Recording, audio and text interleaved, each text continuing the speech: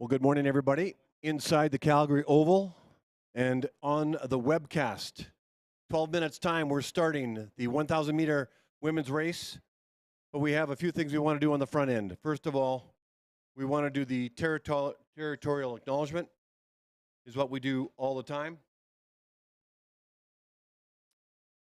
So I guess I would like to take this opportunity to acknowledge the traditional territories of the people of Treaty 7 region in southern Alberta, which includes the Blackfoot Confederacy, comprising of the Siksika, the Piikani, and the Kainai First Nations, as well as the Tsuut'ina First Nation and the Stoney Nakoda, including the Chiniki, Bearpaw, and Wesley First Nations. The city of Calgary is also home to Métis Nation of Alberta,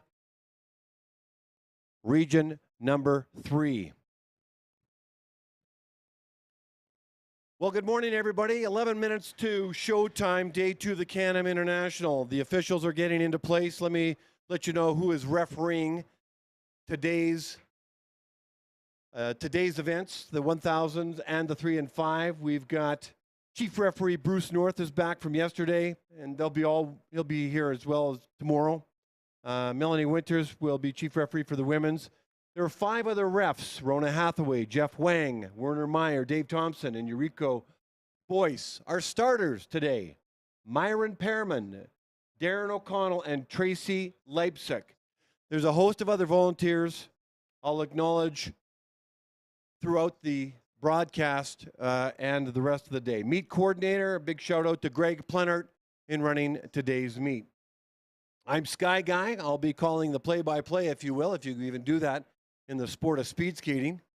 What I will be doing is you'll hear me in the oval and also on the webcast for the 1,000 meters, but for the 3,000 and 5,000, I'll play some music for the oval, and the webcast I'll just speak to you because we can't play the music. We don't have permission to do it for the webcast. I tried to do that yesterday for the 1,500s, but they were quads like we're doing the 1,000 today. Just not enough time to talk about the athletes and the sport of speed skating. Our World Cuppers are in motion in Heronvane right now. Laurent Debray medaled today in the 500. He was in the last pairing, laid down a 34-34 to win the gold. Congratulations, Laurent Debray. We also had the women's 1,500. Yvonne Blondin came 5th. Beatrice Lamarche 16th and Alexis Scott 18th. Connor Howe was 5th in the 5,000, and the women's 1,500 B group, Valerie Malte was 5th. Yesterday, Yvonne Blondin was 3rd in the mass start, so we had a medal yesterday, bronze medal for her, and a gold medal today with Laurent Debray. So those are the big boys and girls. That's where you end up as you evolve in the sport of speed skating.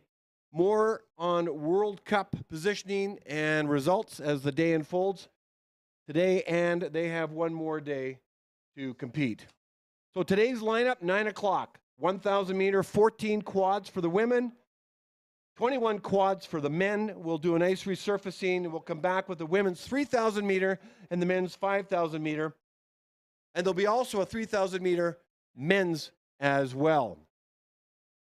There's 170 athletes, about 70 women, and the rest men here at the CanAm International, mostly from Canada. But we have a dozen or so athletes from the States, Great Britain, New Zealand, Australia, India, all represented. 8 of the 10 provinces are also represented. This is a meet that started many years ago in coordination with Butte, Montana. And so we, I think, have a couple skaters, in fact, from Montana. So I'm going to throw the Greatest Showman music on as we lead up to the 9 o'clock start here, day 2, CanAm International.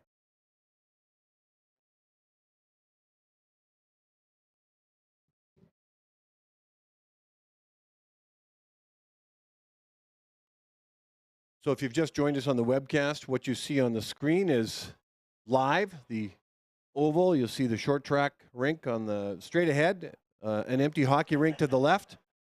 You've got the 400-meter track in front of you with a couple of skaters warming up. We're going to have 13 quads, 13 heats today in the women's 1,000 meters. Right now I'm just playing some music inside the oval. I have a couple of signature songs I play. The Greatest Showman on Earth is the first song, and then I finish off with the 2001 Space Odyssey, leading up to the 2-minute warning as all the officials get in place. It's 8:53 in Calgary, Mountain Time. I guess it's Mountain Time because there's mountains outside the Oval, just west of us.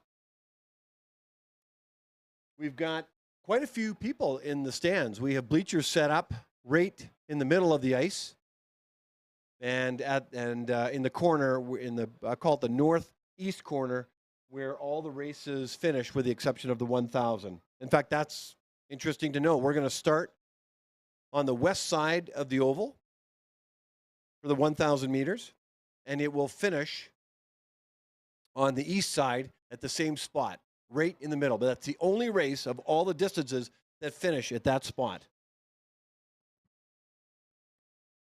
So I'll go quiet for a few minutes, but I'll be back on at 9 o'clock, and you'll see the cameras live at the start line. Sean Ireland is on video, looks like. He's about 8-10 feet away from me.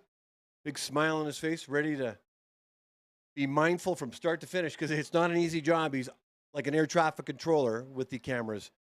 And great footage, because you get to see the entire race, and you don't have to leave your house or wherever you're at. But if you're in the Oval, you've got to look up on the big screen to see the blind spots, if that makes any sense.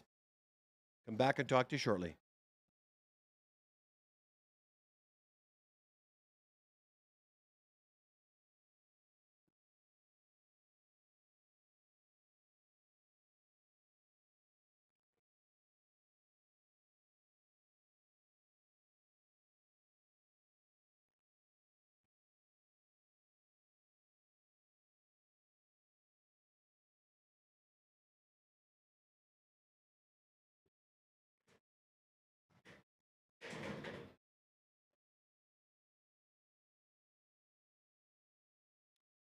Well, everybody inside the Oval, are you ready? Athletes, coaches, volunteers, parents, grandparents, friends, lovers of the sport of speed skating. You're about to see day 2 live, both on the webcast and here inside the beautiful Calgary Oval, the Calgary Olympic Oval, 35 years young, built in 1987, opened up September 1987 in preparation for the 1988 Olympics. Anybody who's walked into this building for the first time is nothing but in awe of the size of it. There are 39 permanently structured indoor ovals, long track ovals in the world. This was the second one built in 1987, 2 years after the one was built in Germany.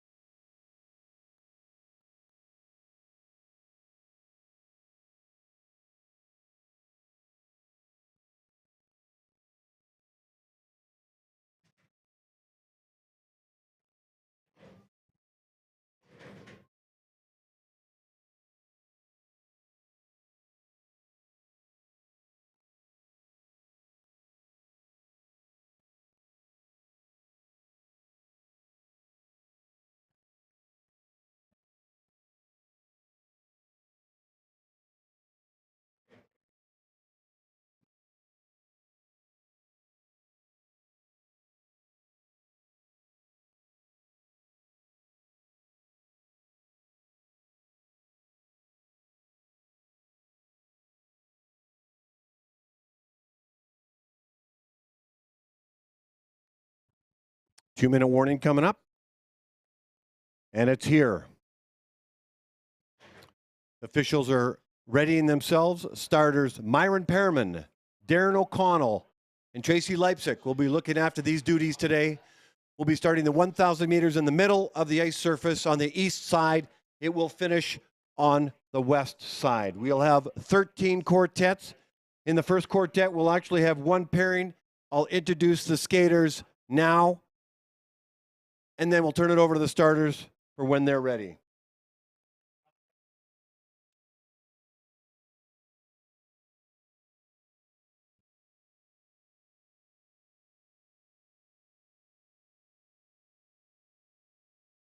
In the first heat, in the first pairing, starting in the inside lane, and we'll finish in the inside lane.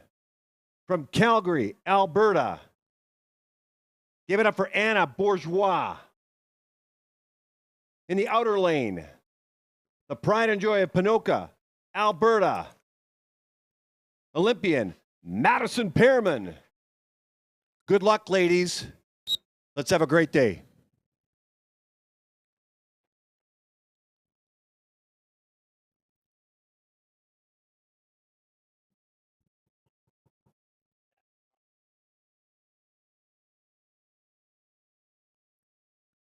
Go to the start.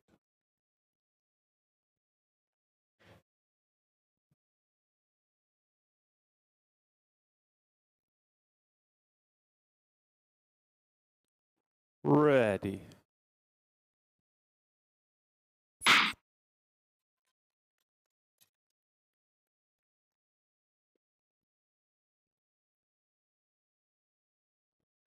And we are underway. The 1,000 meter women's race, 13 heats. This is the first of 13. This is a pairing. Bourgeois and Pearman, both from Alberta. Opening time for Pearman, 18.96. Bourgeois, 19.74.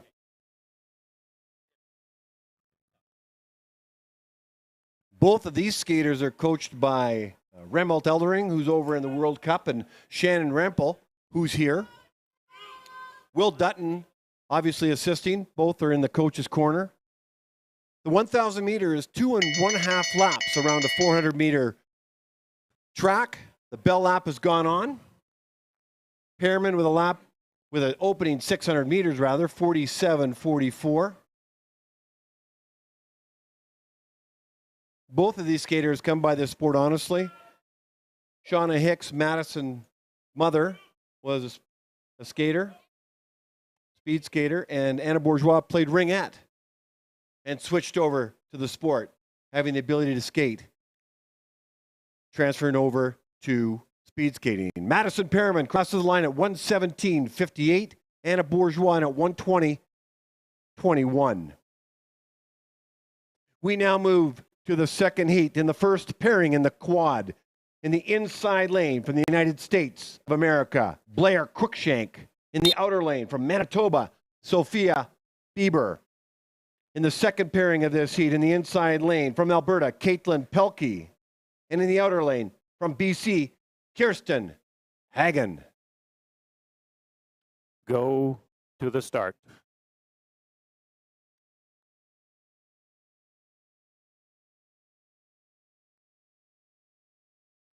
Ready.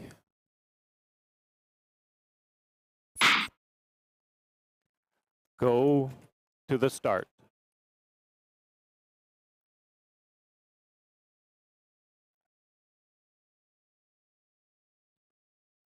Ready.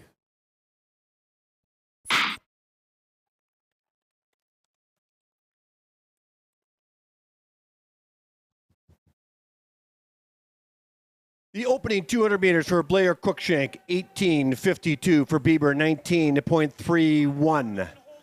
Here comes Pelkey and Hagen to book in their opening 200 meters. Pelkey in at 19.67 and Hagen in at 20.63. Now they settle in for the remainder of the race. The bell lap off for Blair Cruikshank. Father Dave Cruikshank is her coach. Daughter of Bonnie Blair, the legendary skater. Had a great chat with Bonnie when she was out last year. Hello, Bonnie. I hope you're watching. I know you're probably obviously watching. I know this year your husband got his passport renewed, so he was able to come into Canada. And so Cruikshank is paired with Bieber, and they're about to cross the line, and let's find out their times. Bieber's time, 120.95. She'll be happy with that. That's a personal best for her. Blair Cruikshank, 120.94. Congratulations, Sophia Bieber, for a personal best. Here comes Pelkey and Hagen. Pelkey's going to cross the line first, but just barely over Hagen with a 122.3. And Pelkey with 122.3 and Hagen with 122.78. And that's a season's best for Kirsten. We now move to the third heat in the first pairing in the inside lane from Alberta, Haley Bell. In the outer lane from Alberta as well, Maya Luters. In the second pairing of this third heat in the inside lane from Alberta, again, Molly Johnson. And from Ontario in the outer lane, Alexa Annika. Go to the start.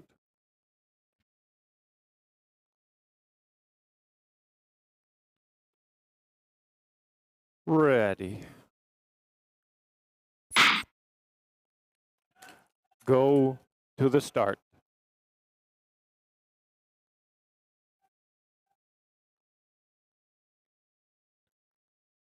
Ready.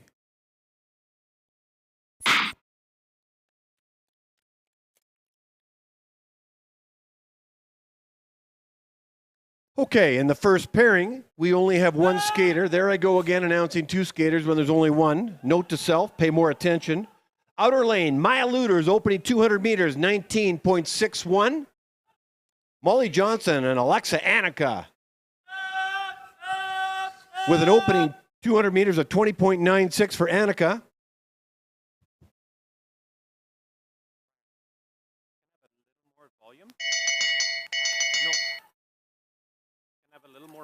And I don't have an opener for Molly Johnson.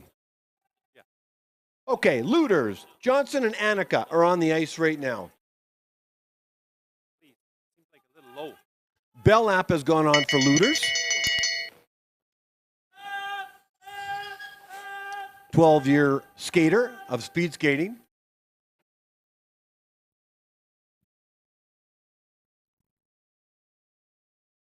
She crosses the line at 108.20. Molly Johnson at 108.04. And I don't have Annika's time.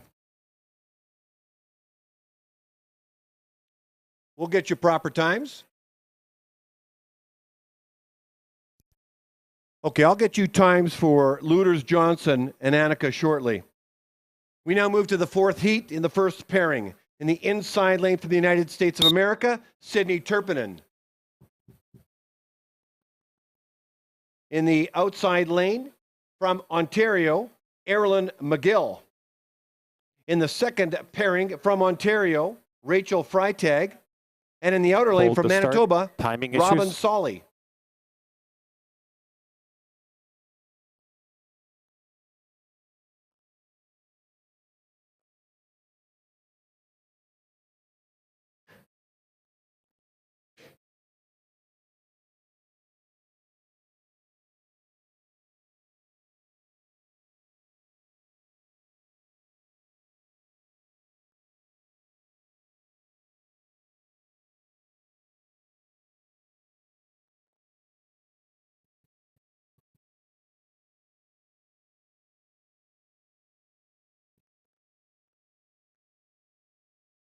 Okay, we're going to pause to work on something. Skate around.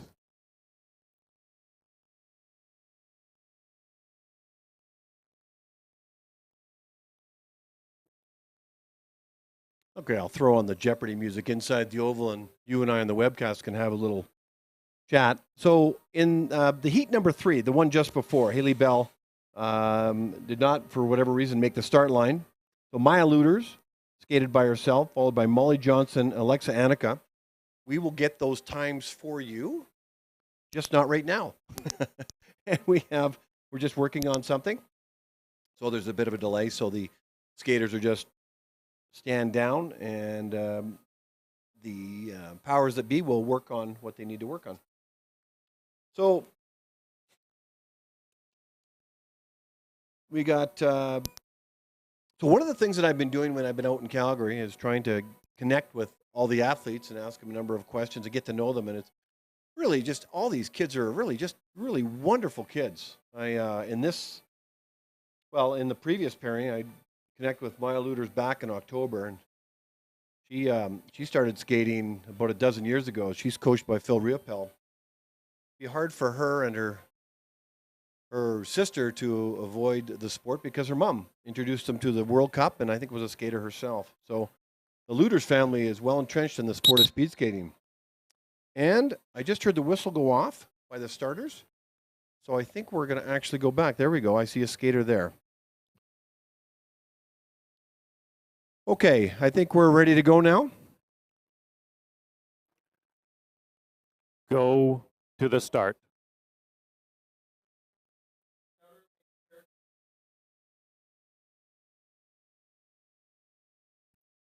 Ready.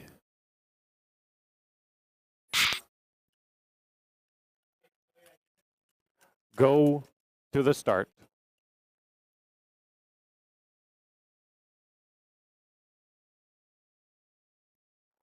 Ready.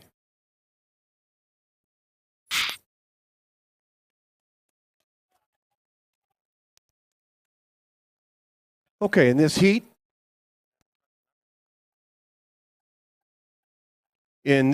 we have 3 skaters in the first pairing. Just one skater.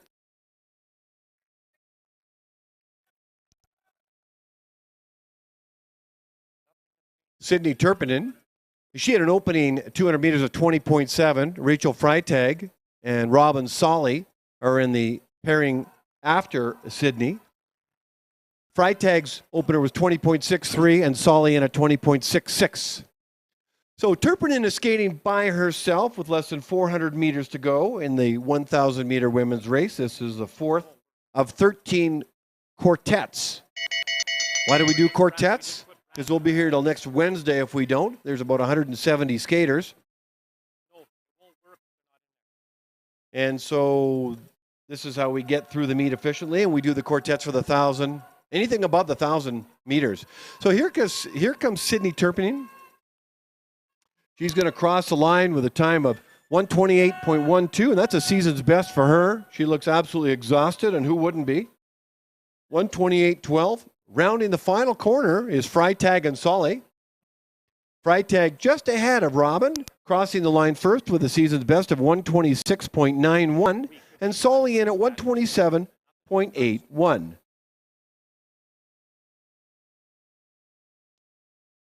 We now move to the 5th quartet in the inside lane in the first pairing. From Alberta, Emma Langstrom. In the outer lane, waiting for the skaters to head into the screen. Test shot. From the U.S. will be Eliana Fuchs. I don't see an Emma Langstrom. In the second pairing of the 5th quartet, from Saskatchewan in the inside lane, Ella Cloutier.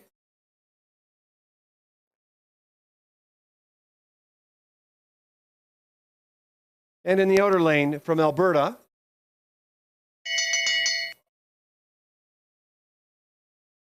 okay, so we've got something we need to sort out. I'll do those intros again.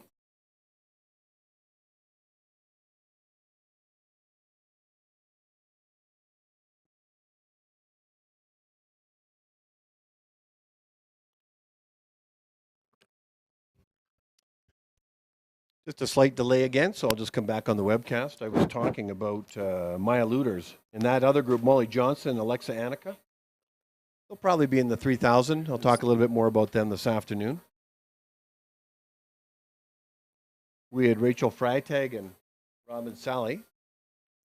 Freitag's from Ottawa. She's been skating for 15 years. Christine Lazarescu is her coach. Robin Solly, first-year University of Calgary student from Winnipeg, been skating for about 8 years. Looks like Rachel was telling me that this is maybe her last year skating. But what she's always after is personal bests, and who isn't for a skater? Because that's her only measuring stick, really. That indicates whether you're falling back from your potential, you're plateaued, or you're moving forward, getting lower. And it's hard. It's a sport of delayed gratification, and it takes years to build a speed skater. Years. That's why many of the world champs or skaters literally at the elite level are in their mid to late 20s and even in their well into their 30s. What is this? Such a beautiful sport and a challenging sport all wrapped in one.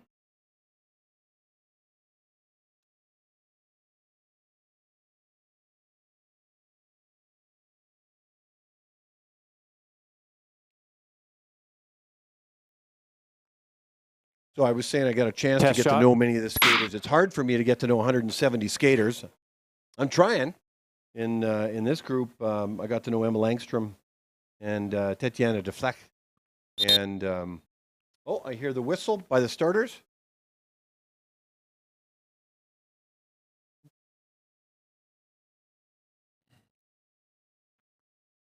Go to the start. I'll introduce the skaters once they are underway, just to make it official. The starters want to get going. Both the starters and I up here in the timing deck have a rhythm. They know I announce the skaters. Then they ask the skaters to come to the start lane and do their thing. But in this case, I would rather yield to the starter and get the race underway and not hold it up any longer. It's important that we run these meets on time. And everybody does that, does their part to make sure that happens. Okay, Emma Langstrom is in this pairing from Alberta. Eliana Fuchs is also in this pairing. Their opening 200 meters is 20.47. Second time this meet that's happened. I love it. Ella Cloutier, 21.37. Big shout out to her dad, Norm. Tatiana Deflek at 20.65 for the opening 200 meters. 4 skaters on the ice with all different color armbands, white and red for the first pairing. Their bell lap has gone on. Emma Langstrom from Alberta and Eliana Fuchs from the United States. I haven't had a chance to connect with our American skaters, but I look forward to that. Hopefully today I can find them and have a little chat with them. I know Dave Silk and Dave Cruikshank are coaching. Now here comes Langstrom rounding the final corner first, and she's going to cross the line with a time of 1:25.53 for a season's best. Eliana Fuchs with a time of 1:29.06 with a season's best for Eliana as well. Finishing up this heat in the second pairing, crossing the line first, looks like it's going to be Ella Cloutier with the season's best of 1:26.31 and Tatiana Deflek at 1:26.90. That completes the fifth heat of 13.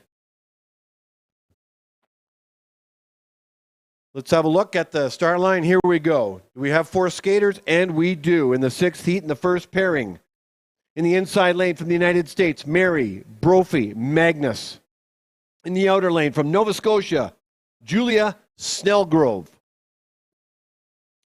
In the second pairing in the inside lane from Saskatchewan, Serena Dallaire. And in the outer lane from Alberta, Isabelle Champagne. Go to the start.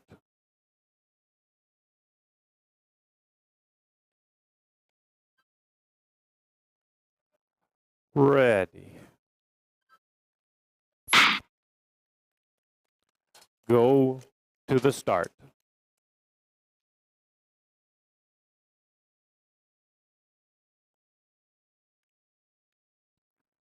Ready.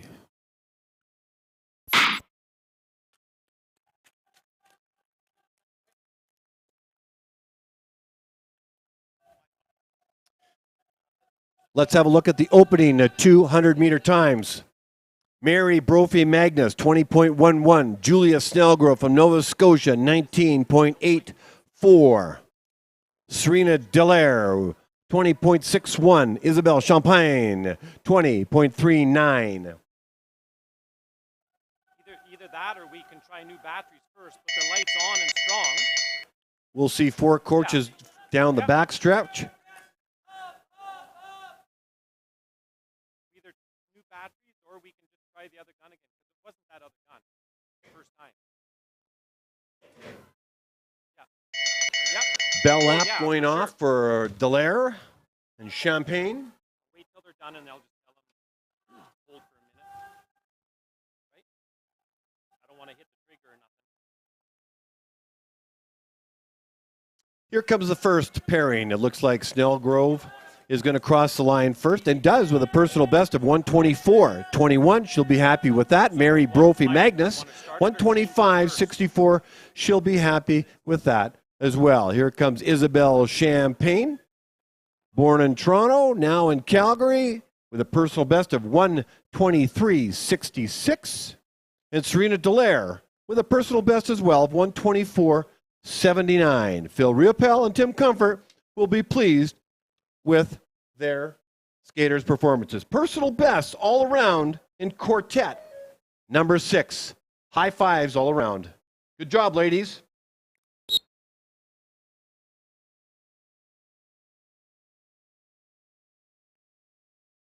Darren O'Connell is the starter for this morning's 1,000 meter women.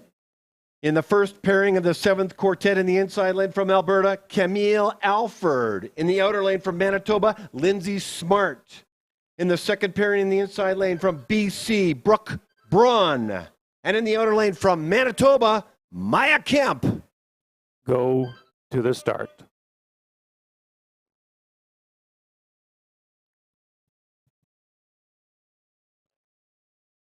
Ready.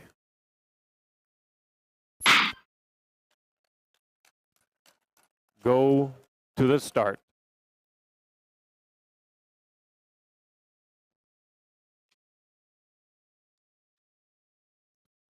Ready.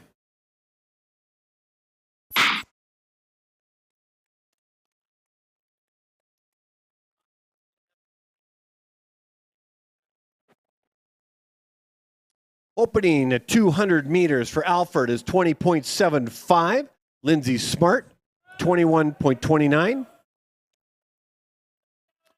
Brooke Braun will have an opening 200 meters of 20.77. Maya Kemp, 22.23.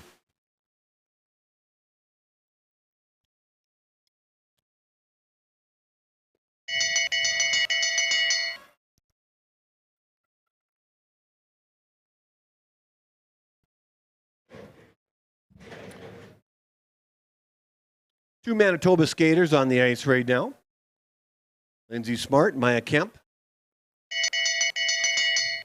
Bell lap has gone on now for both pairings.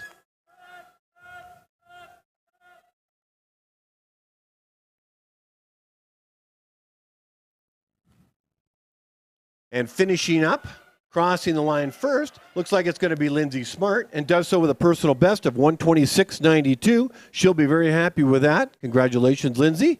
Camille Alford, 127.2. So Alford and Smart. Alford, who's based out of Calgary, has been skating for only 4 years, is coached by Phil Riopel. Crossing the line first is, in this pairing, Brooke Braun for a season's best of 126.65. Maya Kemp with a season's best of 130.17.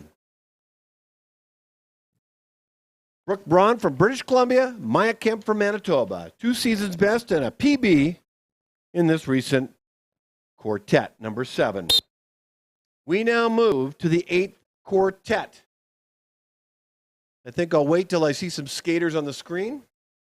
4 in total is what I'm looking for. And I see 4. In the first pairing of the 8th quartet in the inside lane, from Saskatchewan, Sophia Dvorak. And in the outer lane, from Great Britain, Chloe Cameron. In the second pairing in the inside lane from British Columbia, Beth Smith. And in the outer lane from Manitoba, Jordan Campbell. Go to the start.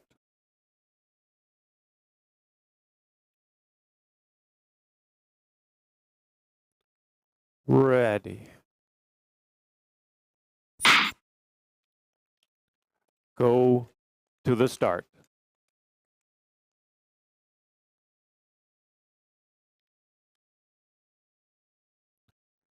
Ready.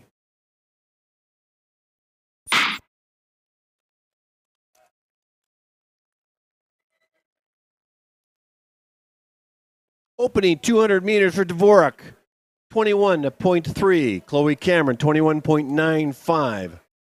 I haven't had a chance to get to know Chloe Cameron. I did with Sophia Dvorak. Born and raised in Regina. Has been skating now for about 6 years. Beth Smith's opener is 22.2. Jordan is 21.91. Sophia was introduced to the sport from her dad and loves the 500-meter race. So she can love it twice as much today because 2 500s is 1,000. Less than 400 meters to go for Dvorak and Cameron. I'll be interested to know Chloe's story, all the way from Great Britain. Kim Comfort and Keegan Christ are the coaches for Sophia. Bell lap has gone on now for the second pairing for Smith and Campbell. Smith is from Vancouver. Poco, I guess, or Port Coquitlam, to be exact. She's been skating for about 5 years now. Crossing the line, first will be Sophia Dvorak with a personal best of 128.66. She'll be happy with that. Chloe Cameron crosses the line at 134.34. Chloe, personal best for you. Congratulations. My Great Britain friend, 2 PBs in the first pairing. Beth Smith is crossing the line with a season's best of 130.22, and Jordan Campbell, season's best of 133.41. Dvorak, Cameron, Smith, and Campbell now complete quartet number 8.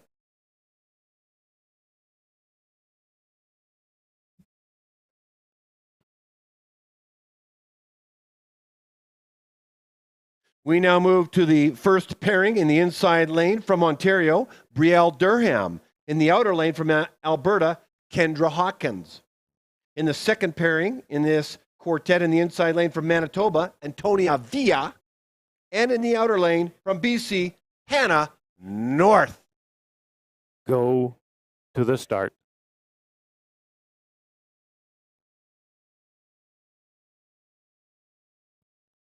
Ready. Go to the start.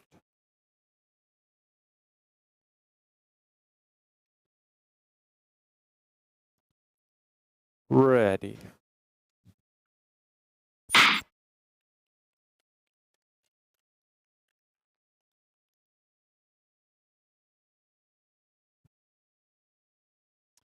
Brielle Durham and Kendra Hawkins in the first pairing. Durham's opener, 200 meters, 19.98. Hawkins at a 22.49. Villa's opener, 200 meters, is 21.5. And Hannah North at 21.7. This is the 9th quartet, if you just joined us on the webcast. 1,000-meter women's race.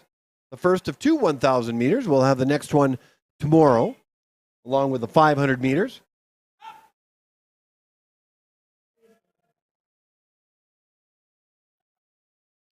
Four different coaches in the coaches box, coaching, encouraging, and giving information to the skaters. Generally are so exhausted, hard to look up, can hear, and through their peripheral vision might be able to see the numbers.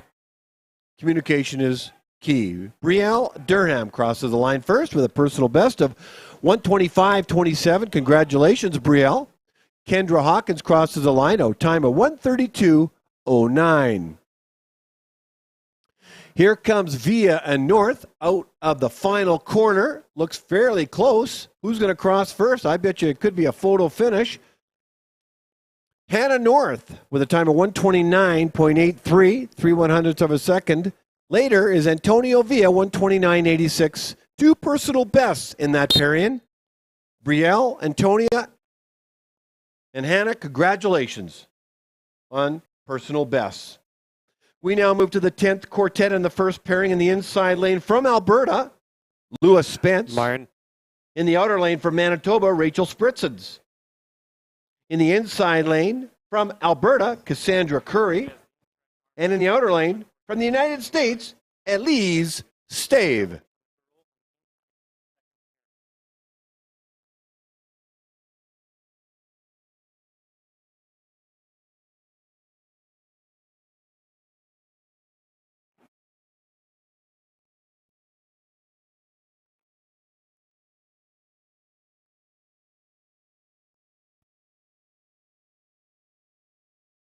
Looks like we have a pause for a moment. Not sure why. My guess is they might be waiting for the fourth skater, Elise Stave.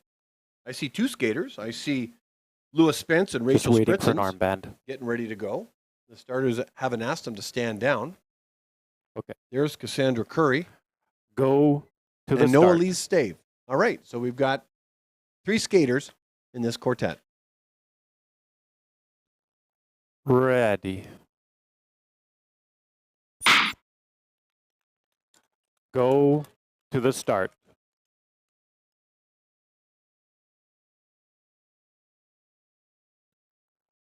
Ready.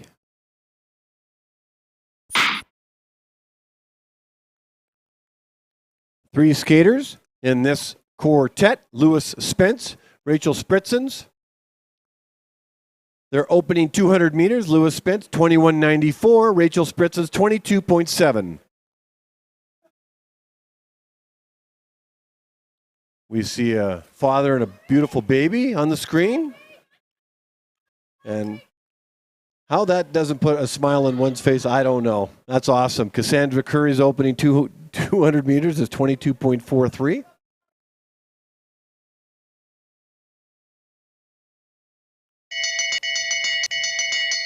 Bell lap for Spence and Spritzens.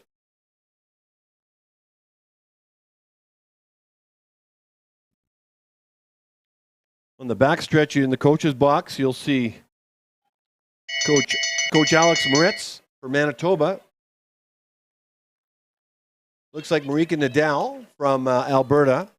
And then Stefan Waples is in the house. Stefan Waples, a prolific speed skater in his day, has come down from Edmonton to coach a number of skaters from the Edmonton club. Crossing the line first will be Lewis Spence. She'll be happy with that. That's a personal best, 133.50. Rachel Spritzens, a season's best of 136.74. Here comes Cassandra Curry. She crosses the line with a personal best of 133.41. She'll be happy with that. We now move to the 11th quartet of 13 quartets, and then we'll do an ice resurfacing and then come back with the men's 1,000 meters in the first pairing in the inside lane from British Columbia, Cheyenne Key, and in the outer lane from Manitoba, Rebecca Bieber. In the inside lane in the second pairing from Alberta, Heidi Beck. And in the outer lane from Manitoba as well, Megan Smith. Go to the start.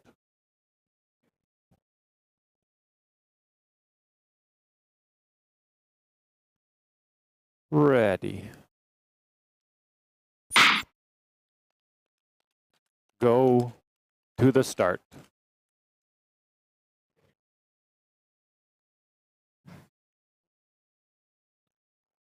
Ready.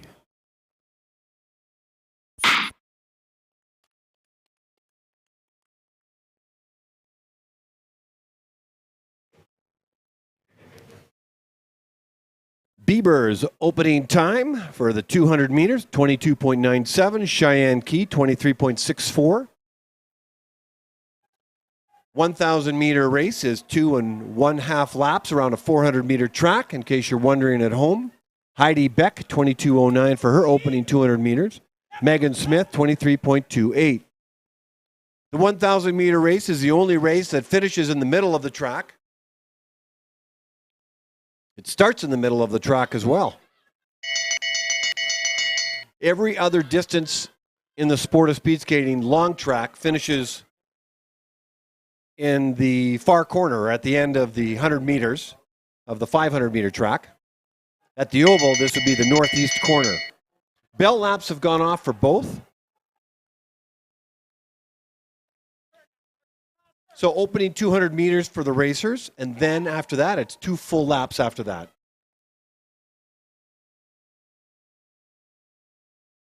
Cheyenne Key and Rebecca Bieber will be finishing up. Here comes Key. She will cross the line first. It does so with a personal best of 134.88. Bieber with a burst of speed at the end with a season's best of 139.86. Here comes Beck and Smith.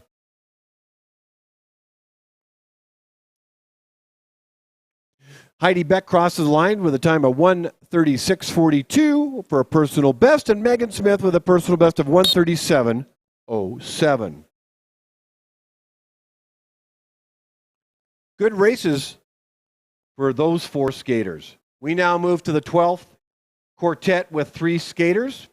In the inside lane from British Columbia in the first pairing, Margaret Breedlove. And in the outer lane from Saskatchewan, Melissa Scutchings. In the second pairing, there'll be a solo skater in the inside lane from Alberta, Sophia Cross. Go to the start.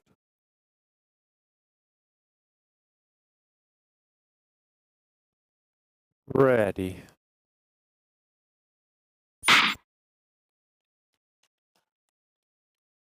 Go to the start.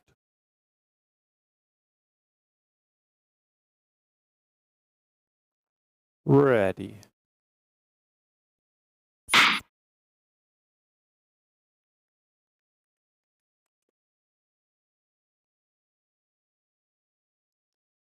Three skaters in this quartet.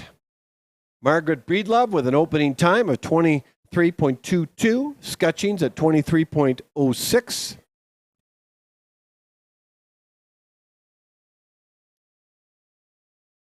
And Sophia Cross with an opening 200 meters of 23.77. The challenge for Sophia will be to compete with herself and not have anybody else push her, so that requires additional effort on behalf of her. She's up to it. What else are you going to do when another skater, is unable to make the start line? So Breedlove and Scutchings in the first pairing. Sophia Cross in the second. Sophia now gets her bell lap.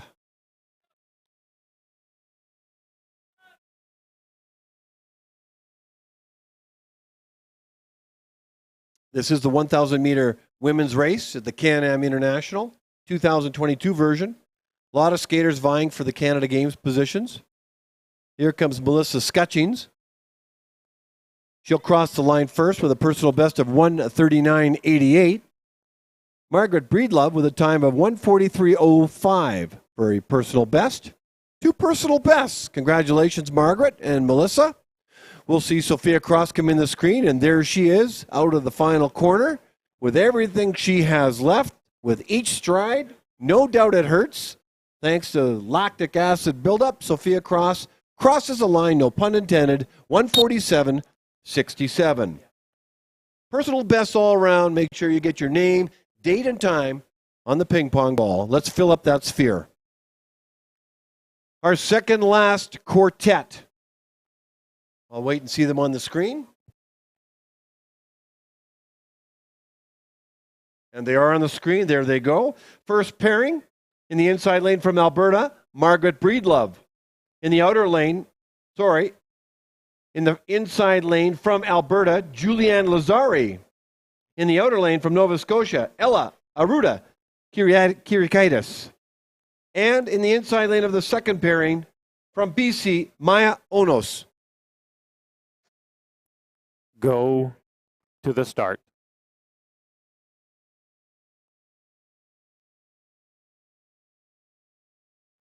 Ready. Go to the start.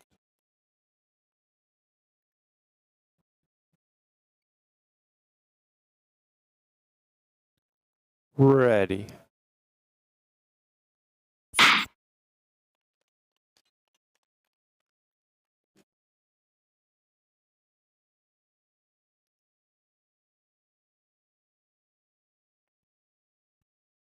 So we actually have 4 skaters on the ice, not 3. Juliana Lazari from Alberta, 23.24. Ella Aruda Kirikaitis, 24.19 is her opening 200 meters. Maya Onos from BC, 23.86. Jenna Larder from Prince Edward Island, a time of 20.84 for her opening 200 meters. Okay, Lazari and Kirikaitis, Onos and Larder. This is the final quartet before we take a break. Ice resurfacing back at 10 o'clock Mountain Time, Calgary time, and then you can work it backwards or forwards wherever you are in Canada or wherever you are on the planet.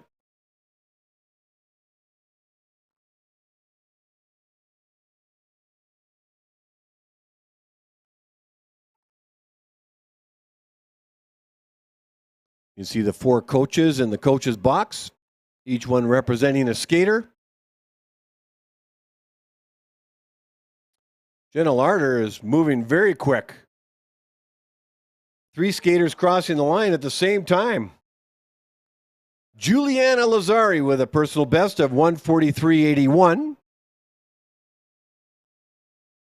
Jenna Larder from the second pairing crossed over perhaps ahead of Kyrakidis. We'll find out that time. Jenna Larder's time is 1:28.46 with a personal best.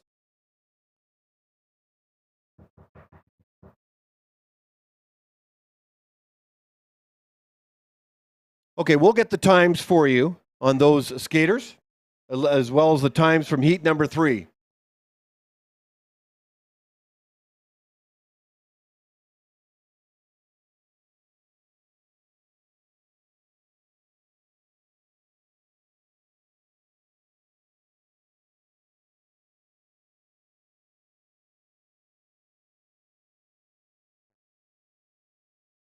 Okay, ladies and gentlemen, that completes the 1,000 meters women's race. It's 20 minutes to 10. We're going to be back up here in 20 minutes, a 10 o'clock start, and we'll come back with a men's 1,000 meters.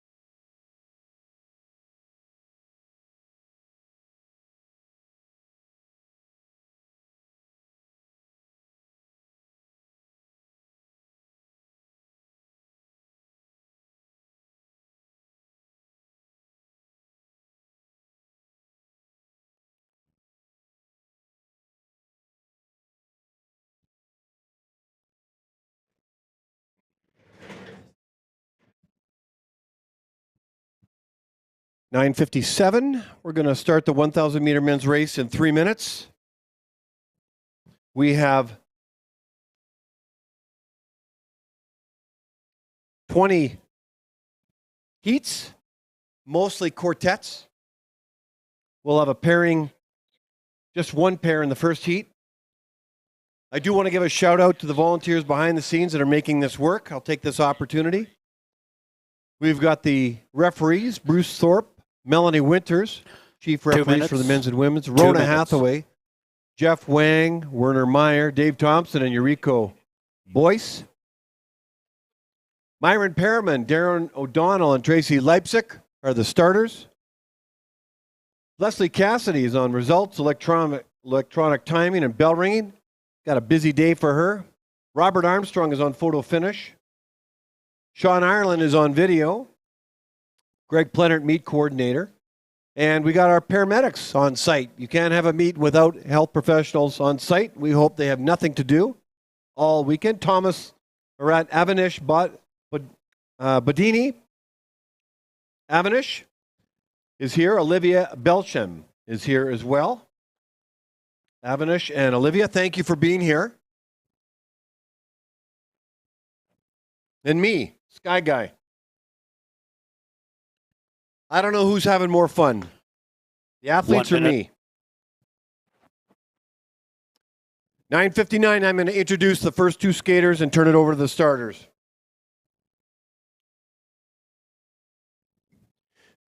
In the 1,000 meter men's race, the 2022 CanAm International Long Track Speed Skating Competition in Calgary, Alberta.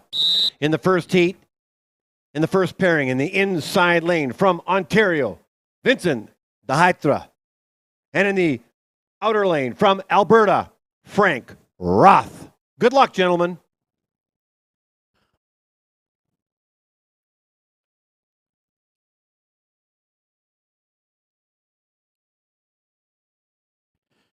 Go to the start.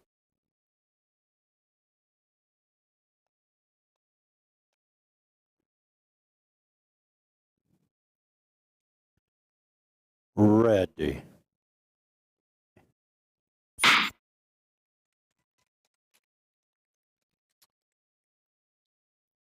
We are underway, the 1,000 meter men's race. You're going to see some fast times in the early heats. Roth and Dahaitra are on the ice right now. They're only pairing. Let's have a look at their opening 200 meters. Lightning fast, 16.89 for Roth. Dahaitra at 17.16. My sense is these skaters will be skating potentially at the World Cup here in Calgary when it's here. You've got Will Dutton and Shannon Rempel coaching them. They're under Bart Scouten and Will Dutton's guidance. Coaches help each other. That's the men's basically sprint team. Well, not necessarily the sprint national team, really. So Will Dutton is here and Shannon Rempel is assisting.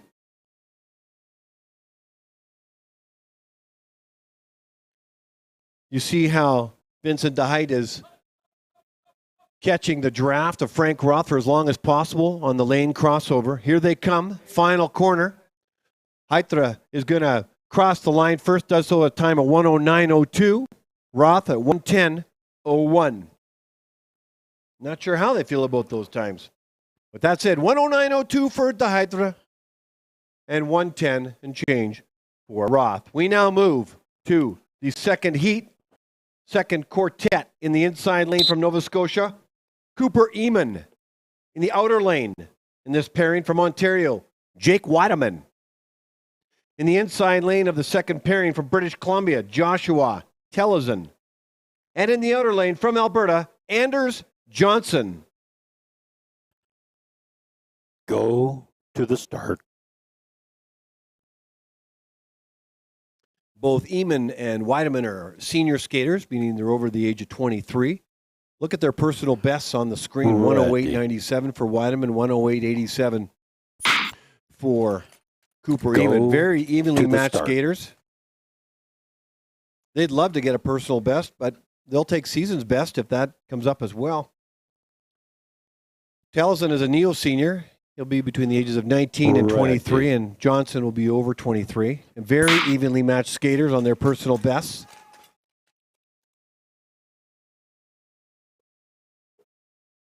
Opening 200 meters for Eamon, 16.59. Weideman is 17.64. Here comes Tellison and Johnson. Tellison with the yellow armband, 17.08 for his opener. And Johnson, 17.05 for his 200-meter opener. Bell lap for Eamon and Weideman. Less than 300 meters to go. Down the back stretch, you see Mike Ireland, Will Dutton, Shannon Rempel, and Todd McClements, all coaching. Each one has a skater who's assisting in this race. Rounding out the final corner, here comes Eamon, crossing the line first, does so with a time of 109.82. There's a season's best for him. Weideman, 109.98, season's best for him. Those guys will be happy with those times, making progress in the 2022-2023 season. Tellison and Johnson now are coming out of the corner. Here comes Tellison. He'll cross the line first. 109.62 for a personal best. Joshua, congratulations. Anders Johnson, 109.76 for a season's best for him. Great race, gentlemen. Well done.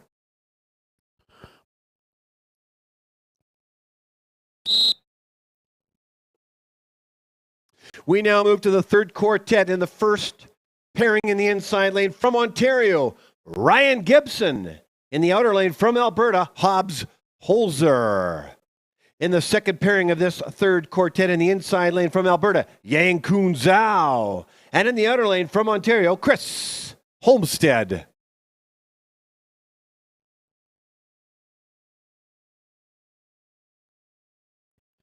Go to the start.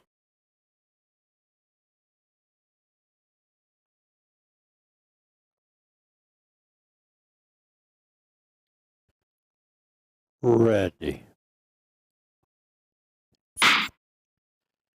Go to the start.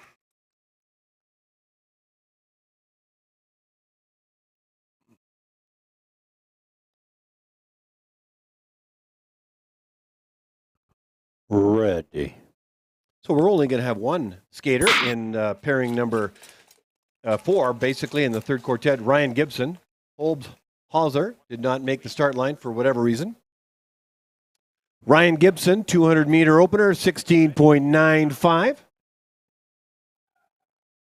Coached by Mike Ireland. Yang Kun Zhao with an opener of 16.91. Chris Homestead, 17.65. You hear lots about these skaters now and part of the Oval program. We're going to be hearing about these skaters in the next 3 to 8 years as they continue to develop and get faster and stronger. Tremendous skaters, these men. Ryan Gibson, Yang Kun Zhao, and Chris Homestead on the ice. Gibson crosses the line with a personal best of 110. Gibson's having a great meet. He had a personal best yesterday as well in the 1,500 meters. Congratulations, Ryan. PB for you. Yang Kun Zhao, Chris Homestead. Zhao's going to cross the line first, does so with a time of 110.99. He's laying down some really low times. PB for him. Congratulations, Yang Kun. Chris Homestead, 115.14. PBs are raining down from the roof of the illustrious Calgary Olympic Oval. We now move to the fourth quartet. First pairing in the fourth quartet in the inside lane from Alberta, Daniel Hall. In the outer lane from the United States, Augie Herman. In the second pairing of this quartet in the inside lane from a BC, Kieran Hansen. And in the outer lane from Saskatchewan, Luca Veman. Go to the start.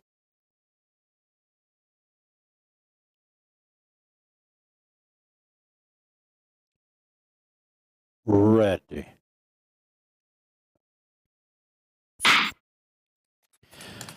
Go to the start. I see Dave Cruikshank in the coach's box beside Will Dutton, who will be coaching Augie Herman from the United States. I want to connect with our American friends and find out a little bit more about them, like I've done with the other skaters. Kieran Hansen and Luca Wieman in the second pairing. Yeah. Daniel Hall's opener, 18.51. Augie Herman, 17.54. You can see the times. You can see Dave Cruikshank's got a 7 and a 5. That's 27.5 for a lap. Kieran Hansen, 17.4 opener for him. Luca Wieman, 17.57. Luca Wieman is a bronze medalist in the Canadian Junior Championships. The bell lap's gone off for Daniel Hall. And Augie Herman as our 300 meters less as they finish up their 1,000 meters as they go down the back stretch. Bell lap for Hansen and Wieman. And here comes Hall and Herman. Out of the corner, looking beautiful and smooth, and Augie Herman crosses the line first. He'll be happy with that. 1:10.62. Augie, personal best for him. Daniel Hall, 1:12.66. Congratulations to Daniel, PB as well. Daniel Hall, Augie Herman, personal best. Here comes Hansen and Wieman to the line. Here comes Hansen crossing first with a time of 1:11.55. And Wieman, 1:12.02. Quartet number 4, personal best for these skaters, and boy, are they happy campers. They're hard to come by the more prolific you are as a speed skater. And quartet number 5 in the first pairing in the inside lane from Alberta, Andre Erasmus. And in the outer lane from Ontario, Sebastian Champagne. In the second pairing of this quartet in the inside lane from Alberta, Caden Witowski. And in the outer lane from Saskatchewan, Bon Low.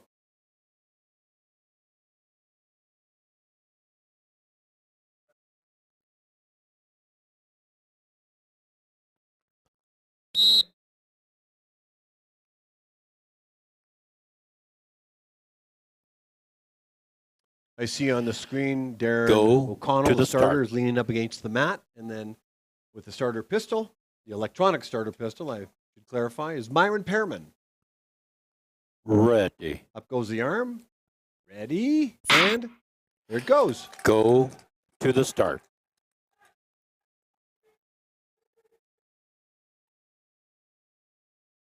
Will Dutton and Phil Riopel, or rather Kevin Crockett and Phil Riopel, are really encouraging their skaters. Erasmus and Champagne right out of the gate.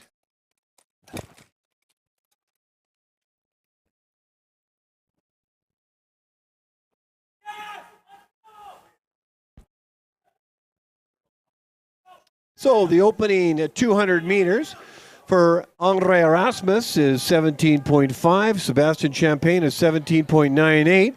Bon Low's opening 200 meters is 17.75. Caden Witowski, 18.68.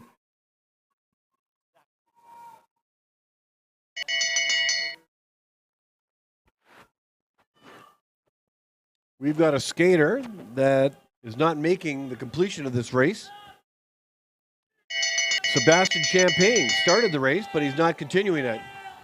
Here comes Andre Erasmus with less than 400 meters to go. Caden Witowski's laying down a really fast race. He's trying to catch him.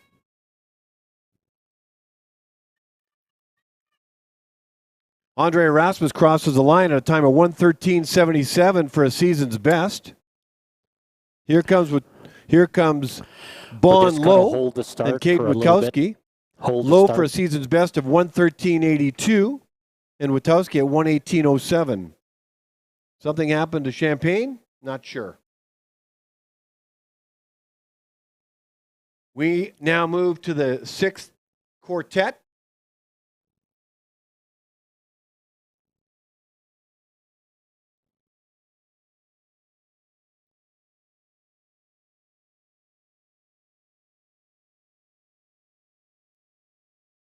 Okay, we're going to pause for an ice repair. It's ice repair, so it may be a bit.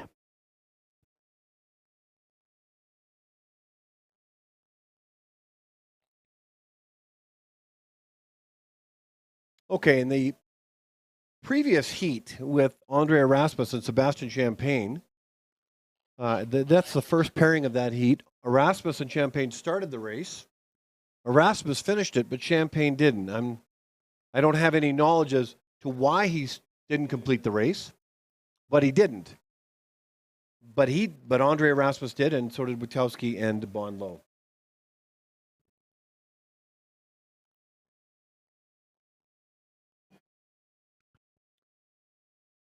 Major ice So repair, in the a distance, couple you minutes, can fellas. see Put your jackets on. Rona Hathaway. She's one of the assistant referees. They're on the ice. Obviously, they picked up something.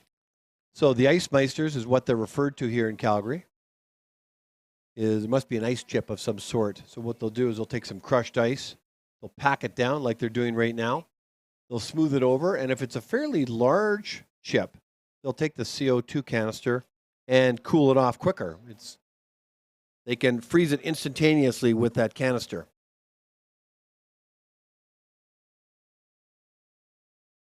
It's all about the safety for the skaters as well as going as fast as they possibly can.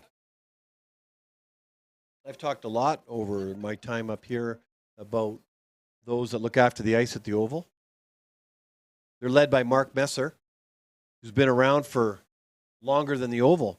He started with the Calgary Saddle Dome. You can see they sprayed they're just cooling that ice off right away. They want that smooth. That's an important corner, by the way. As soon as they fly out of the start, they start crossing over. Okay, so we are going to stop. I'll stop the music inside the Oval. I'll press the button so they can hear me in the Oval as well as you on the ice, as well as you on the webcast. All right, everybody. We are back to watch the sixth quartet. In the first pairing of this quartet from the United States, in the inside lane, Austin Carlson. In the outer lane from Alberta, Jared Farquharson. In the inside lane of the second pairing from Saskatchewan, Keegan Waddington. And in the outer lane, also from Saskatchewan, Danielle Pauly. Go to the start.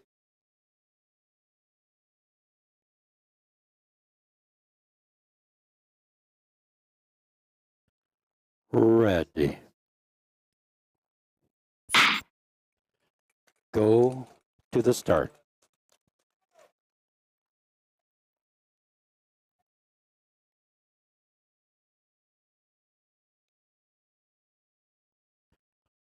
Ready.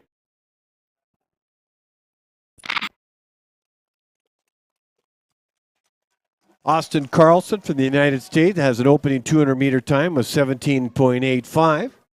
Farquharson in at 18.10. Three of the four skaters are part of the Oval program. Jared Farquharson. Keegan Waddington's opening 200 meters, 18.53. Daniel Pauly at 17.8. Christina Lazarescu is the coach for Waddington and Farquharson. And for Pauly, Todd McClements. So you'll see Christina Lazarescu and Todd McClements. There's Dave Cruikshank assisting Austin Carlson. And perhaps Kevin Crockett is assisting one of the Oval skaters for Christina and Todd. It's all about communication to these skaters, their times, encouragement, crossing the line first. There we go. This race is complete. First pairing, Jared Farquharson crosses the line at 1:14.78. Carlson in at 1:15.55. Austin, Jared, those are season's best for you. Here comes Pauly crossing the line first. He's going to like that. There's a P and a B in that. Call a personal best at 1:13.68 for Daniel Pauly. Keegan Waddington at 1:15.90.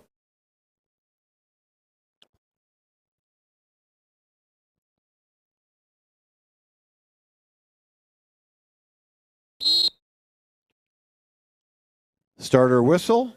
Myron Pearman is signaling the skaters to head over to the start area in the inside lane of this seventh quartet of the first pairing from the U.S., Jerzy Hitler. And in the outer lane of this pairing from Manitoba, Ryan Kulbacki. In the second pairing in the inside lane from Saskatchewan, Fergus English. And in the outer lane from Manitoba, Adam Buchwald. Go to the start.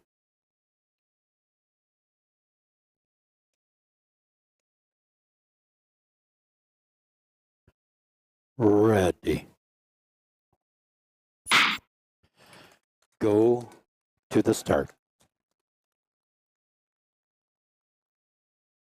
Oh, Dave Cruikshank, it looks like he's coaching Hitler. Ready. See Kevin Crockett and Coach Alex Moritz from Manitoba. Coaching Adam Buchwald would be in the blue skin suit.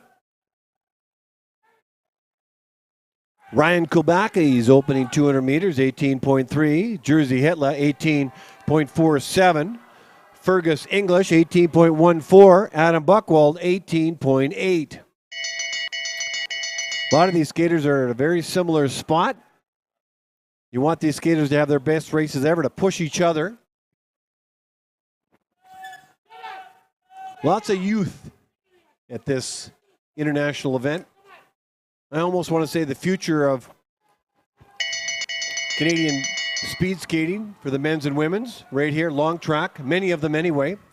25% of the entire participants are from the Oval program.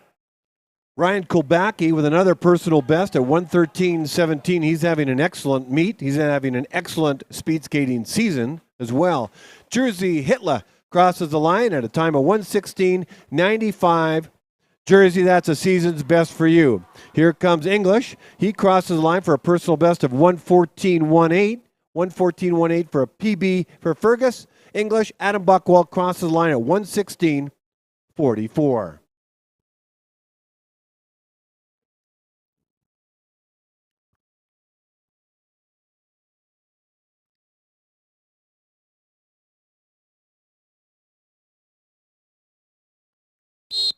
We now move to the 8th quartet.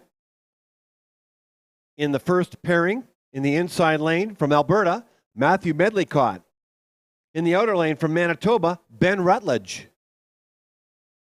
In the second pairing of this quartet in the inside lane from the U.S., Nathaniel Beveridge. And in the outer lane from Alberta, Brock Gilbert. Go to the start.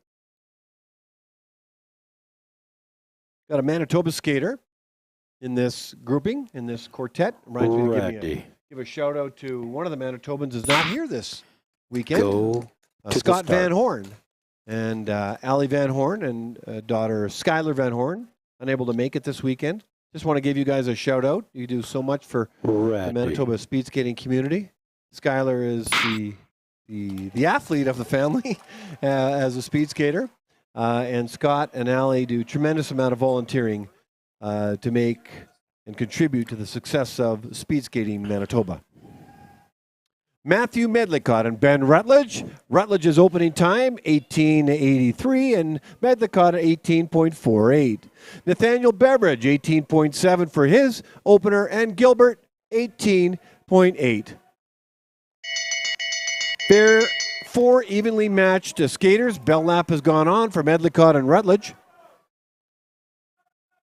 Both wearing, looks like the very same skin suit. So how do you tell them apart? You look at their armbands on their right side. The first pairing has a white and a red always. Second pairing has a yellow and a blue. And with the 1,000 meters, whatever lane you start in is the lane you finish in. 2.5 laps. Here they come, grinding it to the finish line. Medlicott crossing first with a 1:15.97. Rutledge's tip of the skate crosses the line for a personal best, 1:16.05. Matthew Medlicott, Ben Rutledge, congratulations on your PBs. Crossing the line now is Brock Gilbert for a personal best of 1:15.77. Nathaniel Beveridge, also a personal best, 1:17.22. We're going to need a new sphere to hold all those ping pong balls that archive, that show all the personal bests that are happening at the Calgary Oval, the Calgary Olympic Oval, which is the fastest ice in the entire world. I added the word entire to the patented words. In the 9th quartet, in the 16th pairing in the inside lane from Saskatchewan, Oscar Stack Mikashu. And in the outer lane from Ontario, Joshua Sutherland. In the inside lane from Nova Scotia, Finley Tilloch. And in the outer lane from BC, Matthew Mitchell. Go to the start.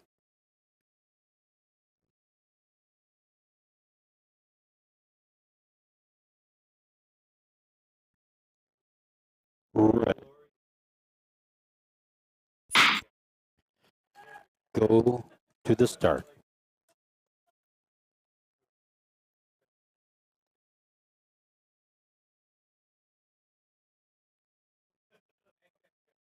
Ready.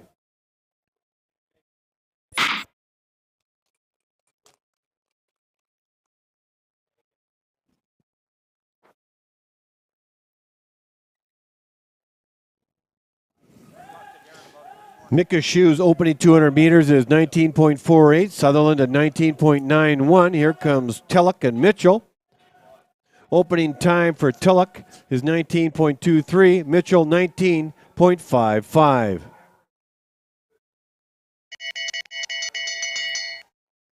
Bell lap has gone off for Oscar and Joshua.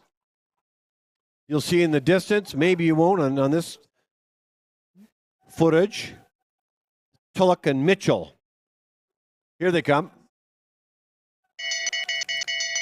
Second pairing with the yellow and the blue armbands. They get their bell lap.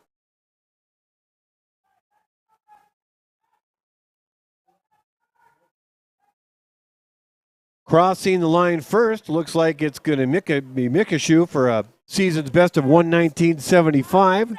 Way to go, Oscar. Joshua Sutherland with a personal best of 119.89.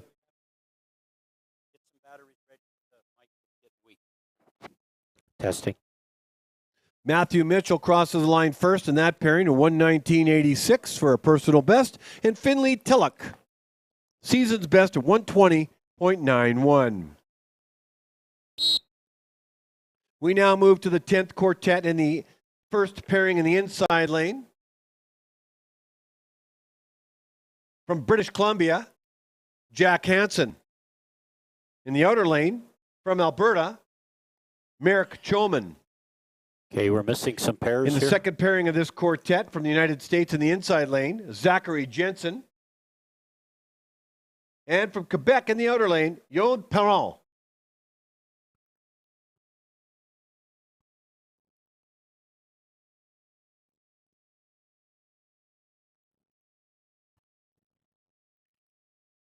Go to the start. So perhaps in this quartet we only have 3 skaters. It looks like it. Ready. Go to the start. It looks like Jack Hansen is going to be in the race, but Merrick Choman is not at the start line. I guess that sometimes happens. Something's happened. Merrick Ready. Choman, hope you're okay. Zachary Jensen and Yon Perron are in the start line. And here we go. Darren, can you help put the battery in while Tracy gets ready?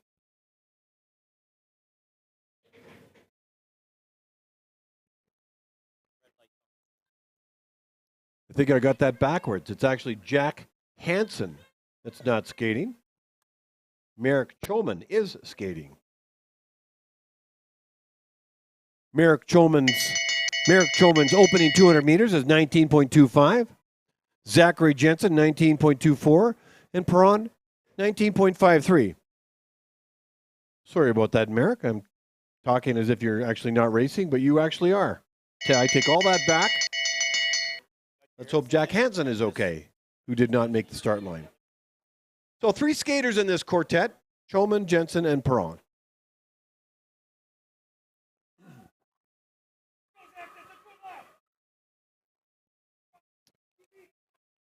Bell lap has gone on for Jensen and Perron, and Choman is completed a time of 121.14. Here comes Jensen and Perron. Jensen with the yellow armband. He crosses the line with a time of 119.8. That's a personal best. And Perron for 121.16. Another personal best. Lots of personal bests today, as we saw yesterday as well. So that is, so far, if I could say, the story of the CanAm International. Personal bests. The other story is who's going to represent their provinces at the Canada Winter Games. We are looking at the first pairing in the inside lane from Alberta, Braden Kremenek. In the outer lane from BC, Benjamin Konwicki. In the second pairing in the inside lane from Alberta, Eric Angelazzi. And in the outer lane from BC, Kevin Fitzpatrick. Go to the start.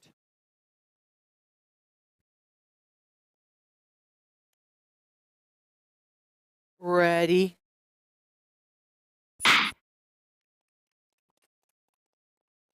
Go to the start.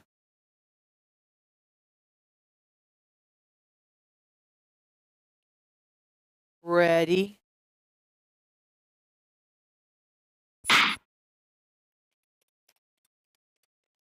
No Eric Angelazzi, but a Kevin Fitzpatrick. 3 skaters in this quartet. The opening 200 meters, Braden Kremenek at 19.25, Benjamin Konwicki 19.85.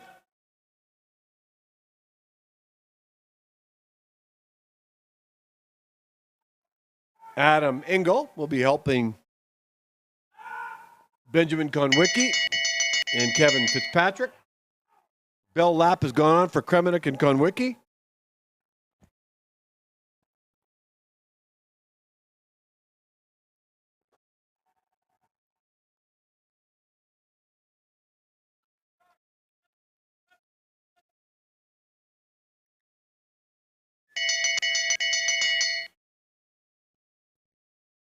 Bell lap's gone on for Kevin Fitzpatrick. So here comes Braden Kremenek and Benjamin Konwicki. Braden Kremenek is going to cross the line first and with a time of 121.63. Benjamin Konwicki 122.44. Kremenek is a personal best. Congratulations, Braden. Benjamin, a season's best for you. Rounding out this quartet, heading to the finish line with a few meters left with each stride. Crossing the line, Kevin Fitzpatrick with a season's best of 130.20.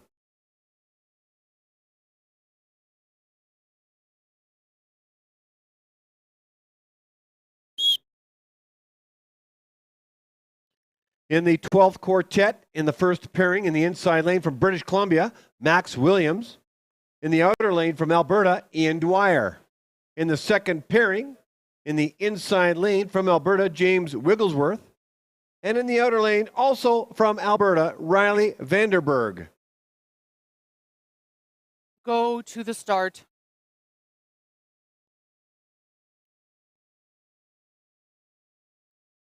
Ready.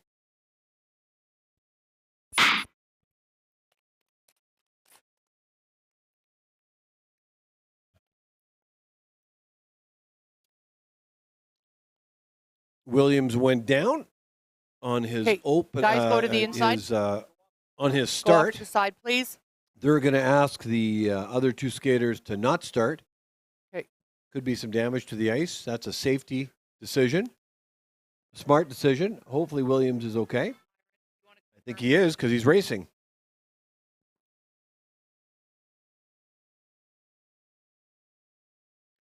So Ian Dwyer's opening 200 meters is 19.47. Williams 24.77. Wigglesworth and Vandenberg will take a break and have their own race after this one is complete.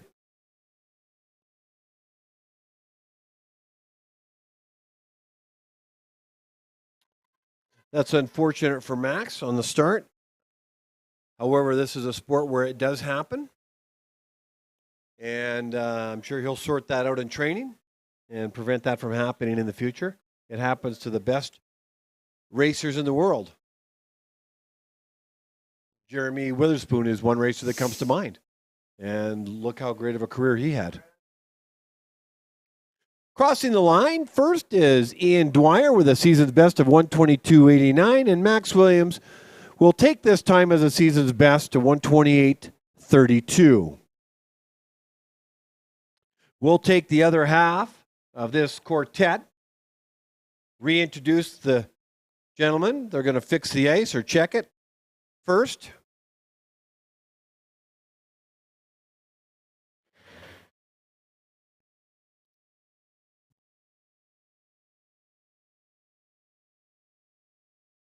So in case you've just joined us, we are in the 12th quartet of 20 quartets or 20 heats, basically, for the men's 1,000 meters. Just have a small ice repair that's required right at the start line. Make sure it's safe for the skaters.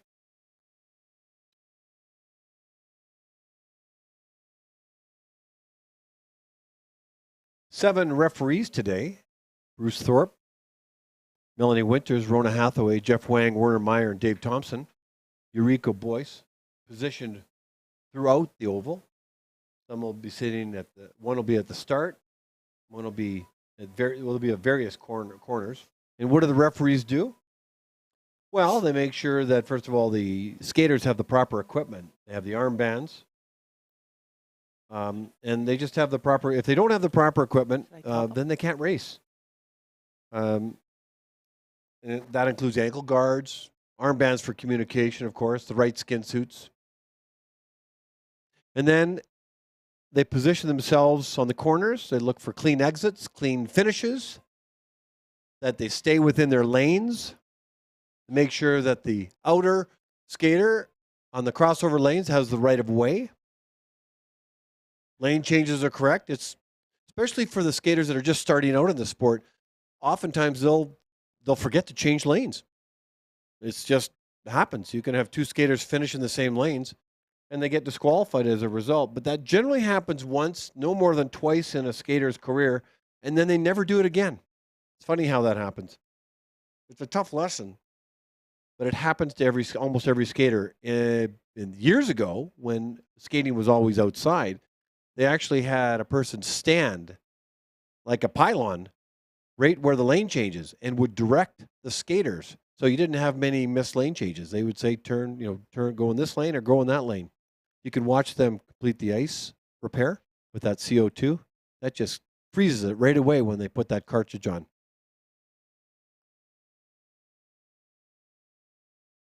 Look how focused those guys are. They're amazing. This must have been a fairly significant one because they don't generally take that long to repair. Anyway, that's what the referees do.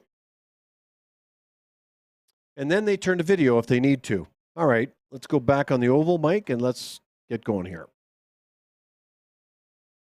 Okay, quick introduction to these racers. We've got the continuation of the 11th quartet.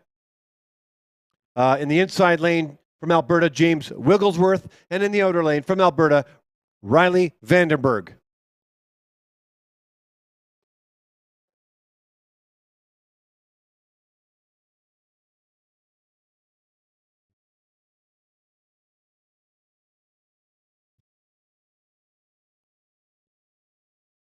You guys liking the graphics at home? I've got to get Riley to get his picture taken so he can get so he doesn't look like just a silhouette of a headshot.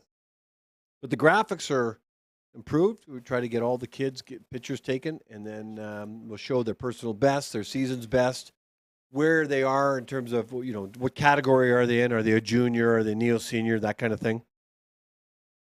James Wigglesworth, opening 200 meters, is 20.5. Riley Vandenberg is 20.18.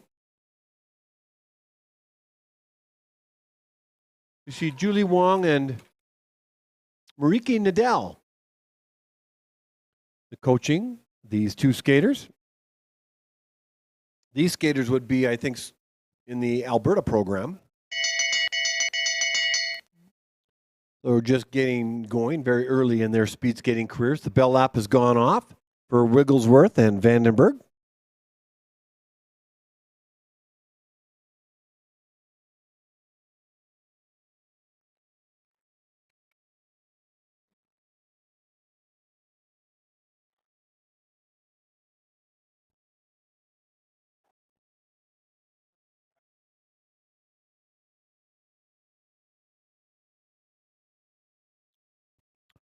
Crossing the line first is James Wigglesworth for a time of 1:24.57.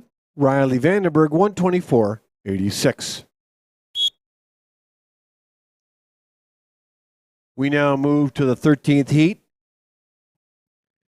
In the first pairing, in the inside lane, from Manitoba, Aaron Reel. And in the outer lane from Alberta, Jaden Taschuk. In the second pairing from British Columbia, in the inside lane, Austin McGregor. And in the outer lane from Alberta, Mitchell Wessling.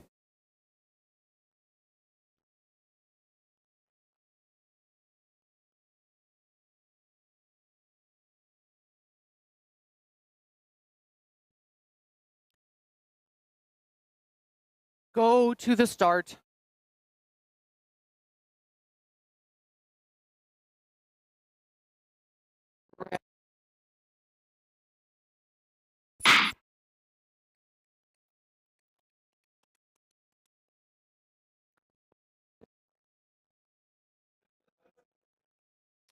Okay, it looks like Aaron Reel is going to be skating by himself. That's a number of skaters that haven't shown up for the start line. Not sure what's going on. The rules of engagement are that if you're going to not skate in the discipline for that day or that discipline, then you just let the powers that be know an hour beforehand.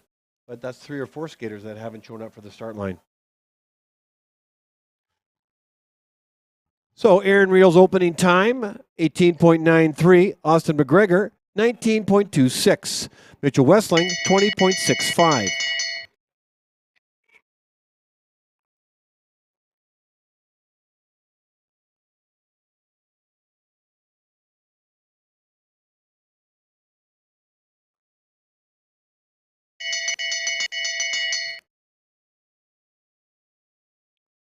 Sometimes you see some people not show up or skaters not show up on the Sunday of a meet.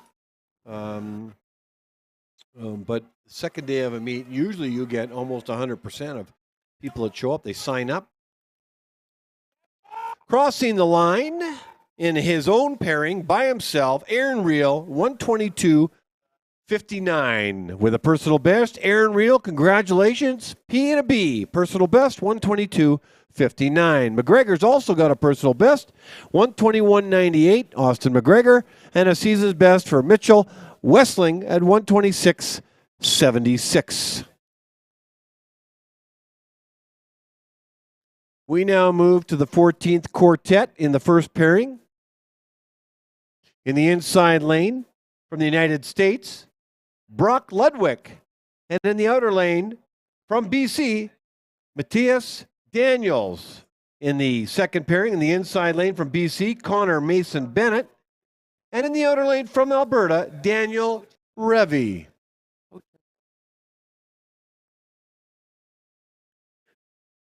Go to the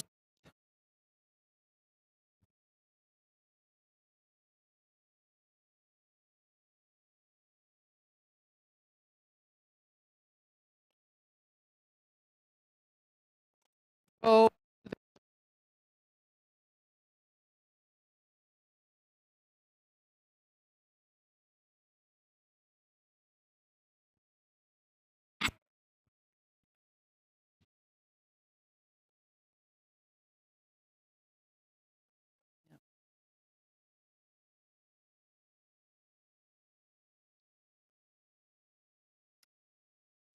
Brock Ludwig's opening 200 meters is 26.15. Matthias Daniels, 20.34. This will be the only pairing we'll watch in this quartet. Then we'll have the other pairing come up.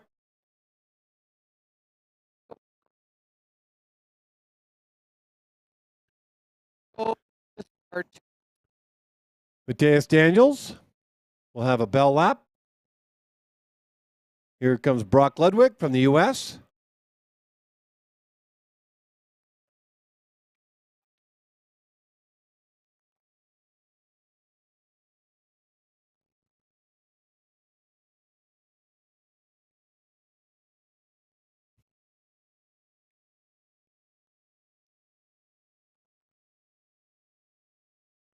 Okay, crossing the line first.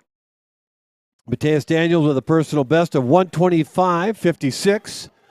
The second pairing has been started. Connor Mason Bennett with an opener of 19.87. Revy 20.7. And here comes Brock Ludwig.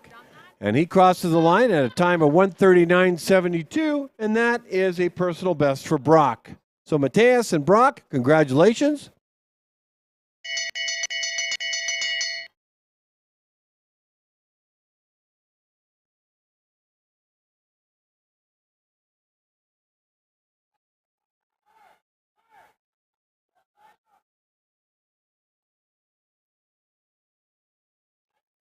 Mason Bennett and Revy, their bell lap has gone up, and they're about to finish. They're less than 100 meters from the finish line. Let's see how it shows up. Out of the corner first is Connor Mason Bennett in the yellow armband, and his time is 124.14 for a personal best, and Revy 127.51.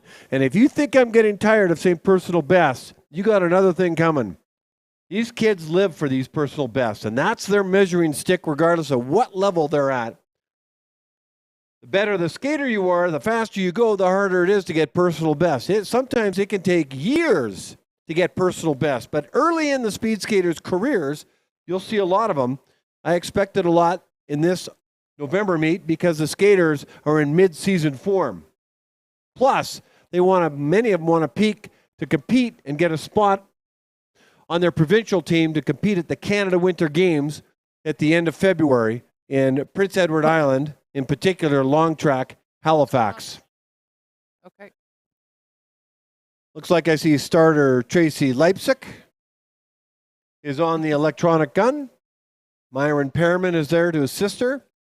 And I'm waiting for some skaters to the start line to announce them.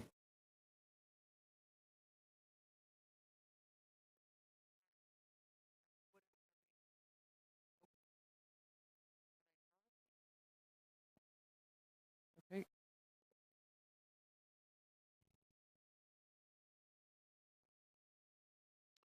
Well, this is odd.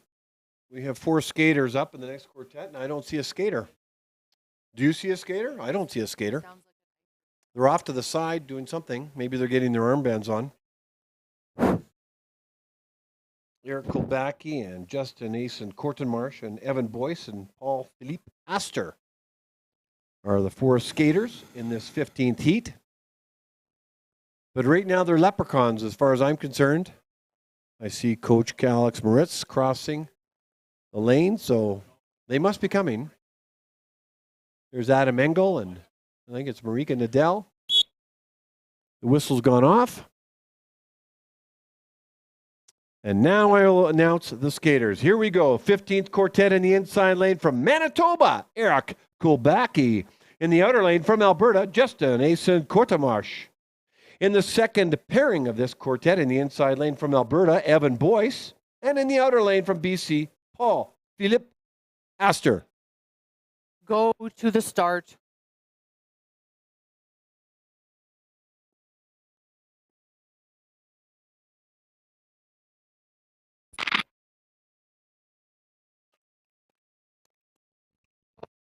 Start.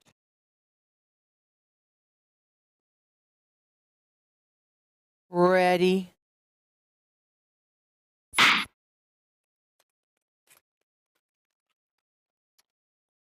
And we're off. Eric Kulbacki's opening at 200 meters, 19.4. Asen Kortenmarsh, 20.86. Boyce, his opener is 19.68, and Astor in at 18.95. Now they settle in for the balance of their race.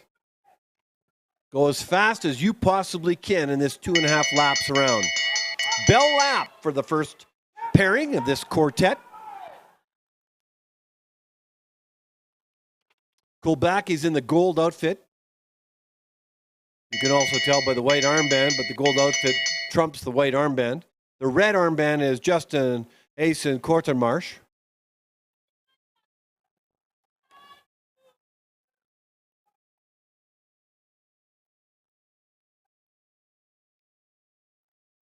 Here comes Kulbacki with everything he has left, crossing the line at a time of 1:23.59. And that's a personal best. He'll be happy with that time. Kortenmarsh crosses the line at a time of 1:31.44. with the Spider-Man outfit, Paul Philip Astert, 121.53. That's a personal best. Congratulations, Paul Philip. And Evan Boyce with a personal best of 127.59. Evan, Paul Philip, and Eric, congrats on PBs. We now move to the 16th quartet of 20, or heats rather, of 20 heats. In the first pairing in the inside lane from Alberta, Oliver Bathe. And in the outer lane from British Columbia, Jeffrey Hamilton. In the inside lane of the second pairing from Ontario, Isaac Emblem. And in the outer lane from Alberta, Abagoni Asuya. Go to the start.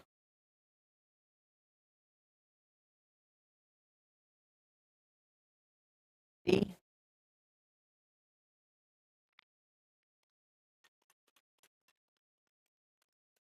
Go to the start.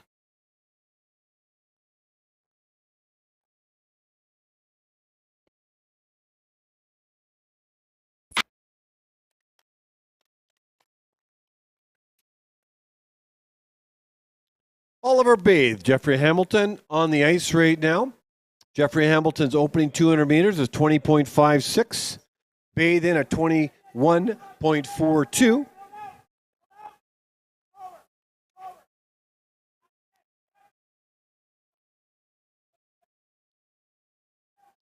Down from Edmonton is Stefan Waples. Shout out to Stefan Waples, who was a prolific skater in his day and is assisting he lives in Edmonton. He's a forest firefighter, but also will be a fully trained nutritionist, which is a career pursuit for him. Emblem's opening 200 meters is 21.68. Asuya, 21.48, and he's assisting Abagoni Asuya as one of 3 skaters he's working with. And so he's giving back. Really nice guy. And he's from Manitoba. He's not a nice guy just because he's from Manitoba. He's just a nice guy because he's a nice guy. So crossing the line first is going to be Jeffrey Hamilton. He'll be happy with that with a personal best of 132.13. Oliver Bathe, 132.44 for a season's best. Here comes Isaac Emblem. Isaac Emblem from Ontario and a personal best of 130.77, and rounding the final corner with the red helmet, Abagoni Asuya, and with a time of 139.66. We now move to the 17th quartet in the inside lane of the first pairing. And I do see 4 skaters out there from BC, Thierry Helvelka. And in the outer lane from Alberta, in the outside lane, Kunio Sayahara. And in the inside lane from Saskatchewan in this second pairing, Mikko Veman. And in the outer lane from British Columbia, Ellis Karaja. Go to the start.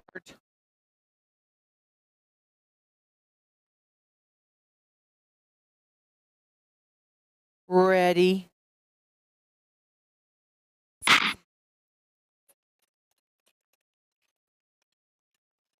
Go to the start.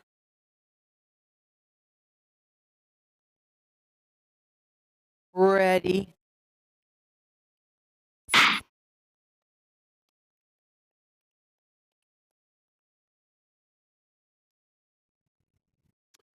Thierry Helvelka's opening 200 meters, 21.19. Sayahara, 24.52. Veman Karaja are booking in their 200 meters. Veman in at 19.81. Karaja, 21.57.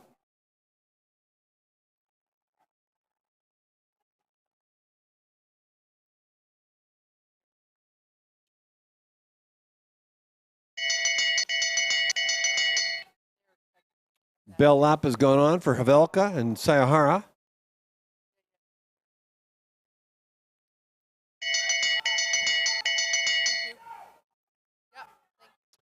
And Mikko Veman's got his bell lap. So does Karaja.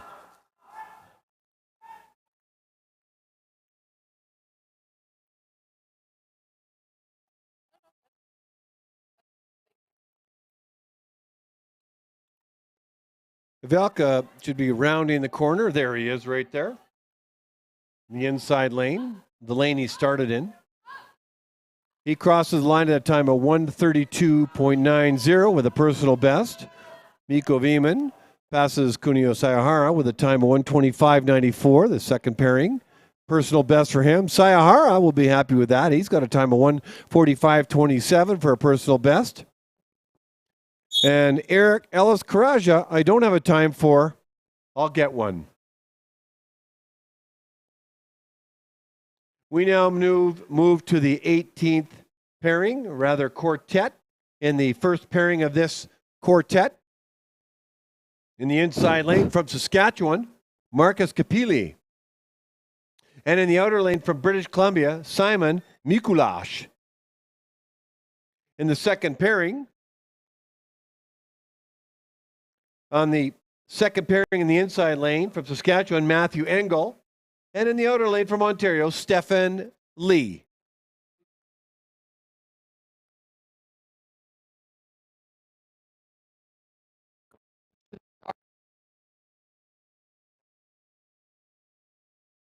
Ready.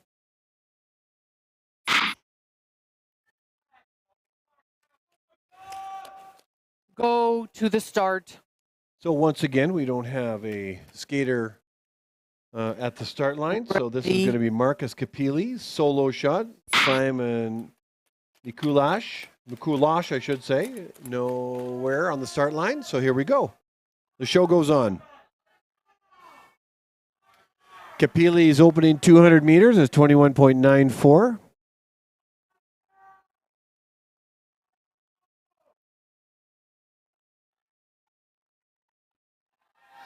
Stefan Lee's opening 200 meters, 18.7. Matthew Engel, 20.18.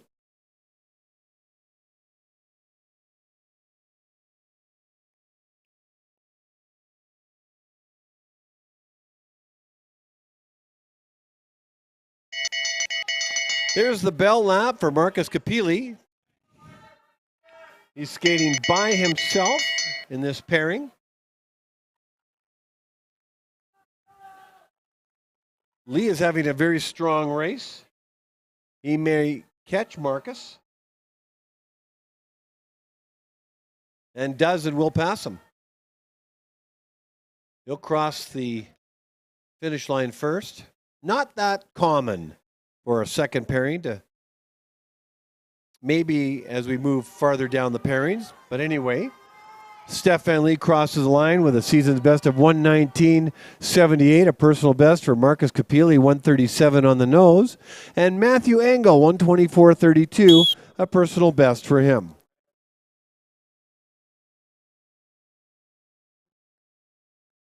Okay, the second last heat will be a pairing in the inside lane from Saskatchewan, Ryan Wang.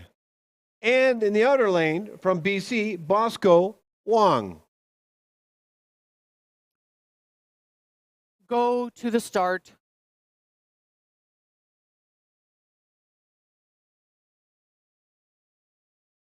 Ready.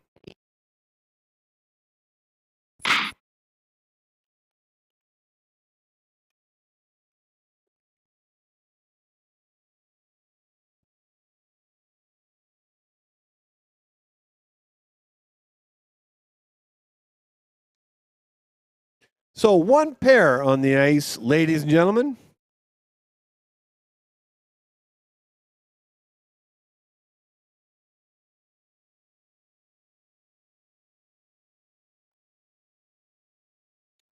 Maybe I'll give them a little music.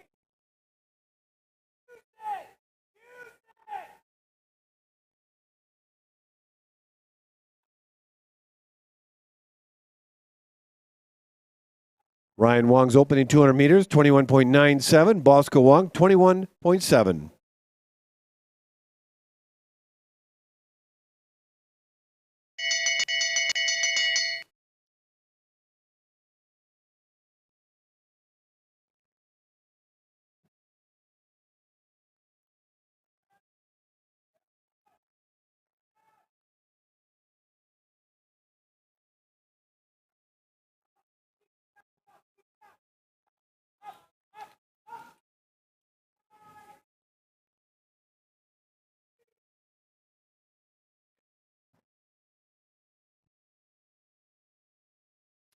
Ryan Wong. That's how you say his name in English.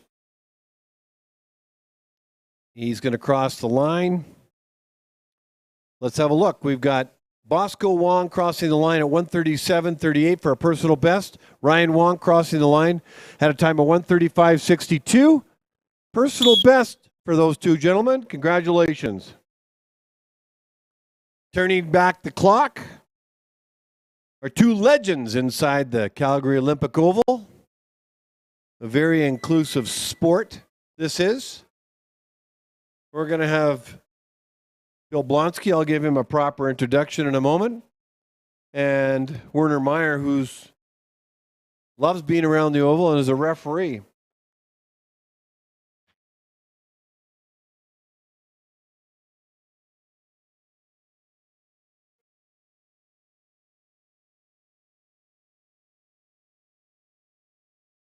We're just waiting for Werner Meyer. He's taking his warm-up jacket off. Ladies and gentlemen, the final heat and pairing of the 1,000-meter men's race in the inside lane from Alberta. Give it up for Bill Blonsky.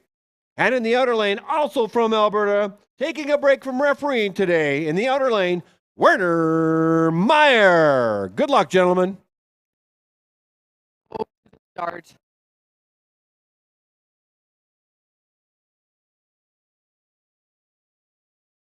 Ready.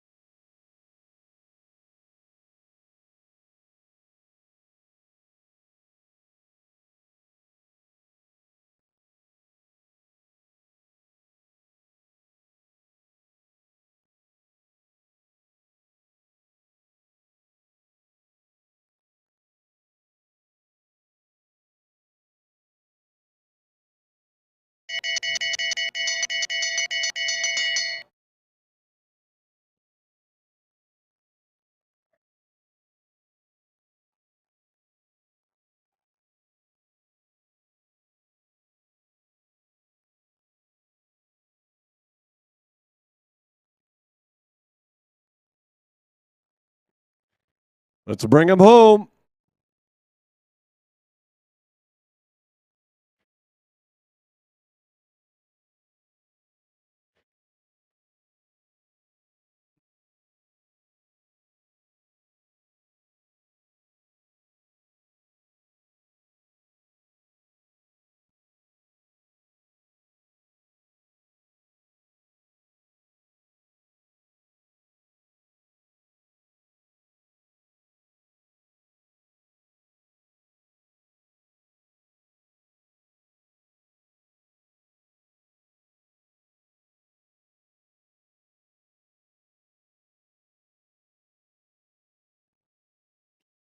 Blonsky crosses the line for a time of 2:33.31 for a season's best, and Meyer crosses the line 2:39.75 for a season's best as well. Well, that concludes the 1,000-meter men's race on day 2 of the CanAm International Long Track Speed Skating Meet. We're back here starting the 3,000-meter women's race. We'll have 9 quartets in competition, 2 out of competition.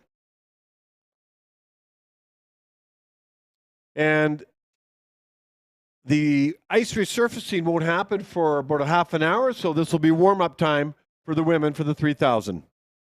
So I'll throw some music on, and we'll see you back here in an hour and 12 minutes.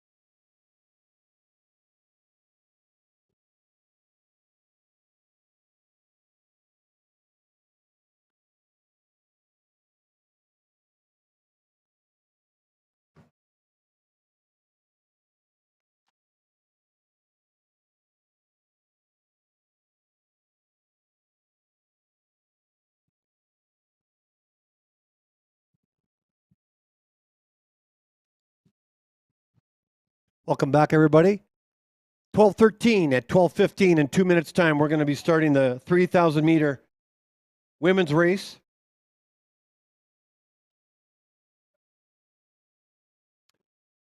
Seven and a half laps around. We're going to start the race over in the far corner, which would be the southwest corner. They'll finish off where the 500 and all the other races finish off, with the exception of the 1,000. We're just a minute away, so I'm going to introduce the skaters. And then in the oval, your experience will be some music. I'll play music, but then I'll go on the webcast and I'll commentate on the webcast. If you have any interest in hearing what I have to say, just dial in on the webcast. Otherwise, it's music for the racers, and maybe I'll announce the splits in the final time. In the first of 8 heats, this is a quartet. In the first pairing of this quartet from Alberta, in the inside lane, Canadian junior champion this year, Laura Hall. In the outer lane from BC, for the pride and joy of Penticton, BC, Abigail McCluskey. In the second pairing from BC in the inside lane, Allison Desmarais. And in the outer lane, also from BC, Kirsten Hagen. Good luck, ladies.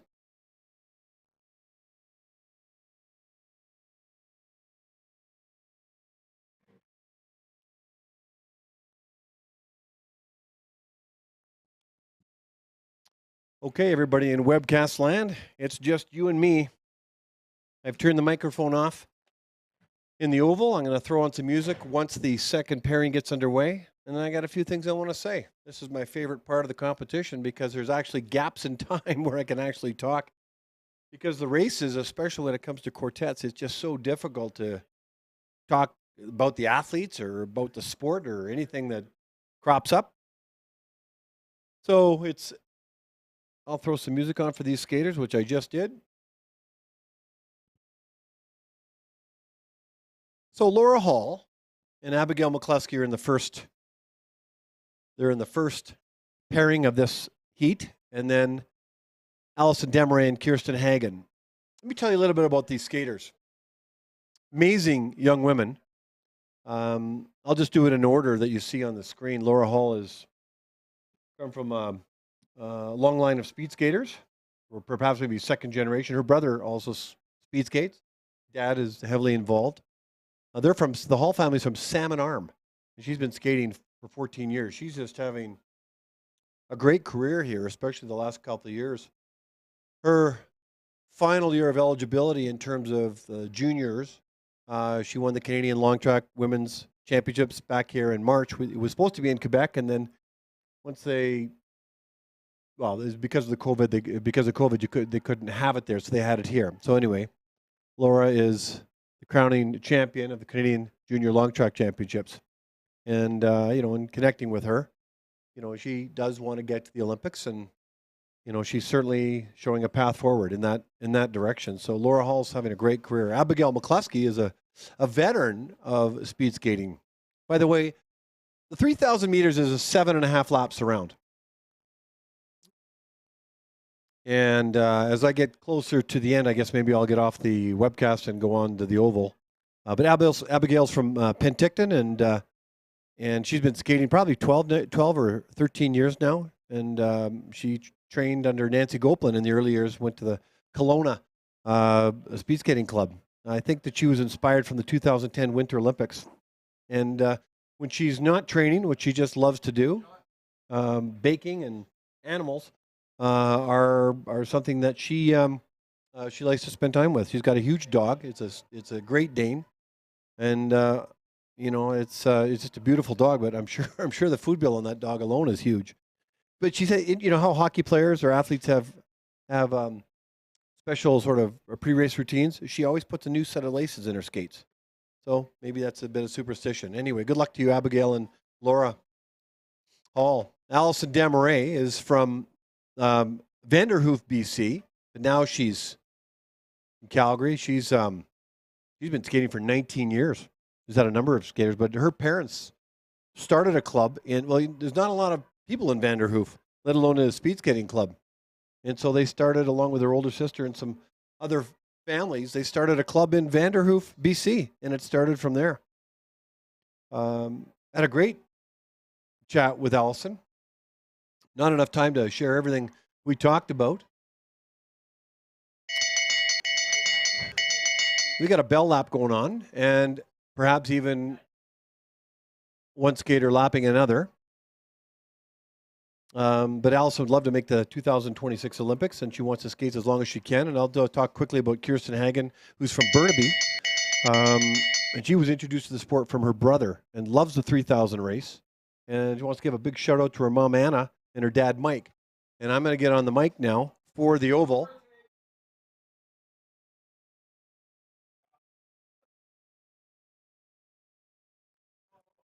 And calling.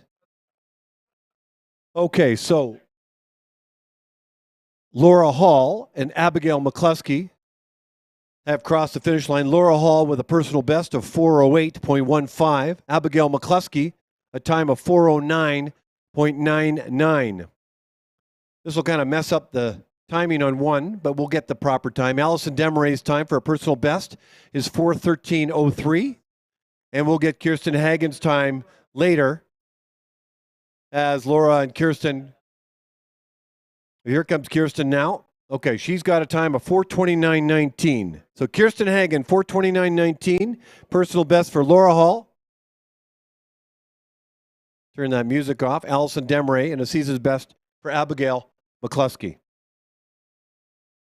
Okay, I think we got that sorted out. In the second quartet coming up, in the first pairing, in the inside lane from Alberta, Victoria Goplin. In the outer lane, in that pairing, from Ontario, Claire Mallard. In the second pairing, from the United States of America, in the inside lane, Rebecca Simmons. And in the outer lane, from Manitoba, Sophia Bieber.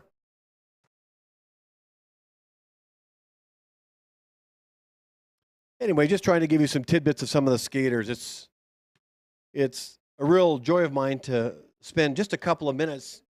There's not a lot of time to spend with them because they're either warming up or warming down, and they're dialed in for their races, and so I really don't want to get in the way of that. Plus, I've got a job to do up here as Sky Guy. But the few minutes I have, it's been really enjoyable for me to get to know these young men and women who have hopes and dreams like all of us do. And they're just really a breath of fresh air. So we're off and running for the second quartet. Goplin and Mallard, Simmons and Bieber. I haven't had a chance to speak with Rebecca Simmons. I finally caught up to a couple of Americans.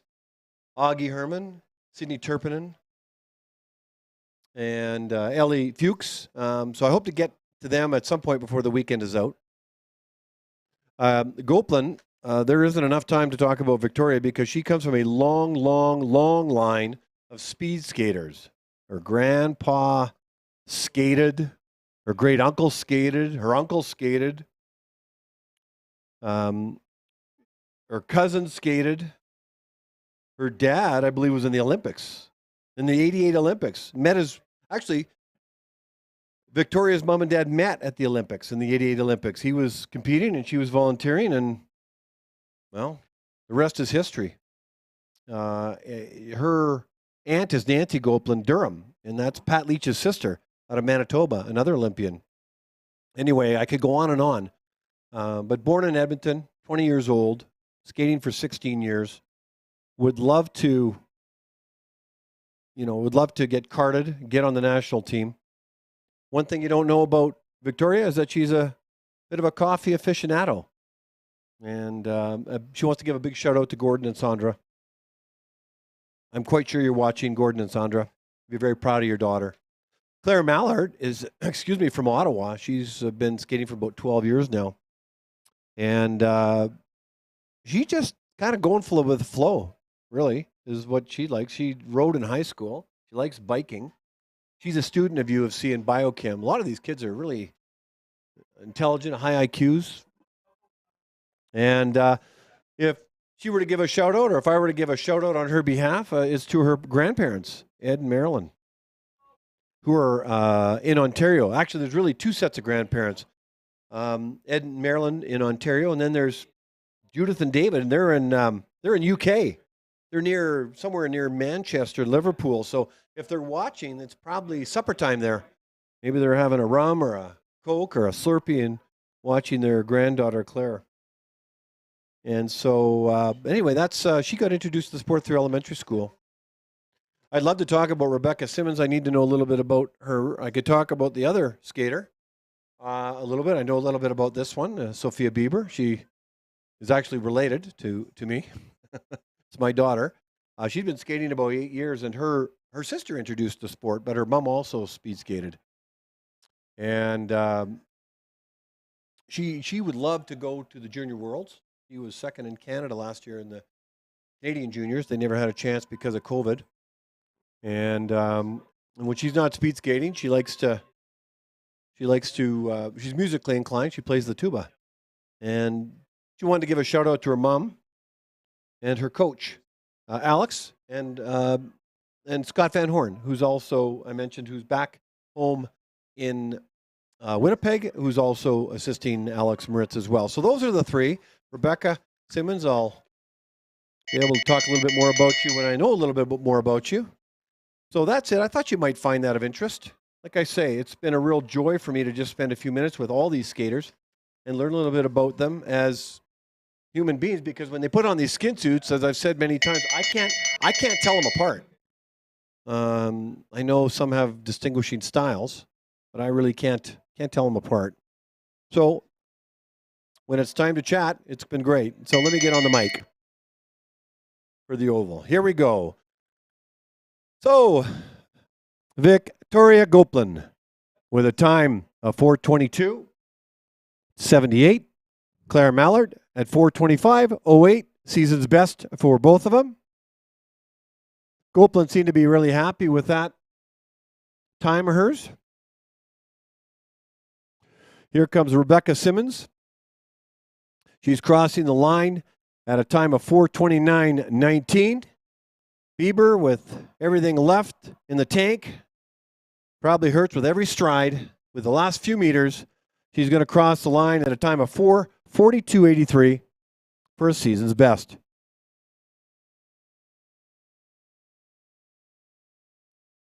Okay, Goplin, Mallard, Simmons, and Bieber. I'll talk about those times a little bit later. Let's go to the fourth heat or quartet in the initial, or rather the first pairing in the inside lane from Nova Scotia, Julia Snellgrove. In the outer lane from Alberta, Isabel Champagne. In the second pairing, inside lane from Ontario, Rachel Mallard. And in the outer lane from BC, Beth Smith.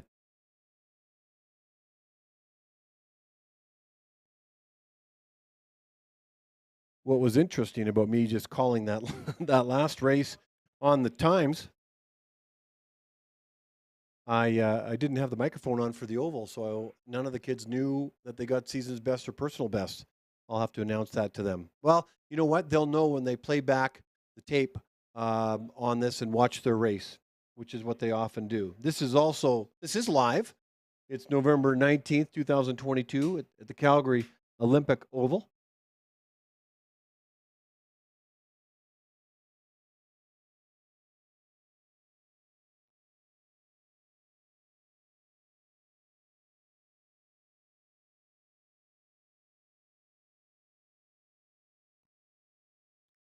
Okay, we're going to go back. I'm going to re-announce the skaters.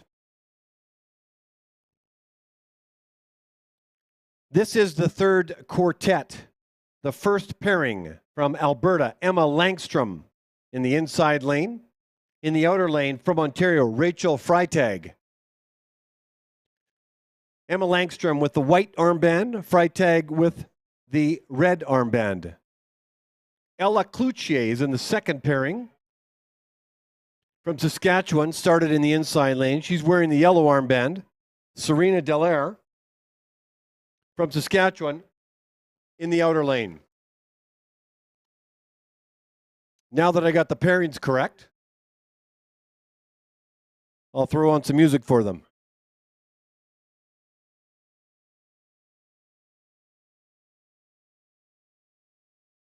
Okay, that's happened to me once before where I've actually called the skaters in the race after them or before them.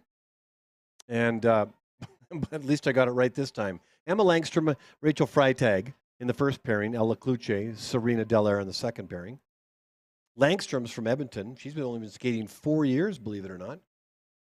It came from a training ground, RBC training ground, and they gave her 3 choices, I think, or after all the results came in, they said speed skating, cycling, or rugby, and she picked speed skating. And the 3,000 meter for Emma is one of her favorite races. And she'd like to give a shout out to Christina, her coach. So there you go.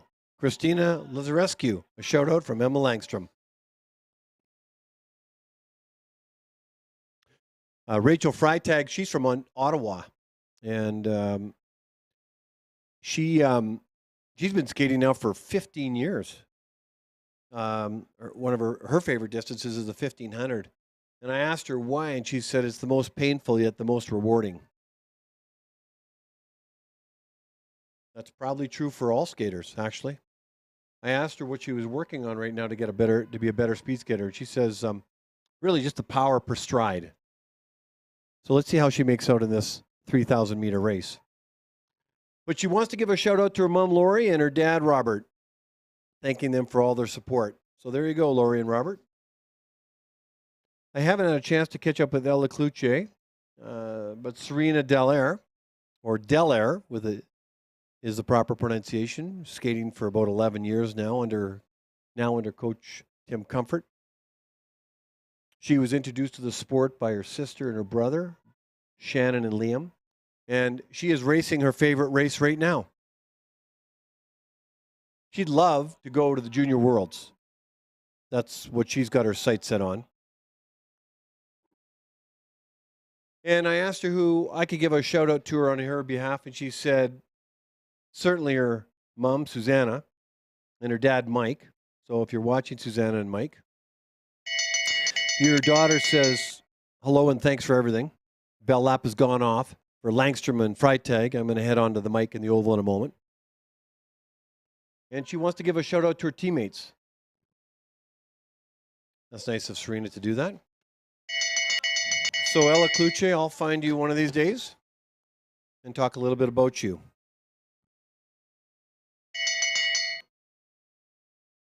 So Emma Langstrom and Rachel Freitag are heading out of the corner and to the finish line. I can see Emma Langstrom right now. And she crosses the line with a time of 44.33, 4:33.47 for a season's best, and Rachel Freitag at 4:38.96, another season's best. Here comes Serena Dallaire. Exhausted, no doubt, with a personal best. She'll be pleased about that with a time of 4:36.05. And Ella Kluche will cross the line right now and a season's best of 4:47.61. Now, the real grouping of number 4 is coming up in the first pairing in the inside lane from Nova Scotia, Julia Snellgrove. In the outer lane from Alberta, Isabelle Champagne. In the second pairing of this fourth quartet in the inside lane from Ontario, Rachel Mallard. And in the outer lane from BC, Beth Smith.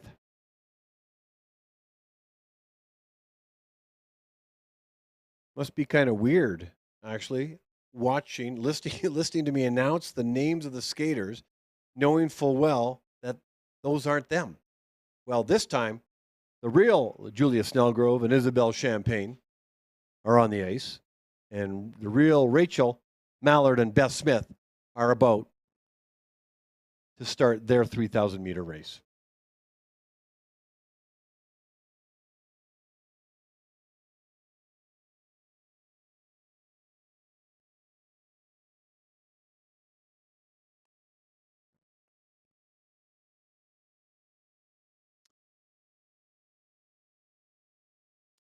So Julia Snellgrove is not somebody I've had a chance to get caught up with, but she's from Nova Scotia, and which is where the long track is going to be held. They're going to have their qualifying meet after Christmas, early in the new year to determine who's going to represent Nova Scotia for the boys and girls in long track. Isabelle Champagne, I'll talk a little bit about her. She was born in Toronto, but she now lives in Calgary. She's only been skating 5 years. Under the guidance of Phil Riopel right now. She's really developing into a beautiful speed skater. I asked her who introduced her to the sport, and she said she decided. She made the decision, which is kind of cool. She's racing one of her favorite races right now, which is the 3,000, and she wants to get to the Canada Winter Games. That's one of her dreams. I asked her what she does outside of speed skating, and she says she likes to paint on a canvas. So she's got some artistic blood in her, which is kind of cool. And she wants to give a shout out to her mom, Julie List. So Julie, from your daughter to you, she says hello. I guess the Julie Mobile is alive and well, isn't it?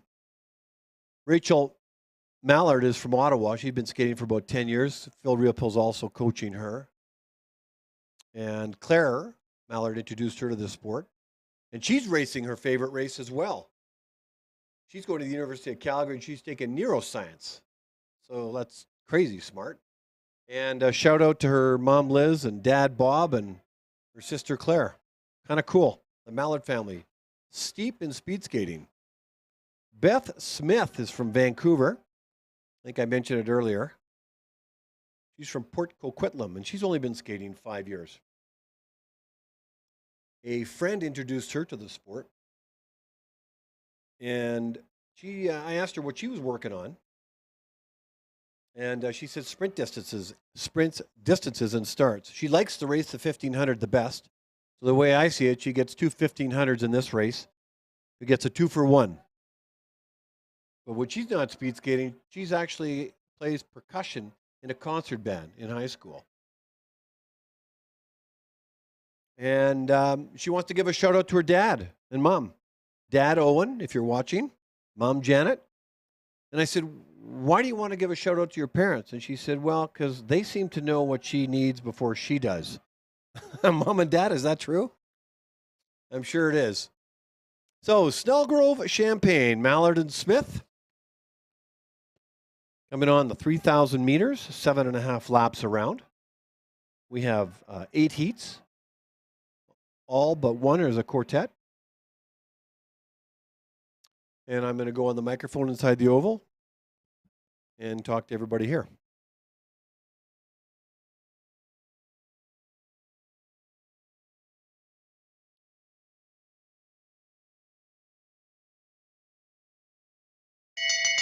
So a bell lap for Julia Snellgrove and Isabelle Champagne.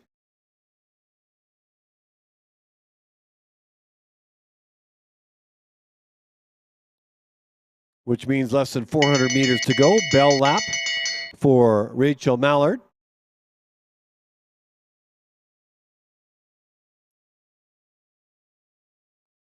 And Beth Smith will get a bell lap here.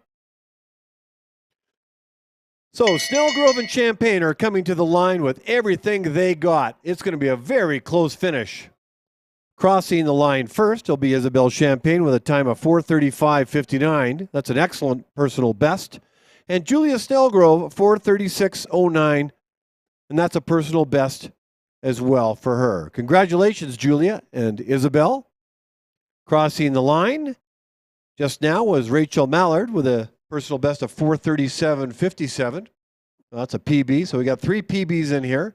In the last 100 meters, a very long 100 meters for all skaters. With everything she's got left is Beth Smith. She crosses the line at a time of 4:58.35 for a season's best. We now move to the 5th quartet in the inside lane of the first pairing. From Alberta, Maya Luders. And in the outer lane from Manitoba, Robin Solly. In the second pairing in the inside lane from the US of A, Sydney Turpinen.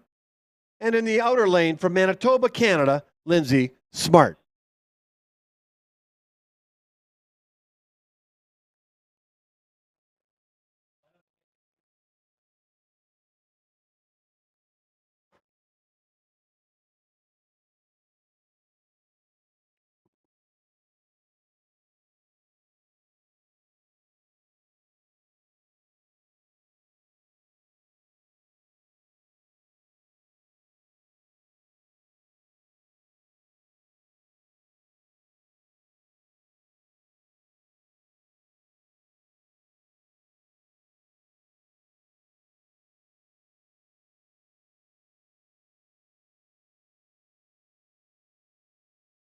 Maya Luders, Robin Sally, Sydney Turpinen, and Lindsay Smart. I had a chance to catch up with all of them, so I'll be able to cover them all in a very short period of time in this 3,000 meter women's at the CanAm International. Maya Luders is from Calgary, has been skating for 12 years, is coached by Phil Riopel. She was introduced to the sport when her mom took her to a World Cup race here in Calgary. And if you've ever seen the skaters at that level, you might get the bug of speed skating just to see how beautiful and how fast these skaters go.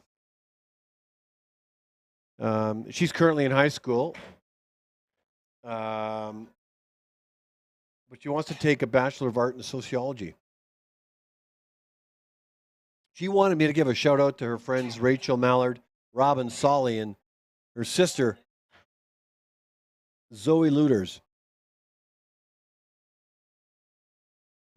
She loves the 500, so she can get 6 500s in this race. So that's Maya Luders. I've got to know the family when they came to Winnipeg in the age class championships back in 2019, when the Luders family and the Bieber family kids were just starting to learn how to really just get going in the sport of speed skating.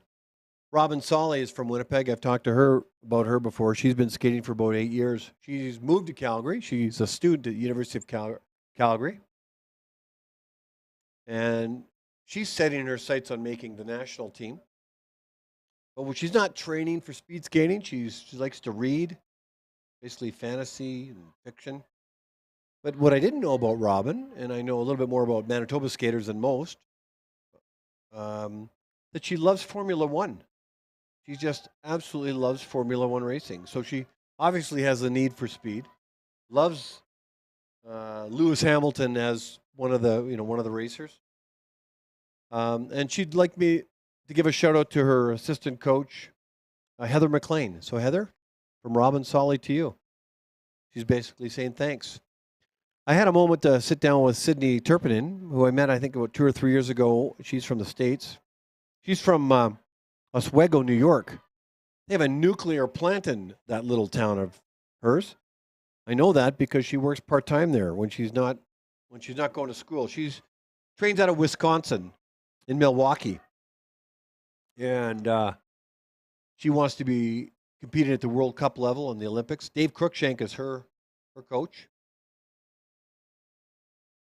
And she loves the sport of hockey, and you can imagine that, being from New York, one of her favorite hockey teams are the New York Rangers. And if her mom and dad are watching and listening, Tracy and Ellery, she wants to thank you for all the support you've given her over the years. So that's Sydney Turpinen. Had a lovely conversation with her. And Lindsay Smart. Somehow she's got a nickname, Dragon. I don't know. It's hard to determine. She's always happy, this kid. She's always wearing a smile on her face. 8 years she's been skating. Played softball at a high level. Still competes, but has fallen in love with speed skating. Got a bell lap here.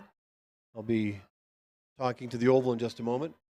And just would love to give a shout out to her grandpa, grandma, Nancy and Scott, her brother and sister, Kelsey and Duncan, and Oslo and Charlie, her dogs. The bell lap. The bell lap for Sydney Turpinen and Lindsay Smart. Maya Luders and Robin Solly will come across first. Here comes Luders. Started in the inside, will finish in the outer. She crosses at a time of 4:38.82. She'll be happy with that time, 4:38.82. Congratulations, Maya. Robin Solly's time, 4:50.37.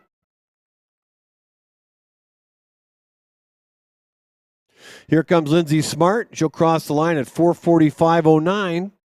And that'll be a personal best for Lindsay Smart. Congratulations. Maya Luders, 4:38.82. And then to finish up, Sydney Turpinen from New York. She will cross the line at a time of 5:05.05. And that'll be a season's best for Sydney.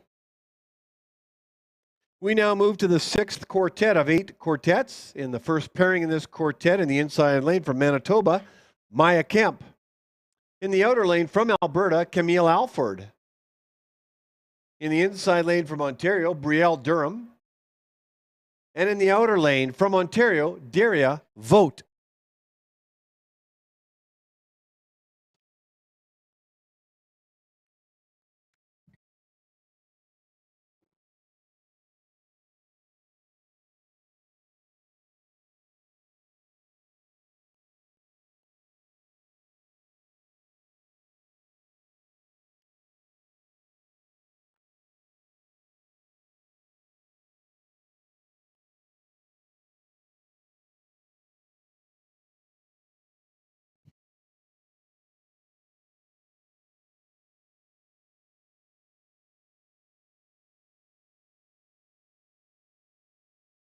Okay, the race is underway, and I'm going to throw some music on for the kids in the oval, for everybody in the oval, actually. And then it's just you and me. So Maya Kemp and Camille Alford, Brielle Durham, and Daria Vogt are on the ice.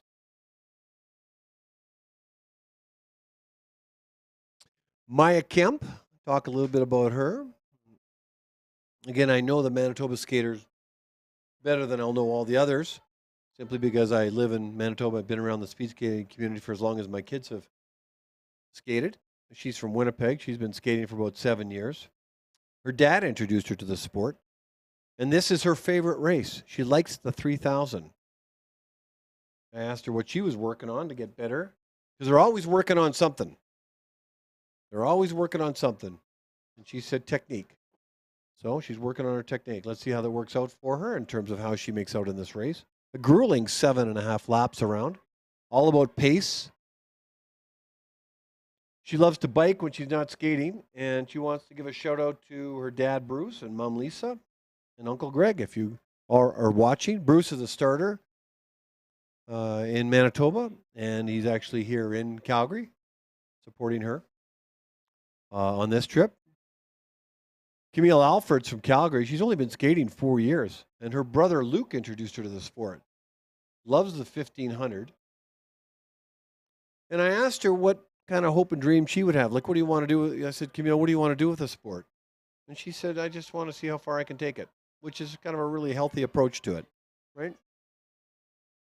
On the screen, you see Maya Kemp and Camille Alford.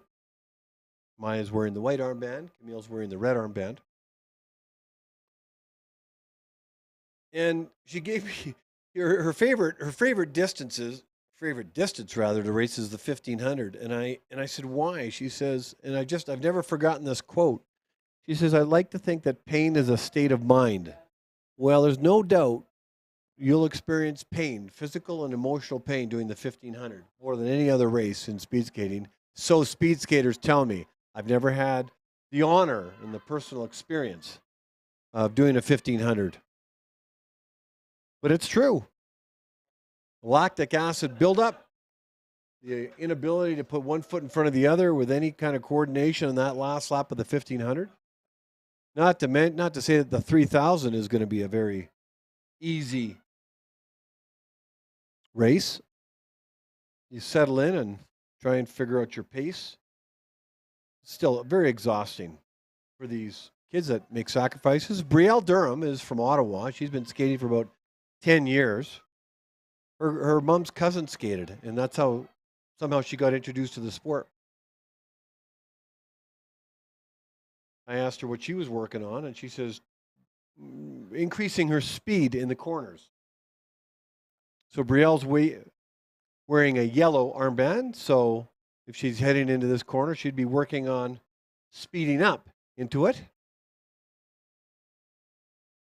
They're working on all kinds of things in order to get better. She'd love to represent her province at the Canada Winter Games. And Leah, you're the sister of Brielle. She wants to give you a shout out if you happen to be watching. She says you're the older sister, and you're in a sport called sprint canoeing. Interesting. And what she loves about you is your determination and your passion. So she's picking that up from you. Brielle Durham, only 18, from Ottawa. under Phil Riopel's helping her. Daria Vogt, I heard a bell lap, is from Ottawa, skating 12 years. Got introduced to the sport from her brother, working on her tempos in the corner, and would love to give a shout out to her parents, Mom and Cheryl, Dad, Denny, and Kieran and Gail, your brother and sister. So Cheryl, Denny, Kieran, and Gail. Crossing the line first is Camille Alford, 449.65 for a personal best. Maya Kemp, 451.24 for a season's best. Brielle Durham, 445.08 for a PB.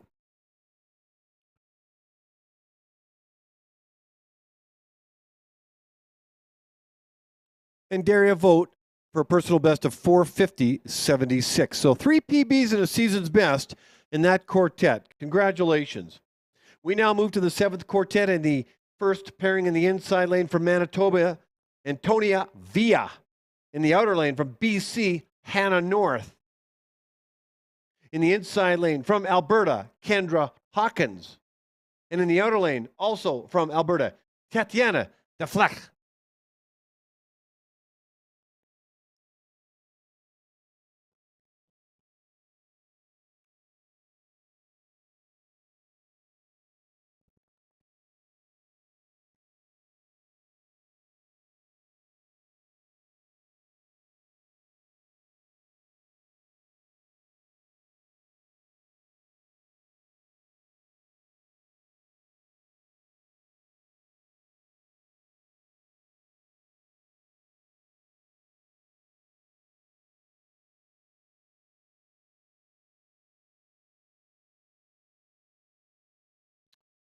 We're off and running now for the 7th. This would be the 7th heat or quartet. I guess heat, 4 skaters in this one. The next heat only has 2 skaters. We have this competition race. And then we have an out of competition race with 2 heats. Skaters looking to get some times in the 3,000. It's got to start somewhere. So Kendra Hawkins and Tatiana Deflech are some skaters I spent some time with. I know Antonio Villa from Manitoba. Been skating for a number of years. Is a very determined competitor, Antonia. Very powerful cyclist. And I haven't had a chance to sit down with her for any length, as I've had some others. But just a delightful young woman who really enjoys speed skating. And again, very competitive and is working very, very hard to get better at the sport. So, Antonia, I wish you all the luck in that. It's a very difficult sport for all skaters, but that's the challenge. And that's the joy of the sport, is to overcome these kinds of challenges. Hannah North, I haven't had a chance to speak with. I will, and hope to share a little bit about what I know about her. Kendra Hawkins, in the second pairing. She's only been skating 4 years, so there's a number of skaters that are really new to the sport. 4 years isn't that long, but they're very young. They're very young ladies. But she's fallen in love.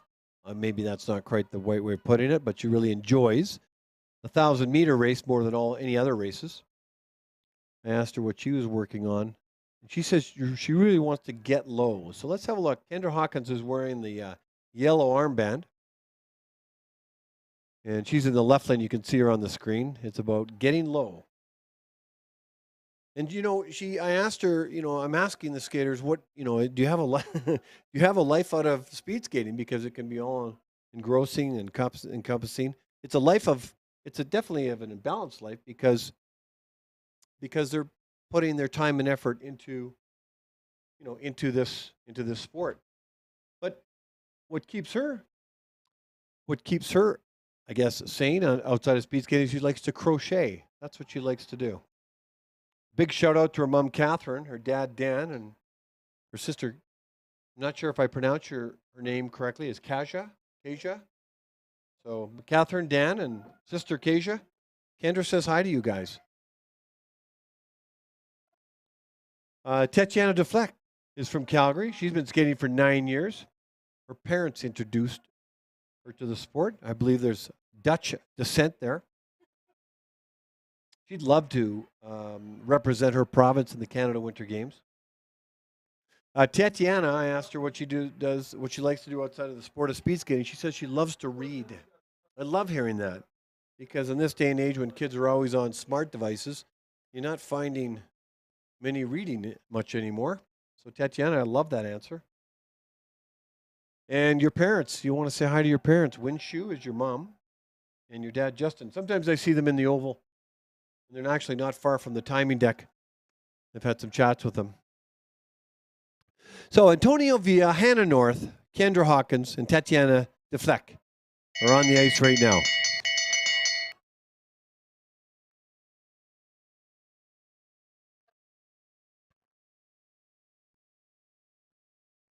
Antonio Villa and Hannah North have had a bell lap. Now Hawkins and DeFleck have a bell lap as well.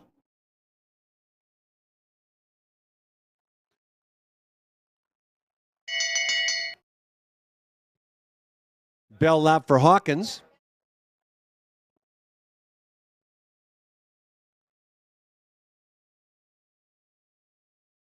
So here comes Hannah North to finish up her 3,000 meters with a time of 4:57.39 with a PB.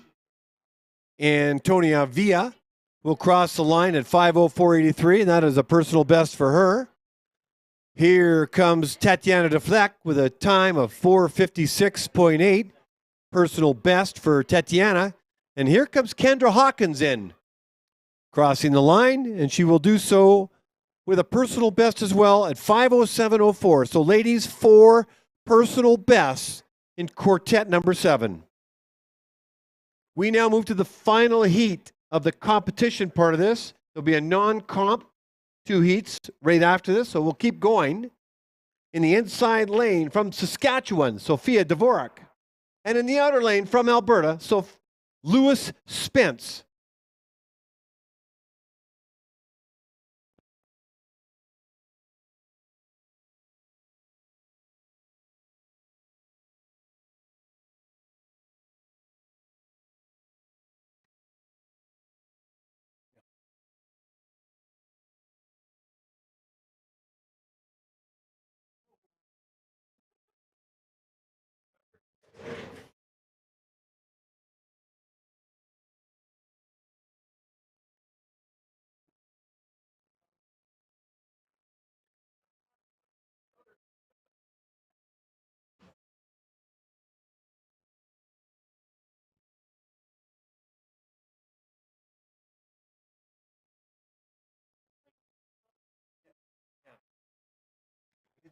On that.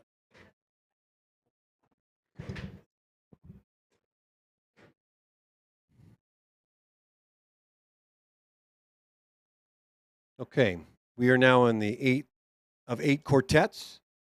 Sophia Dvorak and Lewis Spence was playing some music in the Oval. Apparently people were falling asleep, nodding off with some very slow country music. So my friend Katie is going to upbeat the music for those. Otherwise, they can hear me for 7.5 laps, and I don't think they want to do that. So Sophia Dvorak from Regina, Saskatchewan, skating 6 years under the guidance of Tim Comfort and Keegan Christ. She got introduced to the sport from her dad. And I asked her what her hopes and dreams are. And she said she just wants to see how far she can go with the sport. She loves watching track and field. And a big shout out to Keegan Christ, her coach, basically saying, hey, thanks, Keegan. Lewis Spence is 15 years old from Calgary. He's been skating now for 7 years. Marique Nadal, basically the Alberta coach, has been assisting her. I asked her how she got introduced to the sport. And it was a learn to skate program. And someone came by with long track skates and said, well, why don't you give it a go? And Lewis said, yeah, why don't I try it? And the rest is history. She loves it. In talking to her, you can tell she really enjoys speed skating. She loves the 1500. She wants to keep going as long as she can as well. Same as Sophia. And her favorite distance, as I mentioned, is the 1500. And one of the things she's working on is pushing from side to side. So Lewis is wearing the red armband. And let's see if she's pushing to side. Ted Jan Bloman would tell you that it's a side-to-side push, not a push from behind like they do in hockey. And that helps the skaters. So they're about to be 1,800 meters into their 3,000-meter race. 3 laps to go.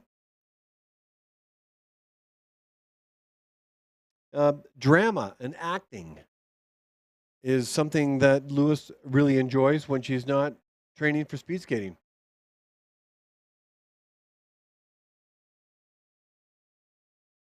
And a shout out to Megan Beaslove.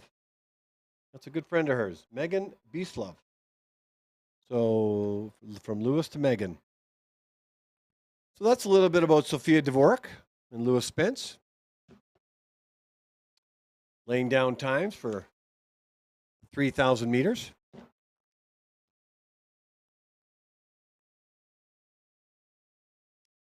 If you start in the inside lane, you'll finish in the outer with the 3,000.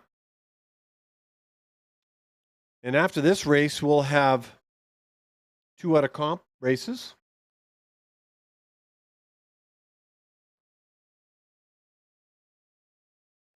To help the kids get some times.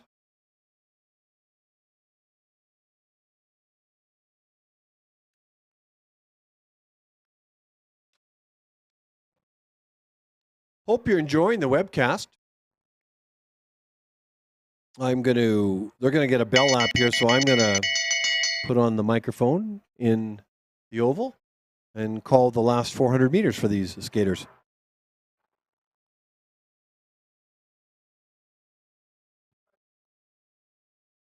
Sophia Dvorak and Lewis Spence evenly matched skaters on their lap times and their total time so far with everything they've got left in their tank.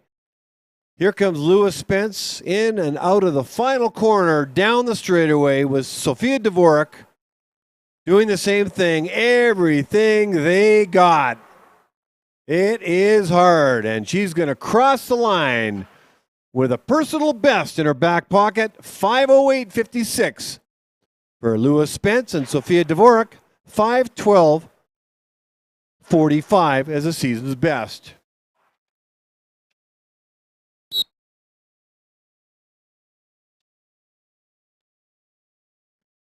We're going to now move to an out-of-competition 3,000-meter race.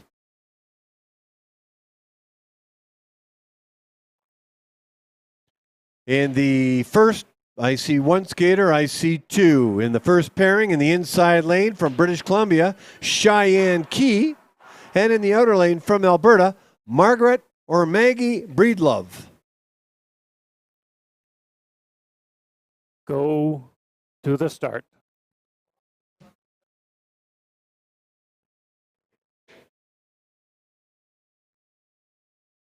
Stand up. We have a delay.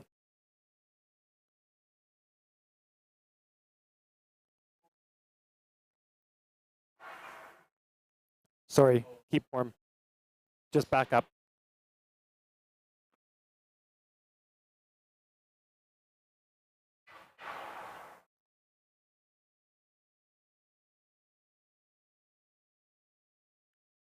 Okay. Go to the start.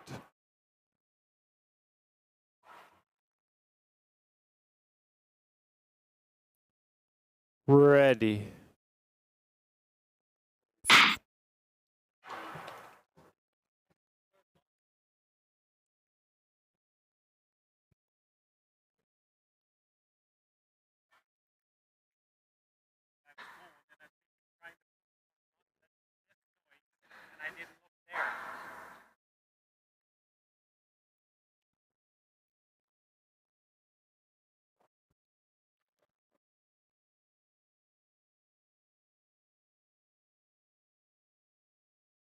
Welcome to the continuation of the 3,000-meter women's This is an out of competition race, which means it's not, their times don't count officially.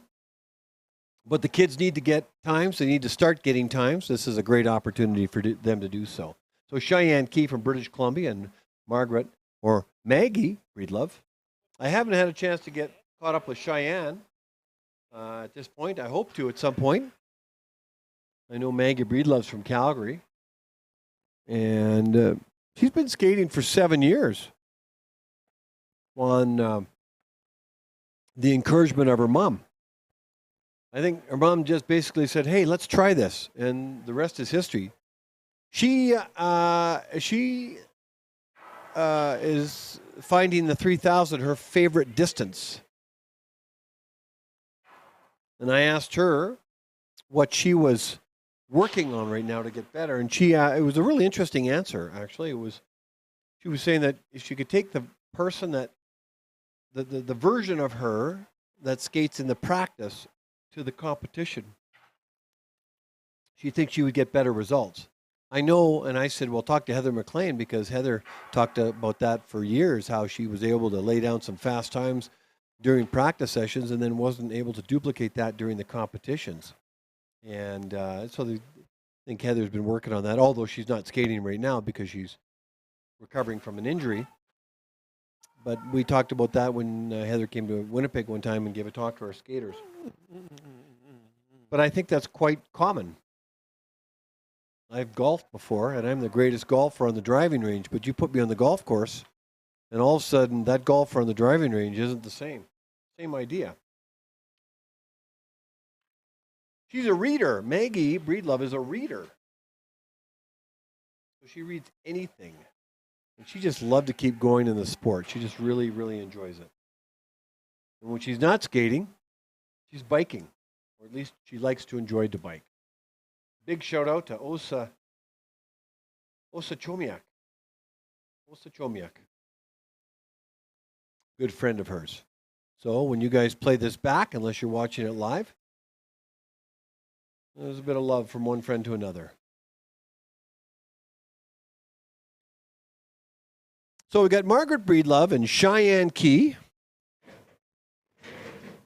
Cheyenne, I hope to catch up with you sometime and learn a little bit more about you as a skater and what your hopes and dreams are. You'll be back and I'll be back, so we'll find each other.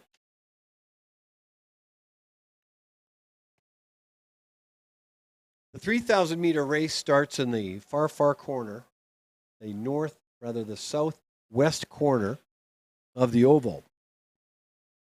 The Calgary Oval is, it goes north and south. North and south. So, first of all, is here you're looking at Cheyenne, you're looking in the direction of south as she comes down the straightaway.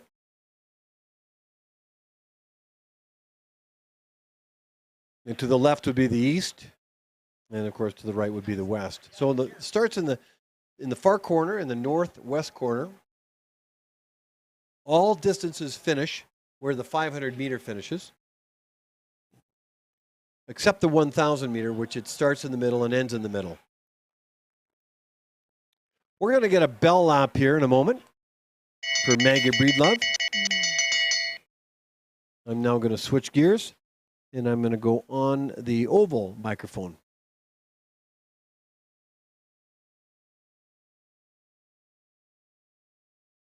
Cheyenne Key, Margaret Breedlove in the 3,000 meter race. Maggie Breedlove with the red armband, Cheyenne Key with the white.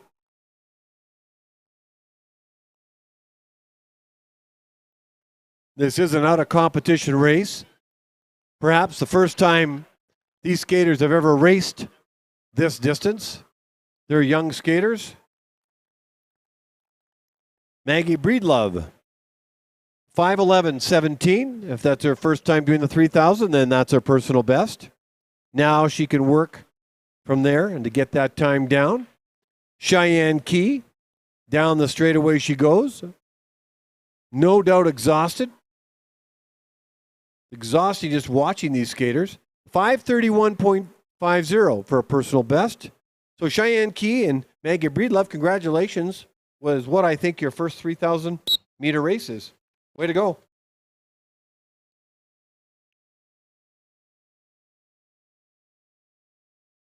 In this last heat, in the first pairing, in the inside lane, skating by herself, Melissa Scutchings. In the second pairing, in the inside lane from Nova Scotia, Ella Aruda Kirikaitis. And in the outer lane, Maya Onos from British Columbia. Go to the start.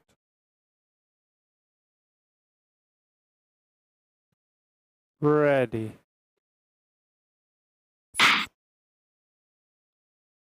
Go to the start.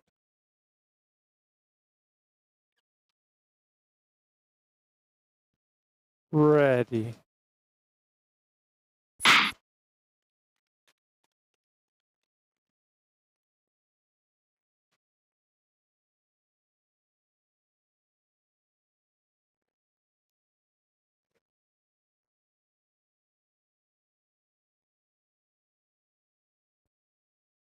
Okay, I'm back.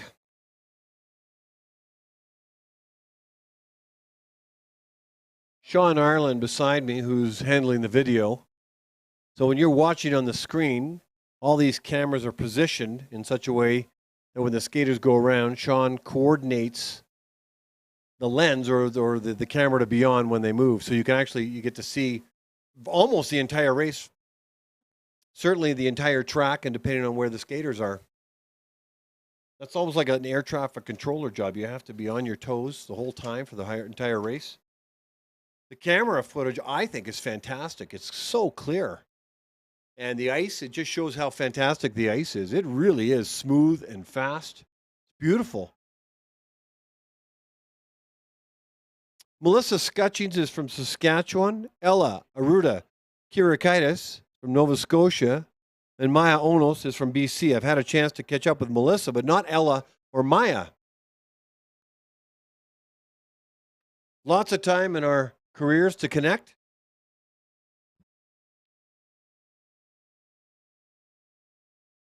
Melissa, there's a whole Saskatchewan contingent here, and really driven by Tim Comfort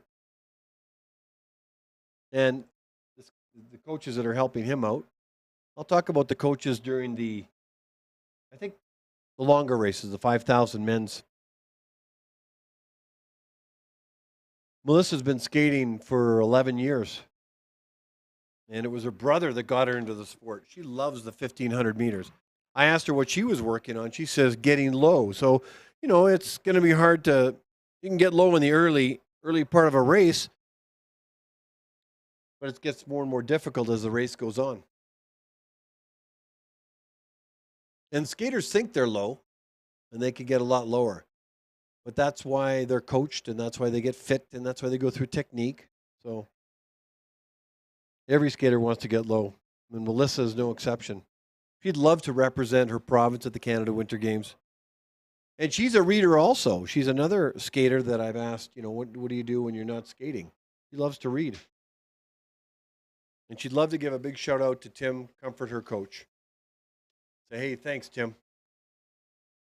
Thanks for all that you do.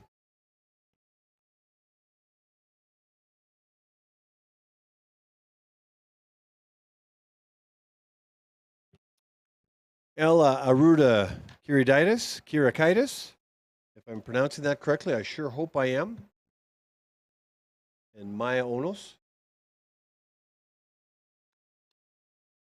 All on the ice right now. They get some music in the Oval. We can't play the music in the Oval because we don't have permission to do so. The YouTube police lets us know we can't do that. So there is a couple of standard tunes that we can use, and then we use them. Verna Kurgan is also helping out with Tim Comfort from Saskatchewan as a coach. As you're seeing, Melissa Scutchings trying to, get some rhythm, keep her rhythm going.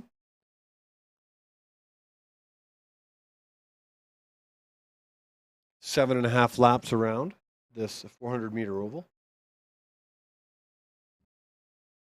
Yeah, Verna Kurgan is a veteran coach of 35 years from Moose Jaw, Saskatchewan, which is where Graham Fish is from. Marc-Andre Doyon is from.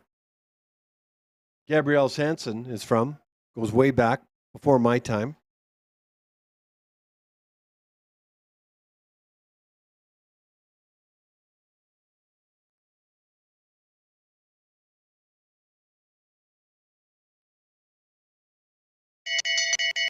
So we got a bell lap. I'll turn the music off and I'll go on the oval. Lots of toggling back and forth up here in the timing deck. Love it.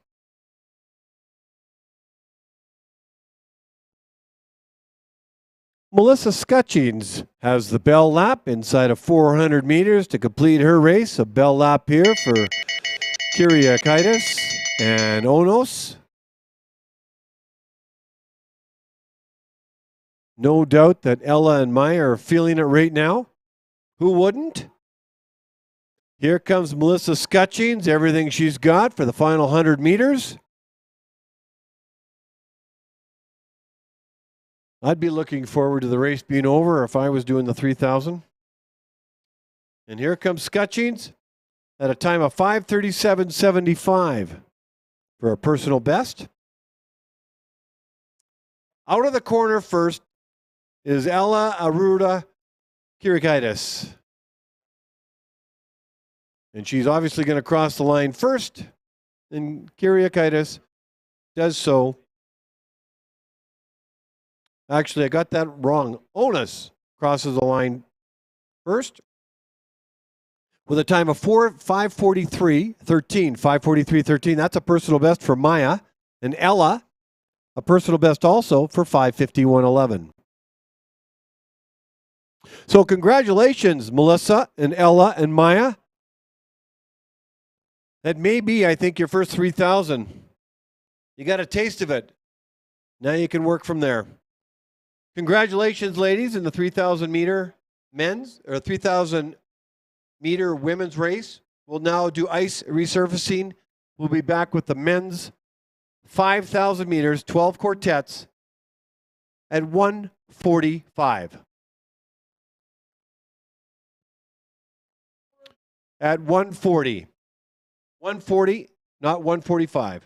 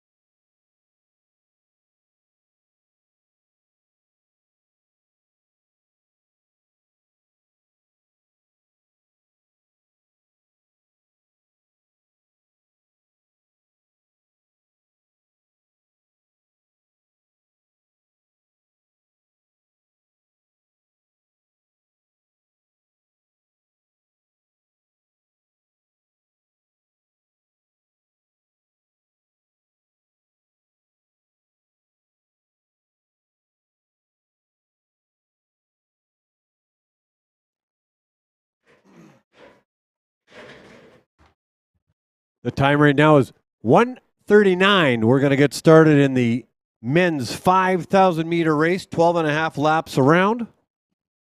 And I'm going to introduce the first pairing right now.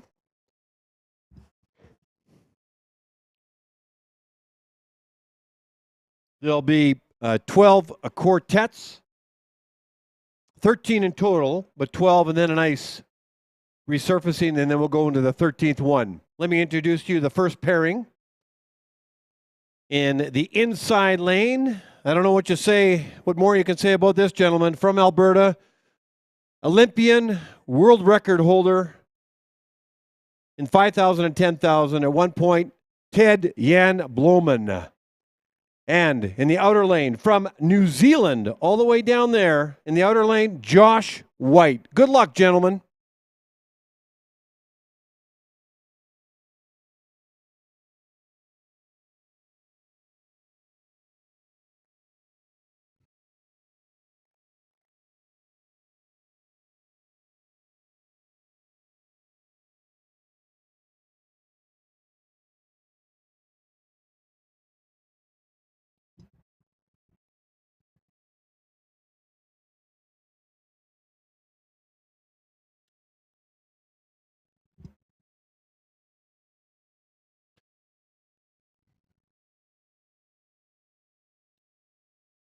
Okay, I'm going to announce the opening 200-meter time, and then I'm going to go offline, play some music for these guys, and then I'm going to talk on the webcast. Ted Bloemen's opening 200 meters, 1884.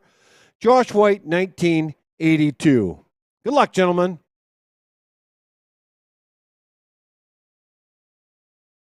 Okay, I just threw some music on inside the oval for these two.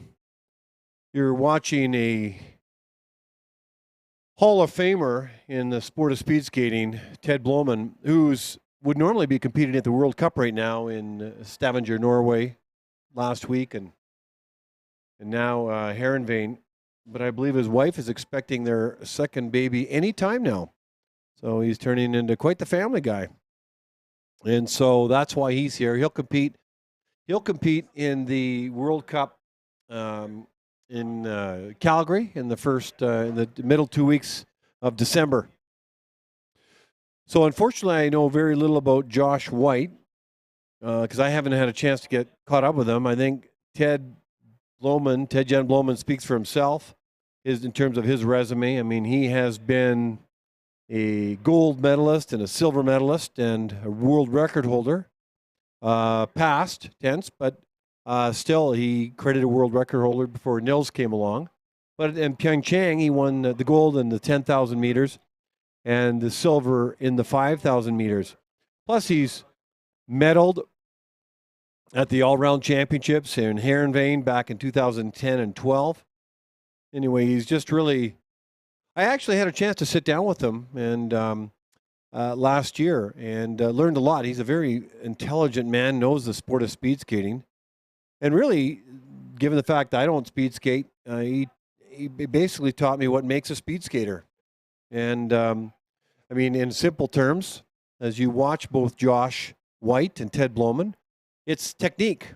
Now, it's interesting. So it's all about technique, and then the fitter you are, the more you can hold the technique. So when you're looking at Ted, his upper body is quiet. He's looking to create an S or a series of S's as he goes down the straightaway with his hands behind his back. He'll sway the right arm as he heads to the corners. But if you want to take a look at his lap time, it's under 30 seconds. 29:49 for Bloemen, 30.86. Josh is right in there. The whole idea is to create consistent lap times. This is 12 and a half laps around. The lap times are going to increase over time, and but the key is to keep them as low as possible for as long as possible. I think Ted would like to probably end up with a time of around 6:10 somewhere. When he broke the world record, it was 6:01 for him, 6:01.86 back in Utah, and so he loves the longer distances and trains accordingly. what I mean by that is that, the sprinters will spend less time on a bike, even instead of, riding, an hour. If you're a sprinter, you might ride 90 minutes or 2 hours, to build up that endurance. And it does take years to develop. He's gotten stronger as he's gotten older. So it's a sport where you actually it's experience oftentimes delayed gratification and then a lot of progress over a long period of time.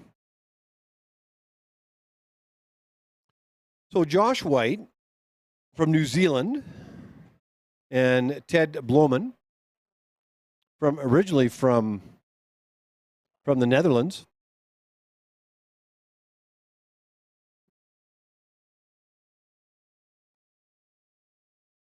So we're 3,400 meters, 3,800 meters into a 5,000 meter race.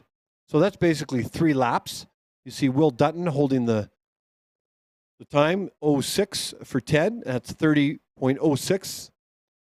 Josh White is being assisted, looks like, by Heather McLean. His lap time is just under 33.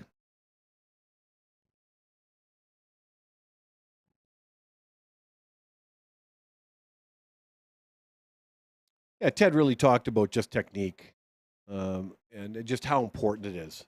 Pushing the skate out to the side, not out behind. Having your hips over your knees. And then after that, it's all fitness. But you can see how Ted's body is nice and quiet as he goes down the left lane.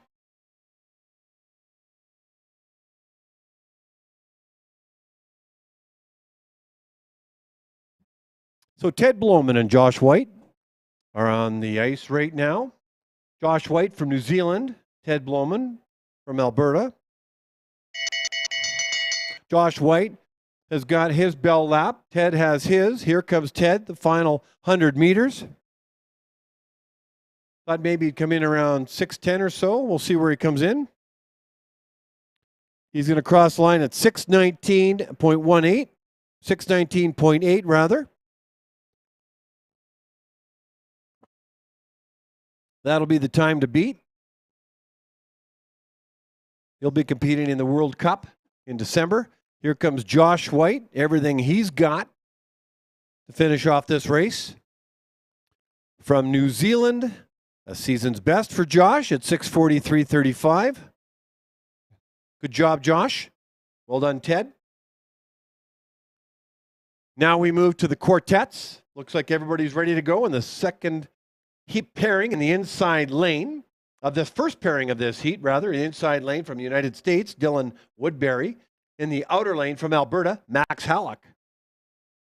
And in the second pairing of this heat in the inside lane from New Zealand, Kieran Hughes. And in the outer lane from Alberta, Daniel Hall.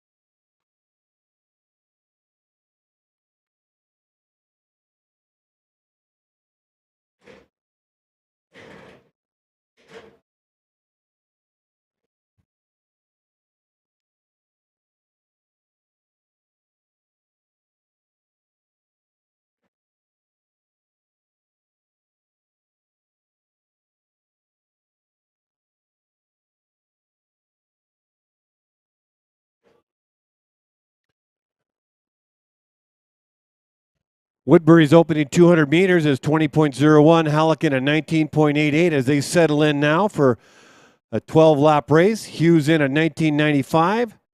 Hall in at 20.09. I'll throw some music on and head on to the webcast and chat there.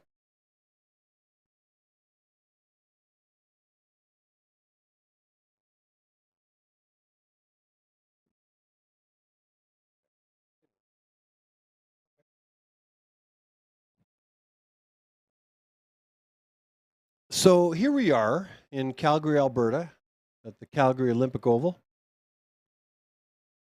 November, third weekend of November.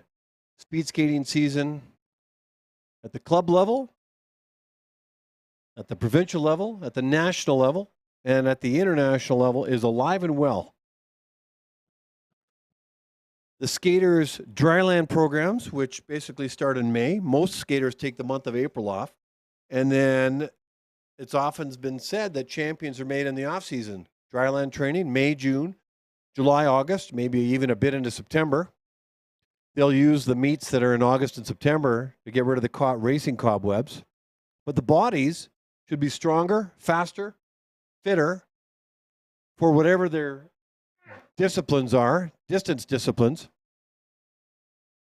And I could see it. I've been here in September at the Fall Classic. Fall Classic, by the way, is part of a classic series. They have a Summer Classic in August, a Fall Classic, Oktoberfest, and then a Winter Classic the first weekend of February. And it's kind of like the Canada Cups or the World Cups, where skaters at that level competing for points, bragging rights, and water bottles for awards. But by the time November hits, especially now, because it's not we're at the other side of an Olympic year. We're at the other side, or the pre-side of the Canada Winter Games. So the kids that are able to qualify are looking to qualify, and this weekend is a big meet for that for Manitoba and Saskatchewan, and the completion of 3 meets where the skaters in Alberta get a chance. So by Sunday, 3 provinces are going to know who is going to represent their teams in the long track categories. I think everybody kind of knows in each province who it's going to be, but there might be the 4th spot. Certainly the first 3 spots get locked up, although you still have to do the race.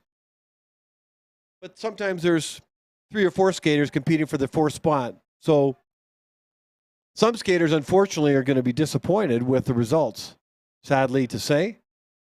Hopefully they're young enough that they get a chance to come back and compete in 4 years in 2027, given that it's 4 years after 2023. So this is a big weekend for these kids, for some of them. For some of them, there's a couple World Cuppers that didn't get to go to World Cup overseas, but they'll be competing in World Cup in Canada, in Calgary in December. I'm thinking of Madison Perriman and Abigail McCluskey are 2 that come to mind. So the nerves were really alive and well yesterday. I think the skaters now have settled in. They've got their 4 main distances out of the way, which is the 500, the 15, the 1,000, and the 3,000. Tomorrow it's the 500 and 1,000. Some skaters, for example, I'll tell you about Manitoba. They use the Samolog system. It's a point system. For every second you get a point based on the 500 meters. So if you do a 40-second 500 meters, then you get 40 points. And then if you do, let's say, 80 seconds, double it for the 1,000, then they'll treat that as 2 500s. They'll basically divide it by 2 is what they'll do.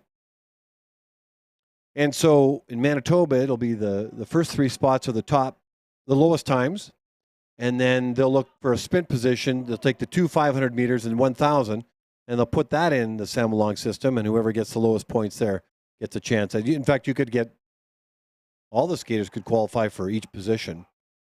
But anyway, they break it down. In other provinces, it's just straight time. Alberta, you get 3 meets to get the best times of your 500, 1,000, 15, and 3. So it's very generous of Alberta to do that. BC tells me that they'll be establishing who represents them in January at the Canada Cup 2, I think, which is in Fort St. John. Canada Cup 3 is actually going to be held in Winnipeg.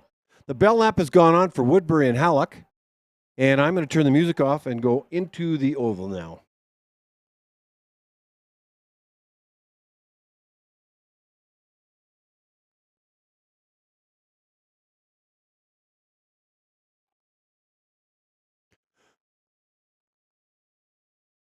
Here comes Max Halleck.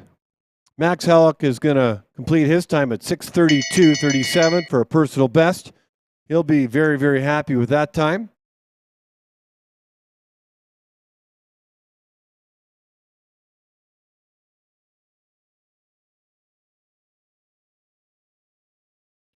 Dylan Woodbury will finish off his. Actually, we've got Daniel Hall at 640.12, 640.12 for a personal best for Daniel Hall.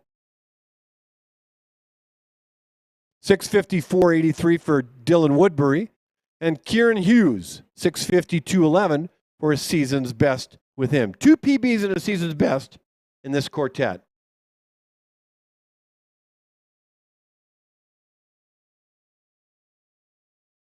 We now move to the third quartet. In the first pairing of this quartet in the inside lane from Alberta, Max Poulin.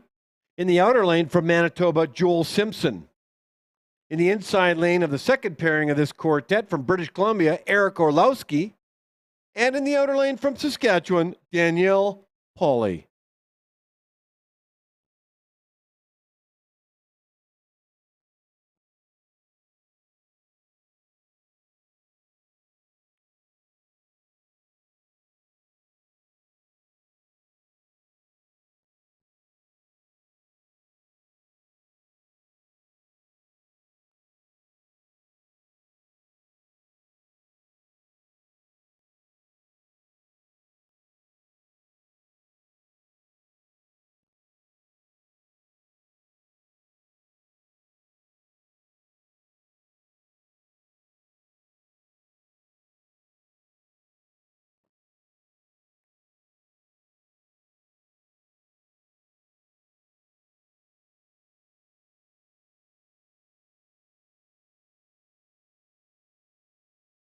Max Poulin's opening 200 meters, 20.11. Joel Simpson, 20.02. Orlowski, 19.17. And Pauly, 19.48.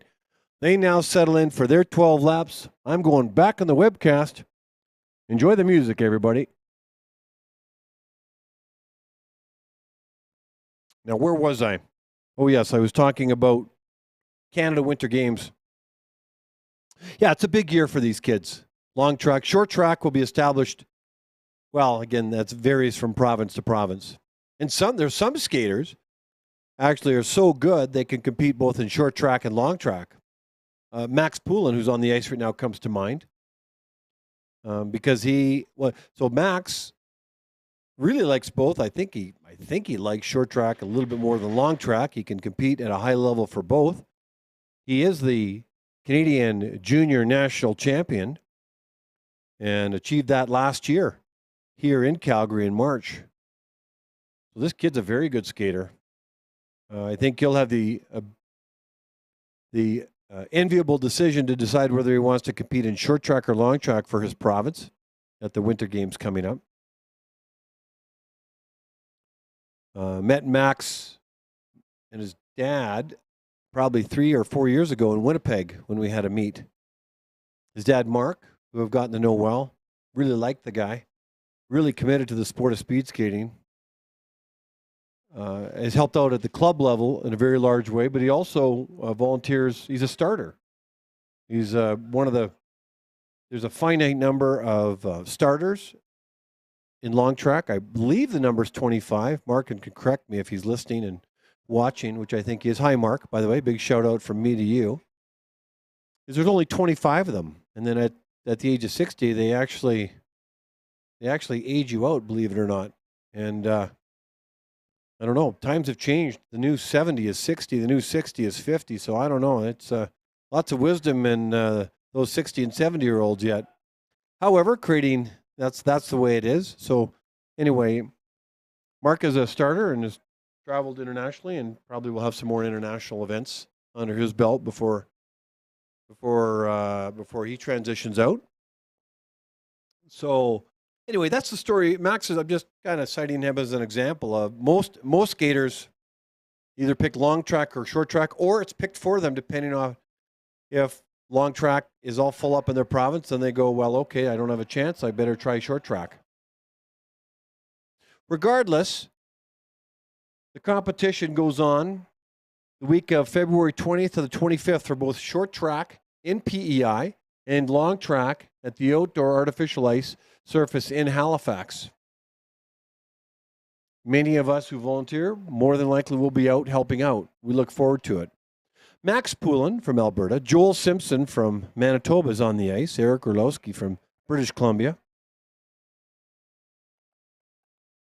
and Daniel Pauly from Saskatchewan. The other thing about this race is that many of these skaters, not many, a few of these skaters will be using this race as a race to build their endurance, as a form of training under competition, under a competition environment. I mean, when that gun goes off, that electronic gun goes off, I mean, it's go time, gentlemen. It's not like training. It's different. The muscles feel differently. The heartbeat feels differently. People are watching you. You have an expectation for yourself. Your coach has an expectation for you.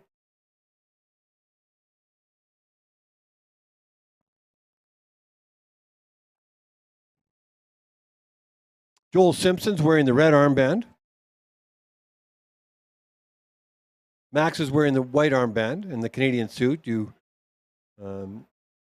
When you win the Canadian Juniors, or when you're the top four, you get swag. Luca Veman was third. Yeah, have a look at the list. Jalen Doan was second.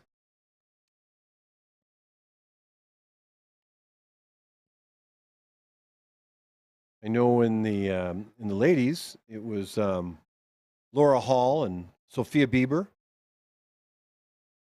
I just want to make sure I have the exact four skaters for accuracy purposes. I'll find that and get back to you on that one.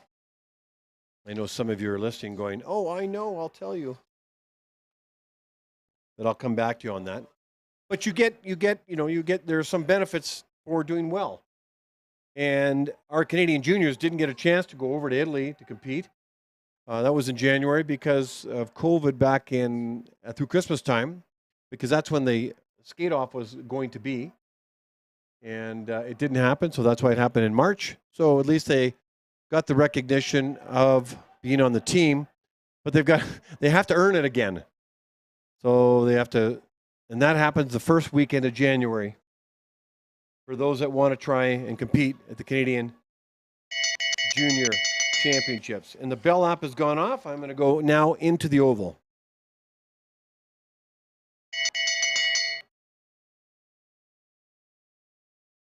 Okay, Max Poulin and Joel Simpson and Daniel Pauly and now Eric Orlowski all have their bell lap.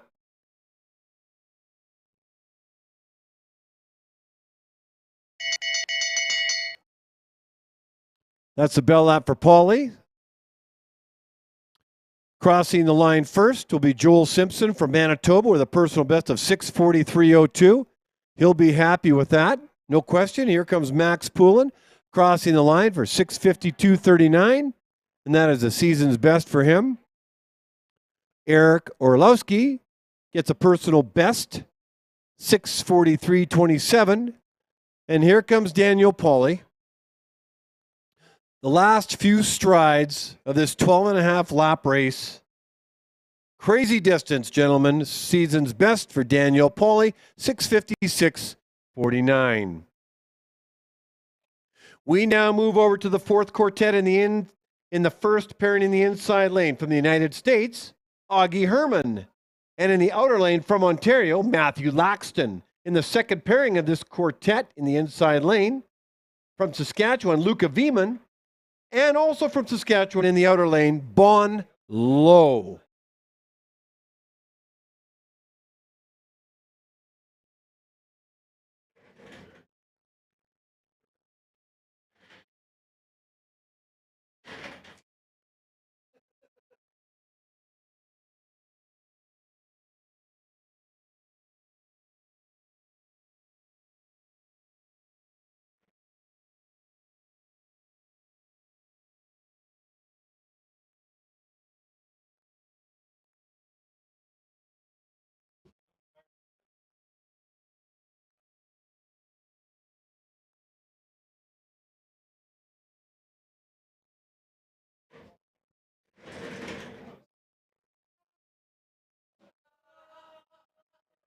Augie Herman's opening 200 meters, 20.91. Matthew Laxton, 20.19. Bon Low, 19.94.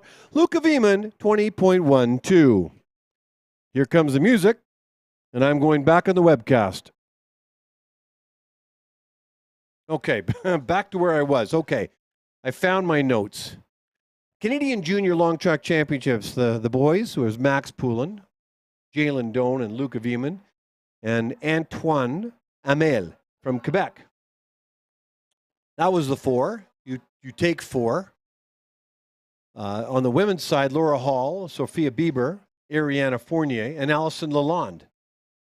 They were the four. So 2 from Quebec, 2 from Western Canada.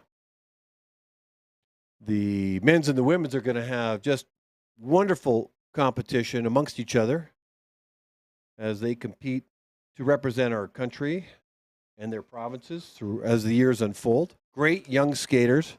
Looking forward to it. Good to have that healthy competition. With Quebec now having an oval, an indoor oval, I should say, I'm sure that's going to attract. More skaters, which is just greater competition for all the above. So Augie Herman and Matthew Laxton are on the ice, and Luca Vieman and Bon Low. I did get a chance to finally connect with Augie Herman, or Augustus, or Gus. I did wonder when I talked to Augie, and I've known him for a number of years, and I've met his mom, Katie. So in Manitoba, they like the CanAm years ago, where they would take busloads of skaters down to Butte, Montana, and Butte, Montana would bring a bus or two up to Calgary and create that relationship. They did that from Winnipeg to Roseville, Minnesota, and back. So they had they had that. The pandemic has put a wrench into that, and I don't know when that'll, hopefully not if, but when that'll resume. But that's how we met the Hermans. Augie Herman, so from Forest Lake, Minnesota, really just outside of Minneapolis. He's been skating for 8 years, and I asked him who introduced him to the sport, and he said he saw it on the Olympics, and he said he liked it. He's coached by Dave Cruikshank, and Dave was an athlete as well, and he's married to Bonnie Blair, who's one of the most decorated long track female Olympians in the world. He loves the 1,500 meter race, and I did ask Augie what would be his hope and dream, or one of his hopes and dreams with the sport. And he has the larger mosaic and the greater good of the sport at heart. He said he'd love to bring speed skating back in a larger way to Minnesota. And no doubt it requires it. I mean, you think of the United States, it only has 2 indoor ovals with all that, with 250 or 300 million people. But there's so much competition there's so many different sports in the U.S. But they have 2 ovals, one in Salt Lake and one in Milwaukee. But he says he would just like to put more energy behind getting more interest in the sport. Love the approach. And he's a student at Carroll University right now, and so he's studying kinesiology. Seems like a lot of athletes do that. They love that.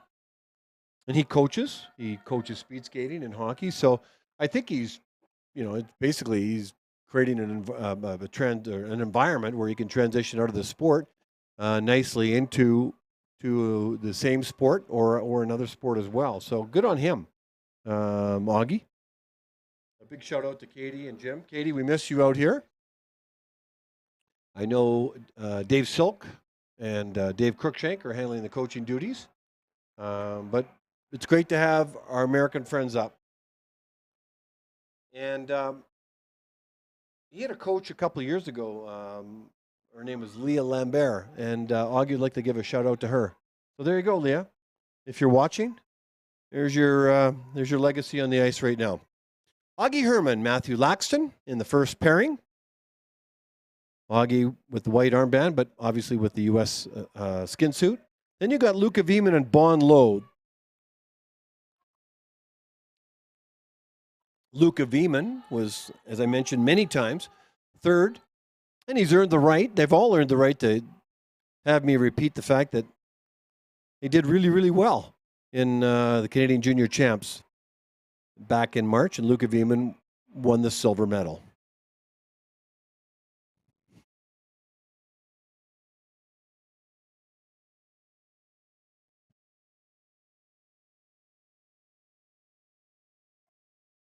I think we're going to get a bell up here very soon. Hope you're enjoying the webcast. Watching 12 and a half laps of skaters all afternoon can be kind of quiet if there's really nothing going on. So I thought, well, I'll just change that quietness and you can hear me all day. So the bell laps are going off. I'm going to turn off the music and go back onto the oval mic.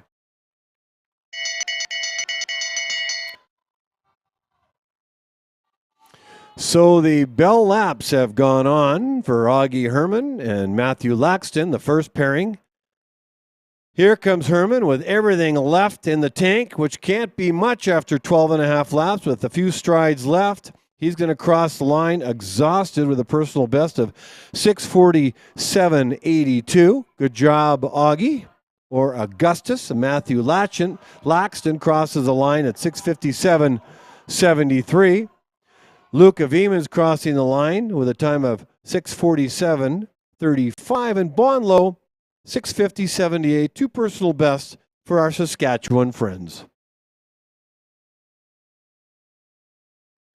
We now move to the fifth quartet. In the first pairing of this quartet in the inside lane from Ontario, Emil Hodzak-Santer. And in the outer lane from Australia, the land down under, Darius Ochede. And in the second pairing of this quartet in the inside lane from the United States of America, Will Silk. And in the outer lane from Saskatchewan, Fergus English.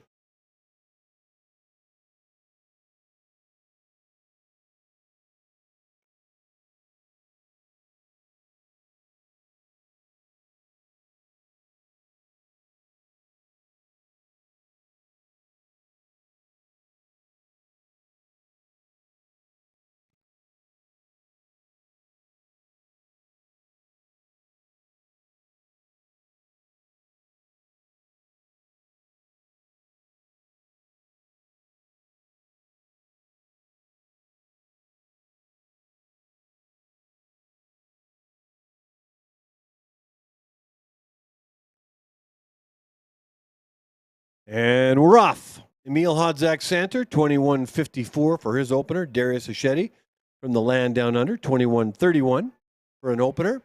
Let's get an opener for Silk and English. I'll go back on the webcast and you don't have to hear my voice inside the oval. 21:28 Silk for Will Silk and Fergus English, 21:59.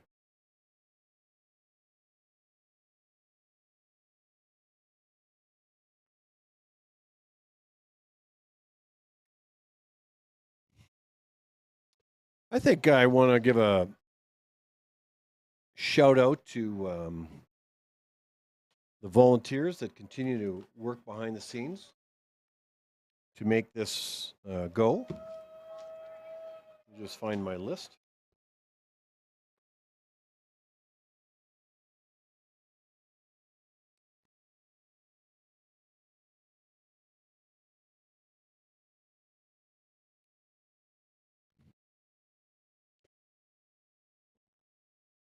Every meet needs a meet coordinator. And the meet coordinator, every time I've come to Calgary, is Greg Plenert. Speed skating has been his entire life. And it's a lot like that with a lot of people, actually, when you think about it. You know, they skate, then they compete, and then maybe they retire as a skater, but they stay in the sport. I would think almost every single coach has actually competed at one level or another. Plenert family used to have a skate called the Plenert skate many, many years ago. So they come by this sport honestly, and Greg is a master meet coordinator. And then in order to put that meet together, you need a number of volunteers. Often the volunteers are parents of the kids And then when their kids that compete, and when the kids are done competing, oftentimes you might see the parents come back because they just have fallen in love with the community and the support, and maybe they want to feel relevant in the game of life. And we see that. That's quite common. Chief referee today is Bruce Thorpe, and has been for the men's and will be all weekend. Melanie Winters for the women. There are 5 other officials or referees that assist: Rona Hathaway, Jeff Wang, Werner Meyer, who we've seen turn back the clock a couple times and skate, Dave Thompson, got a sense of humor, that guy, Eureka Boyce. You say, well, what do referees do? Why are they so important? You can actually see Bruce Thorpe in the far corner. Well, you can't now on the screen. They have a number of jobs. Basically, they want to make sure the racers are safe, the races are clean, and everything is fair. And it's not like skaters skate with a mischievous agenda, but things happen on the ice. For example, they might show up at the start line with unsafe equipment or improper equipment that makes their skate unsafe. They can't skate if that's the case. They need to have armbands so we know who's who in the zoo. So there'll be one referee always stationed at the start, and I'll always support the starter as well. We actually had a situation yesterday with one of the athletes that false started the second time. And this skater was looking to get a time to compete for her represent her province at the Canada Games. Normally what they would do is send the skater off the ice and say, you're done, you can't skate, because you're only allowed 2 false starts. The first one, and then whoever false starts the second time, it doesn't matter if it's the first one or not, same skater, they have to leave the ice. In this case, the starters and the referee and the skater talked about it, and the skater needed a time for their province. And so she could race that time at the end of the day, but for the sake of time, they said, look, you're officially disqualified from this race, but you can race in what I guess the words would be out of competition race to give you a time. And that was a good decision all around, because they just saved time all around, and you're always racing better when you have another skater on the ice. Let's say you had a chance to race at the end of the day. Maybe you wiped out at the start or something, it didn't work, and they said you can race again, and it even qualified. You'll never race the same time. It's never the same. You don't get the same. The race juices are not there, and you don't have another skater. And anyway, that was the right move. But the referee, for example, would have been involved. I don't know which referee would have been involved in that decision. Then they're positioned around the 400-meter track, watching, especially down the backstretch, the crossovers, the lane changes. The outer skater always has the right of way. They have 100 meters to switch over. What happens if a racer doesn't switch over? And so referees have to watch that. So they're looking for lane changes, corner exits, clean finishes, skating within your lane. And so that's what referees do. And so they'll be situated all around the oval. So those are the 7 referees. We have 3 starters. We've got a bell lap coming up. I'll talk about the starters right now, and then I'll come back later. Myron Pearman from Ponoka, Alberta, Darren O'Connell. And then assisting them is a starter from Manitoba, Tracy Leipzig. Myron is the father of Maddie Pearman. Tracy Leipzig's the mother of Adam Buchwald. I'm going to go back on the oval mic and call the end of the race and come back and talk more about the volunteers that make this meet tick.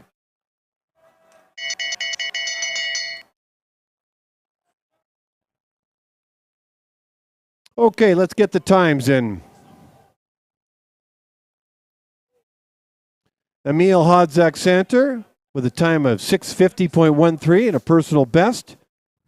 Darius Hachette with a season's best of 6:59.92.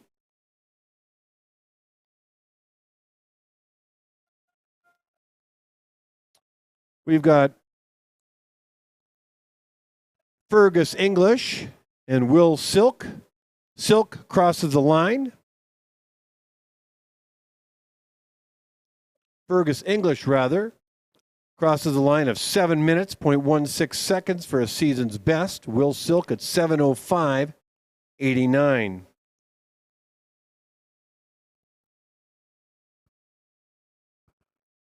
We now move to the sixth quartet in the first pairing of this quartet. Two Saskatchewan skaters in the inside lane, Marc-Andre Doyon, and in the outer lane, Keegan Waddington. In the second pairing in the inside lane from Alberta, Jalen Doan, and in the outer lane from Manitoba, Adam Buchwald. Go to the start.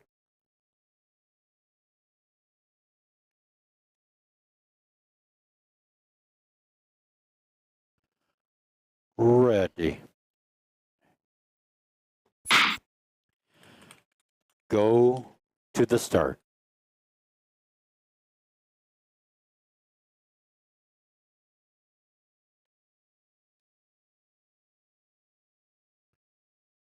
Ready.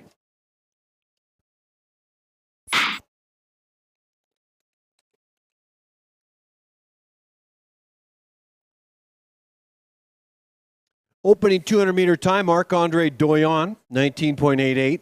Keegan Waddington, 21.2. Jalen Doan's opening 200 meters is 21.5. Adam Buchwald in at 21.36. They're now going to settle in for their enjoyable 12-lap race. I'm going to go off air in the oval, throw on some music for the skaters, and you and I on the webcast can have a chat. So take a look at Jalen Doan's outfit, very similar to Max Poulin's and Luca Vieman. That's the part of the swag they get for being in the top 4 in the Canadian Junior Championships. I know I've talked a lot about that. Proud of these skaters. I know I can stop talking about that, but just in case you're wondering, why is a junior kid wearing a Canadian outfit? Because if he was overseas, he'd be wearing that at the World Junior Championships. But unfortunately for Jalen and Max and anybody else still eligible for junior, they have to compete and win a spot again. That'll happen in Quebec. Now, I was talking about volunteers. At the starters, Myron Pearman, Darren O'Connell, and Tracy Leipzig. Myron is, like I say, Maddie Pearman, who's on the national team who went to the Olympics. She loves to compete in the 1,000 and 1,500. If you want to see her compete tomorrow, she'll be in the 1,000. Tracy Leipzig, very good friend of mine, along with her husband, Richard Buchwald, is a starter in Manitoba, and you could say being mentored and is being shadowed by Myron and Darren, and it's a very inclusive community when it comes to assisting volunteers, because, you know, there's not a lineup of volunteers. So when somebody puts up their hand and says, I'd like to be a track steward or a starter or, God forbid, an announcer, you know, they need some mentoring. I could use some myself. But Tracy and Richard, we go back a long way. Just on a side, Tracy's an amazing cook. She has been, she cooks up this, she makes up this energy bar, and gives it to her son and a couple of the athletes. And I'm just trying to get the recipe for it here, because she gave it to my daughters for when we were out back in October, and my daughters really never got a chance to eat it because I ate most of it. So what she did is she made me one, and I really appreciate it. And I just I wrote down the recipe. I'll share it with you. But it's just not like I need energy, but I will tell you, I really quite enjoyed it. I had it all ready to go to share it with you, but I'll come back to that. And so, to make the technology work, to give those that are on the webcast and inside the Oval a greater experience, John Little gets a lot of that credit. he's got his hands full because in the technical world, and I'm not techie, but I do know that something can work one moment and not the next, and there's really no explanation for it. It can just stop working. And I don't know why. And so he has to be on guard for when that happens. So that's John Little, the IT specialist. And we've added some graphics to the viewer. Hopefully you find that of value. We're just trying to make the experience a little bit better. Dustin Miller has also added. They work very closely together, and Dustin has really pushed for more of an experience for the skaters. So the Oval staff are doing a very, very good job, and I'm just along for the ride. So shout out to John Little and Dustin Miller. So more volunteers. Leslie Cassidy has got 3 jobs. She's up in the timing deck. She does results and electronic timing and the bell ringing. It's not somebody actually holding a bell. It's actually done electronically. So that makes it a little easier, so she can do 2 or 3 jobs all at once. And I'm trying to find that recipe. I had it ready to go. Anyway, I'm going to share it with you once I find it. There's lots of cheering going on in the Oval right now. Saskatchewan has been the loudest province of them all. Anyway, photo finish is Robert Armstrong, and video, we have a number of volunteers. Jean Yoon was a volunteer for photo finishing. John Little's on it right now. Sean Ireland was on it most of the day. And then we have not volunteers, but paid staff on the medics. We've got Avendish Badini and Olivia Bolshin. Okay, we've got a skater overtaking another skater, and we've got a bell lap. So I'm going to go on the Oval mic and call the end of this race.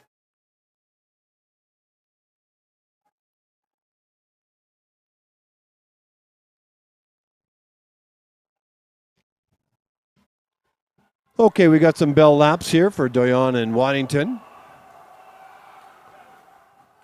Marc-Andre Doyon is having a heck of a race. Let's see what he finishes on. We may not know the time right away. We do know the time. He's happy. 6:45:37. I don't believe that that's his specialty, so he's looking probably to look at it as a training. 6:45:37. Keegan Waddington, 6:56:83. These 2 gentlemen got personal bests from this race. And finishing up is Jalen Doan and Adam Buckwald. Here comes Adam with whatever is left in his tank. He looks exhausted. I'm just exhausted watching him. 6:58:84, breaking the 7-minute barrier. Personal best for Adam. Congratulations. Here comes Jalen Doan. He crossed the line at 7:13:19, personal best. So 4 personal bests right here, ladies and gentlemen, in this 6th quartet.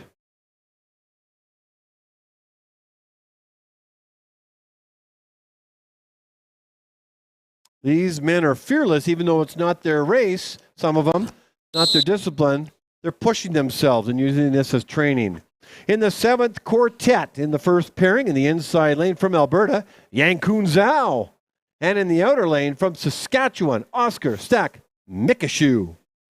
In the second pairing in this quartet in the inside lane from Alberta, Matthew Medlicott. And in the outer lane from Alberta as well, Brock Gilbert.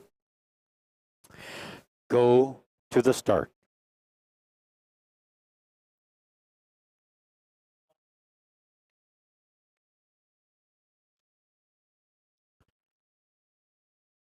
Ready. Go to the start.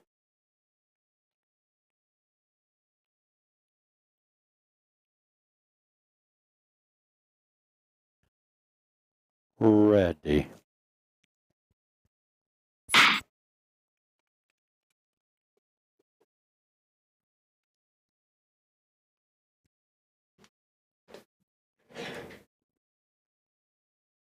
Yankun Zhao's opening time is 20.91 for 200 meters. Oscar Stack Mikashu, 22.98.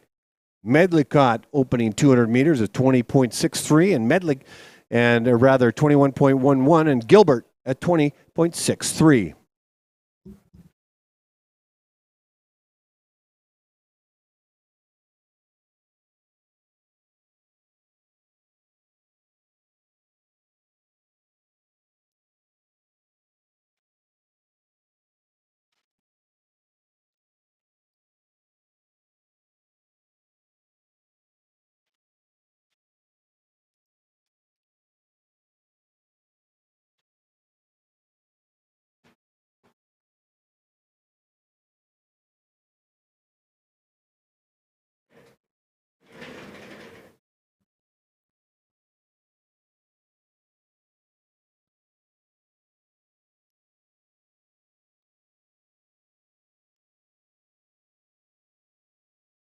You're not going to believe this. I'm still looking for the recipe.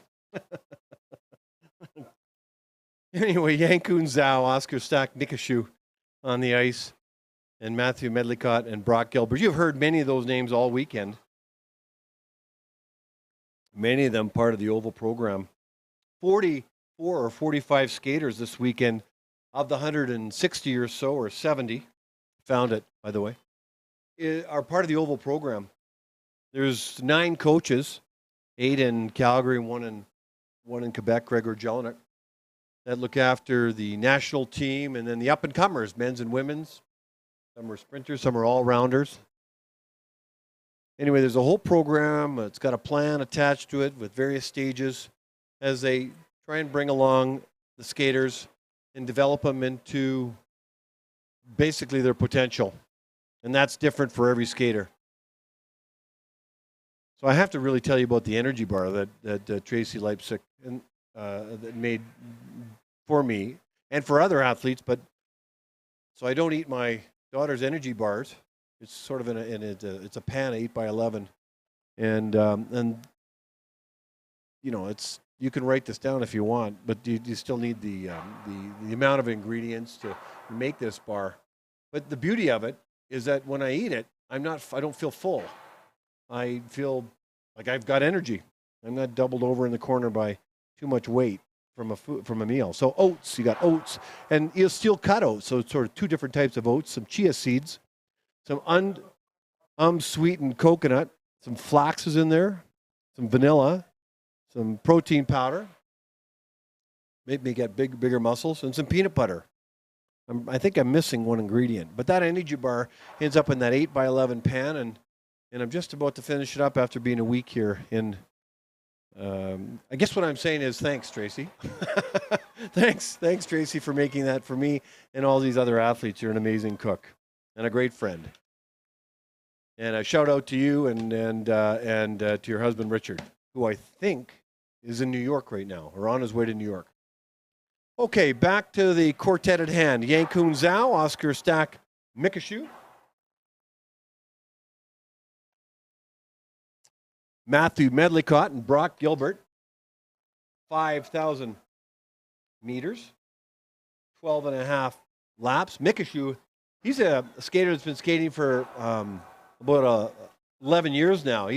His favorite distance is the 1,500, so you've heard me say this before, but he gets a few 1,500s here in this race.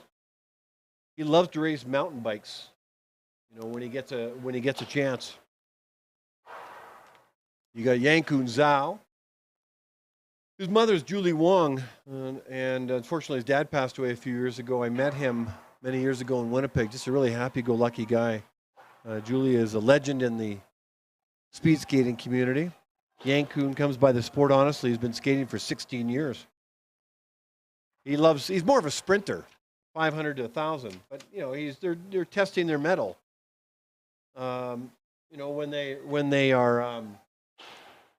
When they're skating 5,000 meter races. He wants to get the Canadian junior record. He wants to break 34. And if there's anybody that he could give a shout out to, it would be his mom, Julia. So Julia, if you're watching, or you're watching on the playback on the tape, Your son says hello and thanks very much for everything. See, Brock Gilbert is in this quad. He's from Cochrane, Alberta, not too far away from here. He's been skating for now about 7 years. I asked him how he got into the sport, and he said he just watched the Olympics and he went to a tryout session. A number of people go to learn to skate, try it out, and then, the rest is history. One of the things he's working on, I mean, he loves the 5,000, 10,000. So in Brock Gilbert's case, this is right up his alley. So he said he wanted to work on being compact in the corner. So Medlicott is wearing a yellow armband. Let's have a look to see if Brock is, in fact, compact in the corner. That'll mean something. There he is. Here he comes in the right lane, if you're looking on the screen. So here he heads into the corner. Let's have a look. Here he comes. Compact, tight to the line. Brock, you might just be nailing it.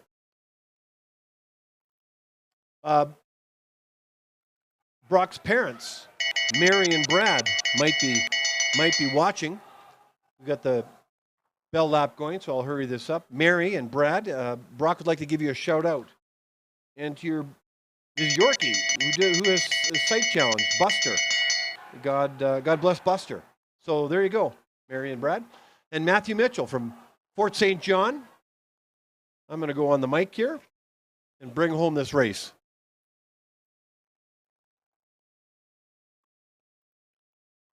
Okay, finishing up this race is Yankun Zhao, time of 7:12:12 for a personal best, a sprinter's time. Crossing next is Mikashu, 7:20:20 for a season's best. Then Brock Gilbert, 7:07:46 for a personal best. And Medlicott from Fort St. John, personal best for Matthew Medlicott. 3 personal bests and a season's best. Congratulations. Matthew, obviously, not obviously, he wants to give a shout out to his mom, Tara. Tara, there you go. From Matthew, from son to mom. Okay, let's go on to the next race. In the 8th quartet, in the first pairing, from Ontario in the inside lane, Owen Curry. In the outer lane, from Manitoba, Ryan Kulbacki. In the second pairing of this quartet, from Ontario in the inside lane, Alexander Giannotti. And in the outer lane, from BC, Jack Hansen. Go to the start.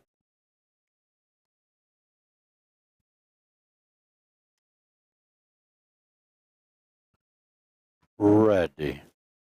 I'll just finish while this gets underway. They can't hear me Go inside the oval. to the start. Matthew Mitchell, I'll just finish up him because his mom introduced him to the sport.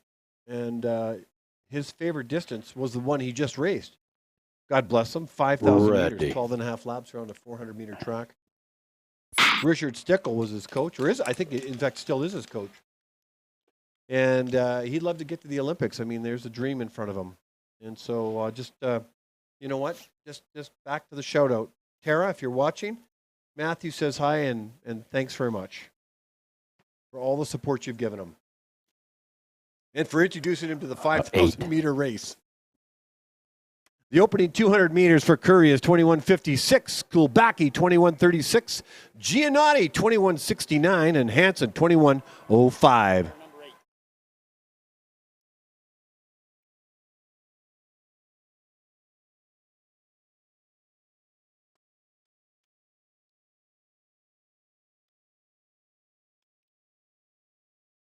So to make a meet work, there's a lot of moving parts, and the oval is fortunate enough to have some fairly high-end technology and some sophisticated technology and some very, very prolific, proficient people working it, like John Little and assisting Dustin Miller and whoever else they support. But at the local level, we don't always have that luxury. Oftentimes, and I just came from a meet in Manitoba, Manitoba Cup 2, short track meet in Portage la Prairie, a week today actually, and then got in my car and drove out here. And there was 24 volunteers. So there's, you need clerks, you need you need runners, you need. I mean, it's a huge potluck. I mean, that's the best part of those meets actually is to bring food and then enjoy the food everybody else brings. It's a hearty amount of fun in the middle of winter being part of a large event, a speed skating meet. 24, 25 volunteers. There's not that many in this event. Again, because you have technology and you have a higher level. You just got the equipment and the sophistication of those that do this for a living. So, and it's for the kids. It's for the skaters.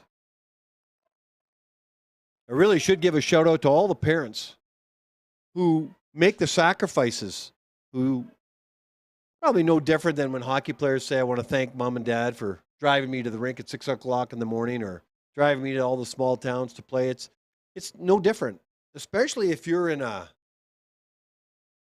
especially if you're in a town that doesn't have a speed skating club. I'm thinking of, Abigail McCluskey, who was born and raised in Picticton, but went to Kelowna to train in through high school. Somebody had to drive her. It was her parents, until she was able to drive herself. Still, there's a commitment required by the parents, not only financially, but otherwise in terms of time. So to all the parents out there that are listening inside the Oval, maybe on their smart device, but to all those that are watching, all 100 of you, shout out to you. Kudos to you for putting your shoulders behind your kid or your children in getting them to fulfill a passion of theirs. They're not hanging around with the wrong crowd. Speed skating crowd's definitely the right crowd. A lot of these kids are going to school, want to get educated, have careers. Amateur athletes turn out to be tremendous contributors to society. And don't we want, as parents, don't we want great kids? I think so.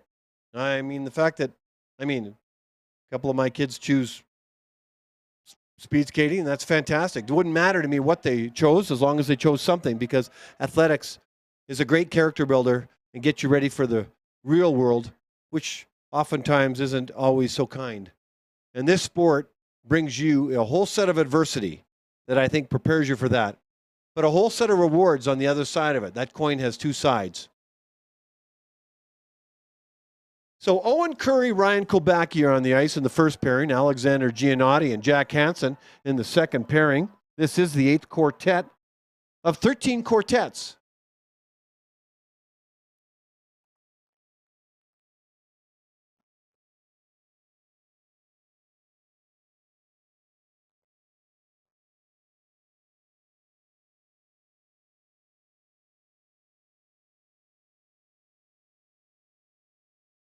So here I was pontificating about parents and their sacrifices. We're doing it for our kids.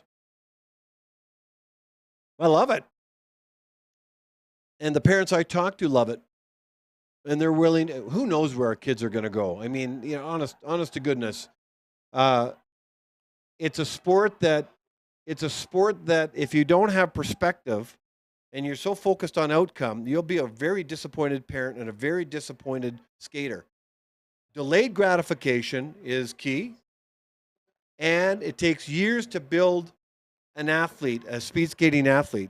Just look at all the skaters, the majority of the skaters in the World Cup. They're all 25, 26, and older, and having their best years in their late 20s and early 30s. There's a few, yes, I get it, that are younger, but that's not common. So, again, just a shout out to the parents for everything you do for your kids. And your kids are in an amazing sport. And I wish them all the best. I love the answer when I said, what do you want to do in the sport of speed skating? Some, Olympics, Canada Winter Games.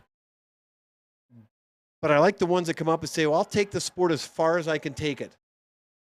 That's fantastic. What can you say? Because not everybody's going to make the Olympics. Not everybody's going to make the Canada Winter Games. Not everybody's going to be great at the sport. But if they can achieve personal bests within their potential, why not? And this sport is very inclusive. Very inclusive. all shapes and sizes. Okay, back on the mic inside the oval. Bell lap has gone off.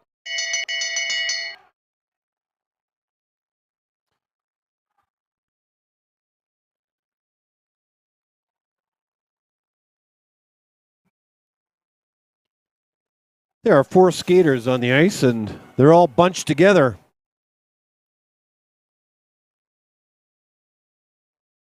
So Ryan Kolbacki finishes at 7:14.78 with a personal best.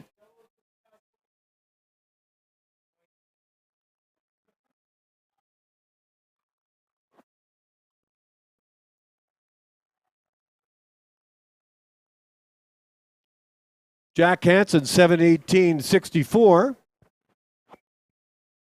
Owen Curry, 7:39.26. Alexander Giannotti, 7:27.74.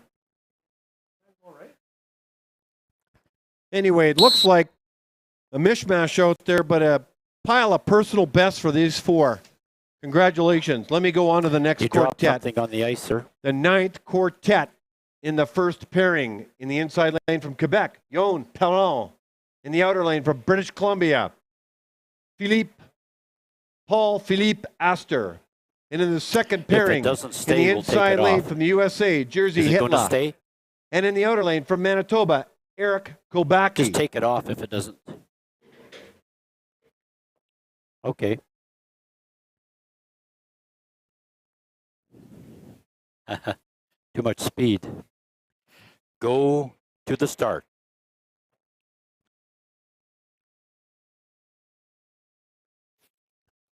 Ready. Go to the start.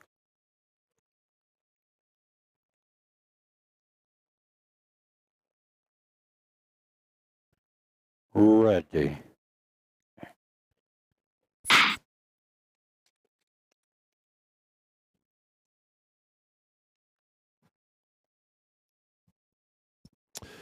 There was a lot going on that last race. Okay, Yon Perron, 21.94 with an opening 200 meters. Paul Philippe Astor, 21.65. Here comes Hitler and Kolbacki. Hitler in the American outfit with an opening 200 meters at 21.25. Kolbacki in the gold outfit, 22.97. Some music for the boys. Yeah, so that last quartet, there was a couple of skaters that lapped or came real close to lapping and crossing the line. The sensors get crazy confused when two skaters cross the line almost at the same time.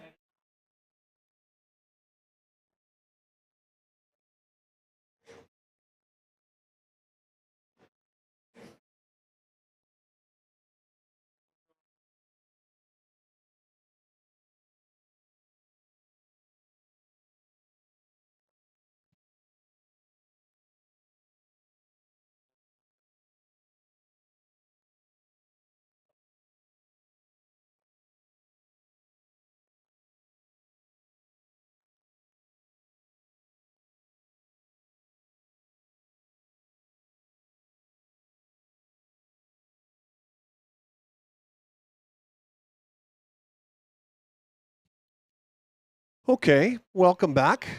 I guess I'm welcoming myself back because you've been here for the whole time. Perhaps for most of you, unless you're connected to the skaters in some way, you'll just watch these skaters. I'm perhaps white noise for you a little bit in the background, which is fine. So speed skating meets. I've mentioned we're well underway into the season. So they started in August in Calgary with the Summer Classic, then the Fall Classic in September, Oktoberfest in October, now the CanAm International. There's some time trials in there. I think there's well over, probably close to 25 events in Calgary, long track events. And then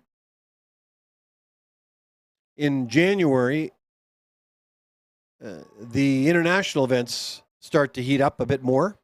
We've got Canada Cup. First of all, we got Canada. Let me back up. World Cup 1 and World Cup 2. So Norway last weekend, Heerenveen, Netherlands this weekend. Then a break for a couple weeks. Then back here in Calgary hosts back-to-back World Cups, World Cup 3 and 4. Then it's off to Poland for 5 and 6 in January. And then the World Championships, which would make it 7 World Cup events, is in, I think it's in Heerenveen one more time. Last year was a Olympic year. They had only 4 World Cups, and they did it before Christmas. As it turned out, that turned to be a smart move because the skate-off for Canada and the qualifiers didn't happen because Quebec was overrun with COVID. So they just took the information that they had from those 4 cups and made up the team. So they had enough data, at least for the big boys and girls, not so much for the juniors. It wouldn't have mattered anyway. Canada didn't send a junior team to Italy. And then, but Quebec is hosting the Canadian Junior Championships this year, the first week of January. And then for those that qualify, they'll head off to Insel, Germany in the first weekend of February. So a busy weekend for busy month of February. For some skaters will compete in the World Junior Championships, and they'll fly back to Canada and they'll compete at the Canada Winter Games. So it's a very busy year for these young kids so we talked about us parents making sacrifices. The kids are making sacrifices as long as they can keep up with their studies, their schooling, which is critical. At least they can study on the road. For those that are part of the Oval program, it's perfect because they just study and skate and train. And the university and the Oval and the residence and wherever they live is really within very close proximity of each other. So if you've just joined us, I don't know whether you've joined the 5,000 meter men's race or my mental meanderings all afternoon while these races are on. But either way, we're in the 9th quartet of 13 quartets for the 5,000 meter men's race. There won't be a 10,000 meter race in this meet. It's 8 minutes to 3 Calgary time. We'll have these races. And then we're going to have the 3,000 meter men's race after this. Well, we'll have an ice resurfacing after the 12th quartet. And then we'll go into the final, the final 2 quartets of the 5,000 meters. And then we'll go right into 7 quartets of the 3,000 meter. That's going to seem like a much shorter race than the 5,000.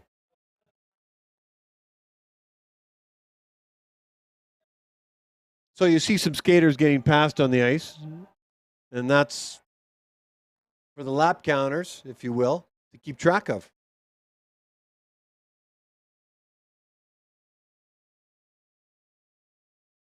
One of the things that they're doing differently at the Oval to continue to generate interest and focus and have a little fun is a personal best competition or reward system. Bell lap. Looks like the bell lap for Jerzy Hitler is any skater that gets a personal best, they get their name on a ping pong ball. They have to put it on there with their time and their date, and they put it inside this huge sphere. We'll do a draw at the end of the season. I'm going to come back on the Oval for a sec here.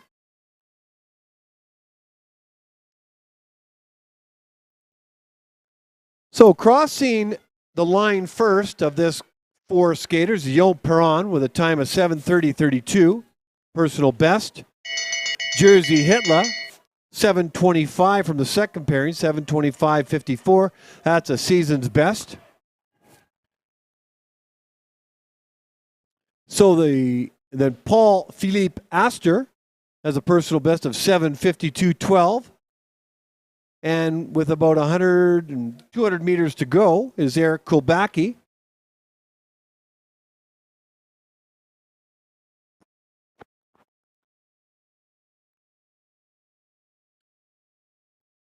With everything he's got, he's got to be feeling that. Eric Kulbacki, 8:07.19 with a personal best. We now move to the 10th quartet in the inside lane of the first pairing. From Manitoba, Ben Rutledge. In the outer lane from British Columbia, Matthew Mitchell. In the second pairing of this quartet, in the inside lane from Alberta, Benjamin Ward.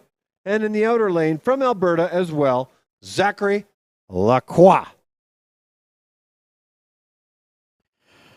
Go to the start.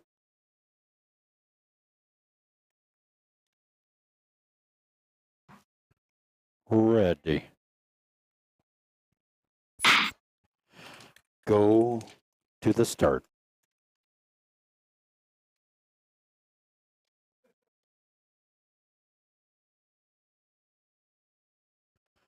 Ready.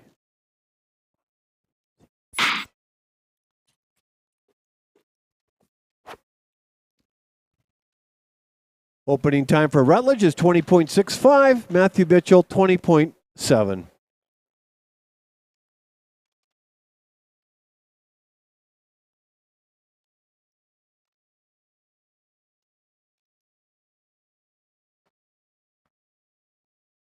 Benjamin Ward, 20.91 for an opening 200 meters, and Zachary Lacroix, 20.17. Here comes the music, and I'll go back on the web.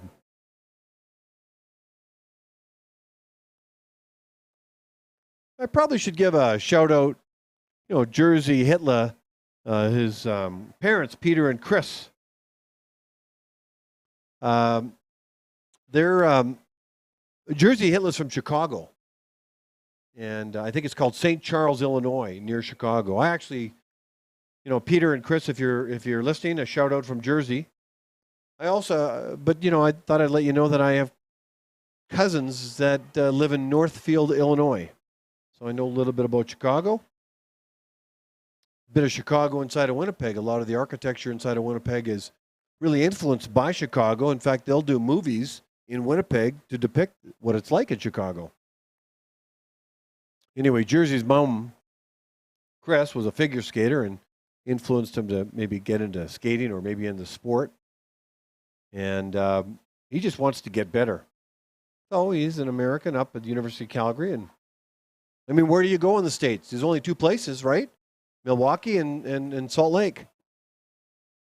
So there's a university in Milwaukee, and I believe in Salt Lake as well. Not many in Canada either. I guess Laval, Quebec now, with where the new indoor oval is, and of course University of Calgary. Many of the students, almost all of them, that are part of the oval program go to the University of Calgary. So Ben Rutledge and Matthew Mitchell are the first pairing of this 10th quartet. Benjamin Ward, Zachary Lacroix. We're going to do an ice resurfacing after the 12th one.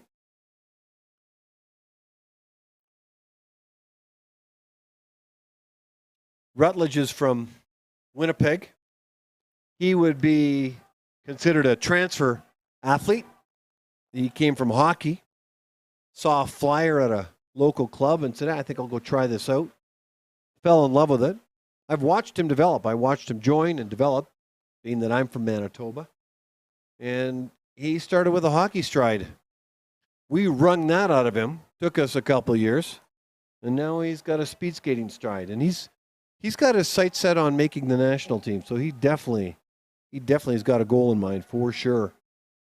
And he's a math whiz. He's really, really smart when it comes to numbers. First year, University of Calgary. His mom, Leah, is in attendance today. I haven't seen his dad, Mike. But Mike, a shout out to you if you're watching back home in Winnipeg. A tight family. They're really supportive of their son who's want to pursue a sport in speed skating. So that's not cheap. That doesn't come that doesn't come cheap. But back to what I was saying 2 quartets ago. Big shout out to the parents. I see somebody walking with a baby in the far corner. That's so cute. Zachary Lacroix. There are certain names I really like to get my voice around in announcing. Lacroix is one of them. Love it. He's been skating since for 12 years. And he's from Calgary. His dad was a coach. And you know, he'd love to make the Olympic team as well. So he's got his sights. He's still very, very young. He's only 21 or 22. He'd love to give a shout out to his brother Dylan. He's a goalie for Fernie. They've used to compete against each other, I guess. Well, I guess they kind of compete against each other now, but in different sports. I guess kind of like brothers do.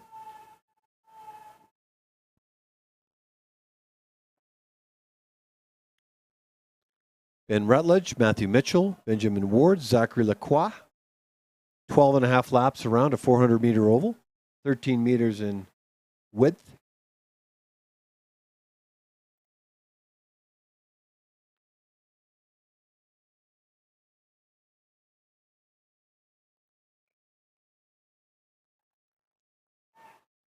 It's good of you to all be here and watch.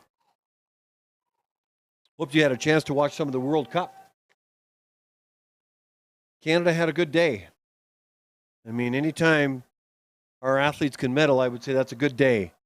Laurent Debray, who does the peanut butter commercials, or he did leading up to the Olympics, and it was really kind of fast, was in the final pairing of the 500-meter men's A group and bested everybody and laid down a 34-34 time and got the gold medal.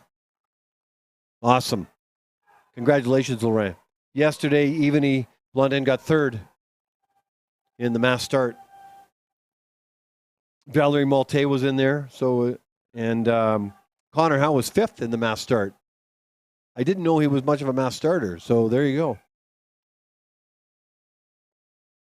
They'll do one more day tomorrow.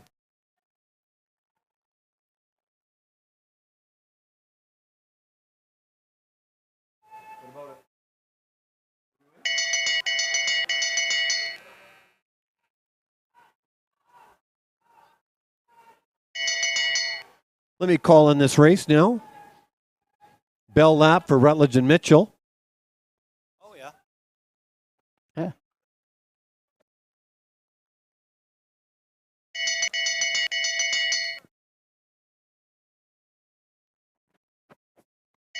So the bell lap's gone on for Benjamin Ward and Zachary Lacroix. Here comes Matthew Mitchell, giving it everything he's got, whatever is left. Toe crossing the line at a 7:16.25 personal best. Ben Rutledge, 7:22.96 for a personal best. Here comes Zachary Lacroix, who looks exhausted to me, but he'll be happy with a personal best of 7:20.98. Which skater isn't? Benjamin Ward, 7:26.43. Lots of personal best. Gentlemen, not sure if you can hear me or not. You're so exhausted. Get your name on a ping pong ball.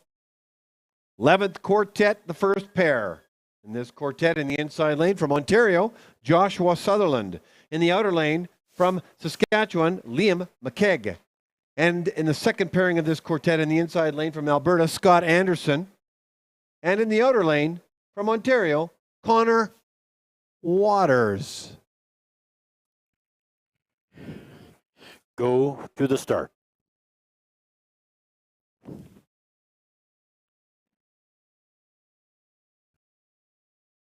Ready.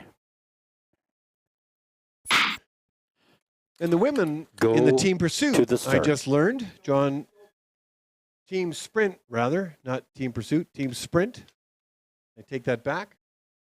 Won a silver medal. Ready. Congratulations to them. They all train out of the Oval. So they'll be back sometime this week with a well-earned break for a few days anyway, and then they'll start getting ready for the Canada Cup. I should say World Cup 3 and World Cup 4.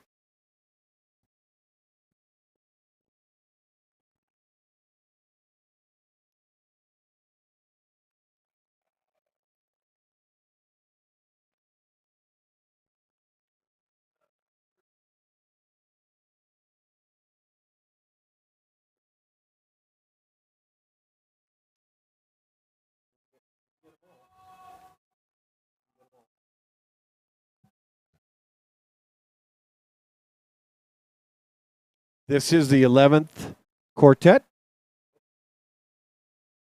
This is the 11th quartet. I'm repeating myself. 11th quartet of 13. We'll do a nice resurfacing after the 12th one. And then we'll do one more quartet of the 5,000, and then we'll move into the men's 3,000 meter race. Instead of 12 and a half laps around, they only want to do 7.5.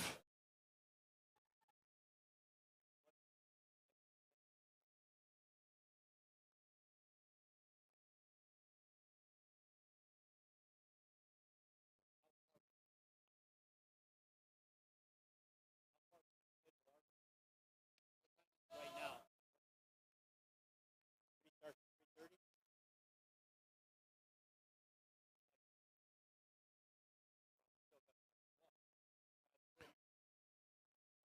3:30. I've been in the Oval all day. Just going to check to see what kind of temperatures we got outside in Calgary. I don't know if that's is right or not, but it says 7 degrees Celsius outside with sunshine. That's crazy good because it's been cold all week. And I'm from Winnipeg, and I know cold. Winnipeg's about minus 14. I hate to tell you this, but I much prefer the colder weather. And so I get to go home into colder weather, which suits me just fine. We have an outdoor oval in Winnipeg, and the ice just went on. They need a couple more layers, but we'll be skating on that here in the next week or so. Although the forecast is for some warmer weather in Winnipeg, and that's not good. So I say no to warmer weather, yes to colder weather. Speed skating is a cold weather sport, by the way. Although those that competed in all those years outside, they come to the Oval, I think they get a little soft. So what's going to happen is when we have Canada Cup 3 in Winnipeg at the end of January, you know, the perfect weather conditions would be like anywhere from minus 5 to 15. Let the wind whip up from the north or the west, either way. But that would be ideal temperature. We've had it minus 30 before. And, you know, that really, gives Winnipeg a bad reputation that it's a cold place to live and play. But they're not wrong. They're not wrong, actually. They're not wrong. So what else do I want to talk about? Well, here's what I'll ask you a question. I know the answer to it. But do you ever wonder, as you look at the footage, the screen, the fans and skaters on the left, and then the actual skaters who skate on the ice are on the right. Do you ever wonder how they get over there? How do they get the inside of the track? Well, there's an underground tunnel, is what it is. So they go down the steps, underground hallway. It's like a tunnel underneath a river, if you will, or an ocean. In this case, it's a speed skating track. And then they come up the other side in a set of steps, kind of like you're coming up from a subway stop into the street. Now they're on the other side, so they don't harm the ice in any way, shape, or form. Although last weekend there was a different way to cross it. There was the Canadian Junior short track. Right, sorry, just a Canadian Junior Open short track event for kids 14 to 18. And they competed on both of the rinks in the inside of the Oval. And they opened up the mats, and they put mats down on the ice, and people just walked across the trail because it wasn't a long track event. Dustin Miller has, as far as I know, has They've added some lights and some music and some atmosphere when the kids cross from one side of the oval to the other. So that's how they get there. They don't fly, they don't walk across or skate across the ice. They go underneath and then come up. And you can actually kind of see it on the right side. It's all padded in that area. It's hard to tell, but you go, anyway, the left side is the stands, and the right side is the inside of the oval. Just in case you were wondering. Now, do you ever wonder how the kids warm up and warm down? Well, you can give a big thank you if you ever see him to Brett Arneson. Brett Arneson is a master skater out of Manitoba. He's had a few health challenges the last few years, so he's dialed down his skating. Hopefully he'll be back on the skates this year. But not only is he a skater, but he's a builder. And Brett, if you're watching or listening, big shout out to you, because all those bikes, those stationary bikes down below underneath the timing deck where we are, is where the skaters get on the bikes and warm up their legs and warm down their legs, maybe to get rid of that lactic acid buildup from some of their races. But generally, those bikes are all being used, and that's courtesy of Brett Arneson, who donated them. So Brett, thanks so much. Many of these kids wouldn't know that. They just get on the bike and get off the bike. So good job, Brett.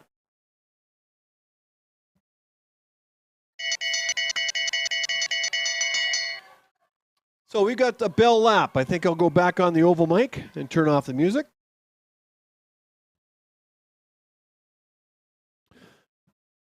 I heard a bell lap out there.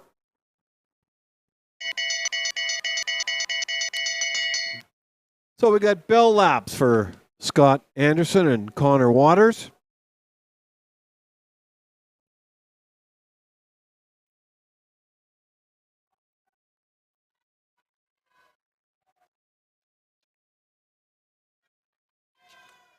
Finishing up the race, exhausted, Liam McKeag. He'll be happy with that for a 7:36.20 personal best. Joshua Sutherland, 7:37.95 for a personal best.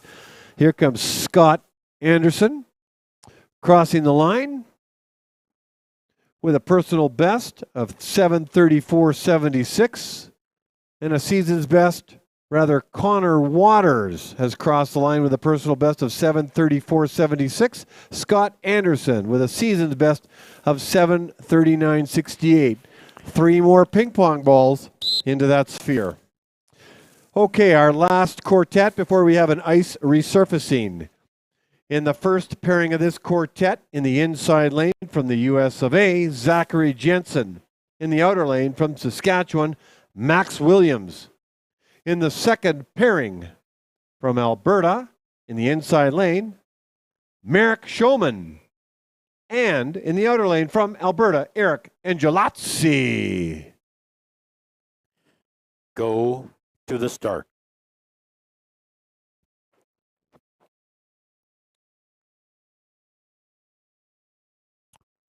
Ready. Go to the start.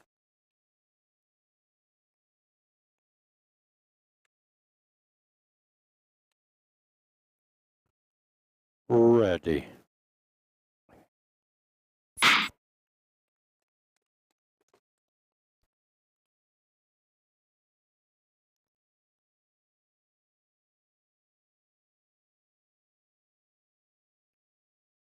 Zachary Jensen. Opening 200 meters, 21.91. Max Williams, 22.38. Merrick Showman, 21.7. And Eric Angelazzi, 21.73. Settle in.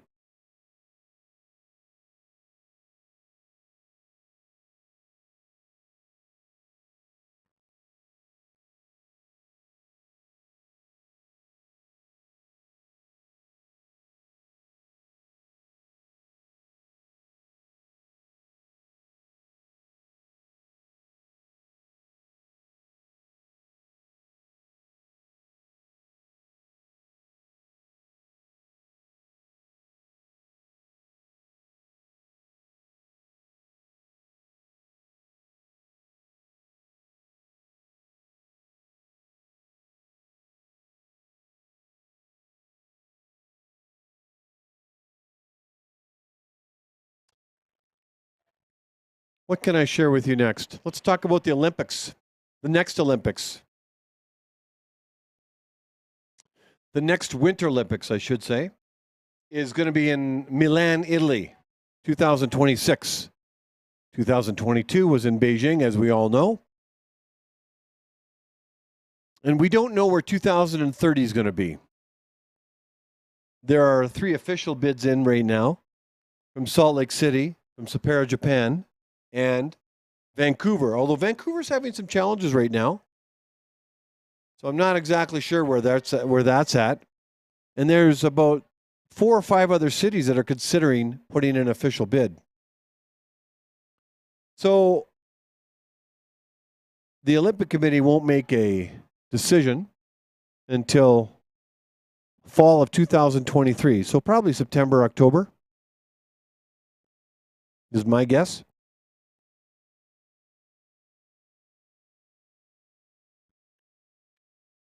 That's all I know about the Olympics in terms of where it's going to be. There's a lot of coaches that are helping out this meet. I mean, because there's so many different levels of development in the skaters. And I want to mention their names. I'll probably talk more about them, I think, tomorrow. But Adam Engel from British Columbia is here. First time I met him. Richard Stickle. Now, Adam, I think, is from Vancouver, I believe. Richard Stickle is from Fort St. John. He's here. I saw him. Will Dutton is coaching alongside Bart Schouten, the national team. Shannon Rempel, I see, is here. Mike Ireland. Todd McClements. Kevin Crockett. Christina Lazarescu. Phil Realpal. Julie Wong is here. Marique Nadal is here.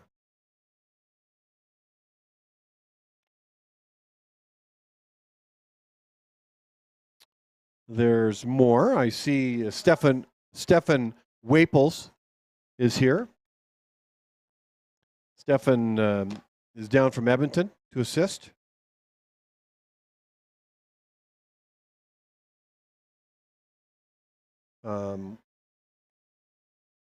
Tim Comfort is for sure here.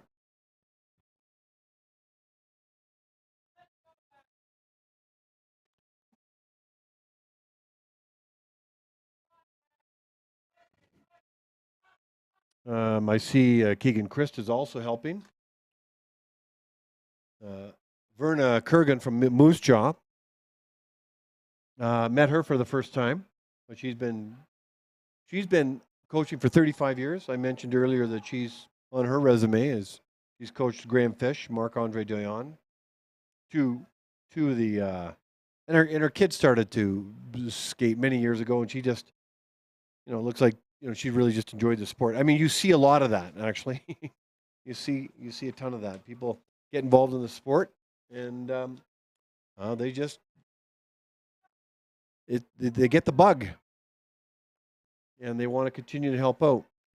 Alex Moritz, Coach Alex Moritz, the provincial speed skating coach for Manitoba, is here. Scott Van Horn would normally be here, but he's unable to make it, along with his daughter, who also competes, Skylar Van Horn, very good speed skater. And I mentioned earlier the Van Horns put their heart and soul into the sport of speed skating, and you see that. You see few families do a great deal of work. It's not a very large community. We'd love to expand it at every opportunity.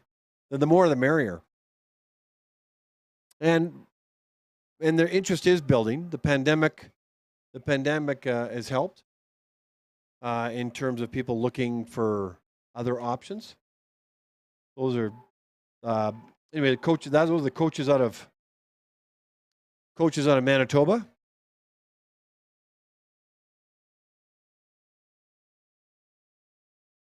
In the States, we've got Dave Silk. Dave Silk from the States and Dave Cruikshank. They're coaching the Americans. I know I'm missing one, but I'll find it.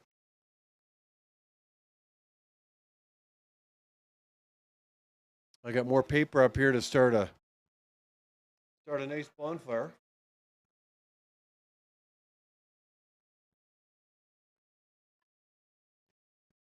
Both Silk and Sean Ireland just put a bug in my ear. Both Dave Silk and Dave Cruikshank are prolific skaters in their day on the U.S. team, U.S. national team. So bell lap, I'm going to go into oval mic mode.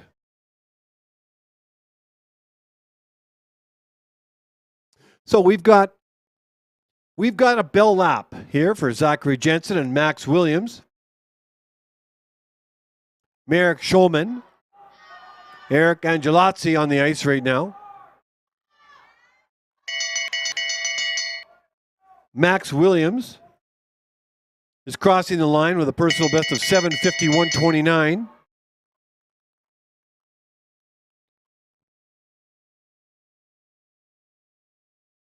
Merrick Schulman crosses his line, 7:45.67. So he's from the second grouping. So there was a lapping.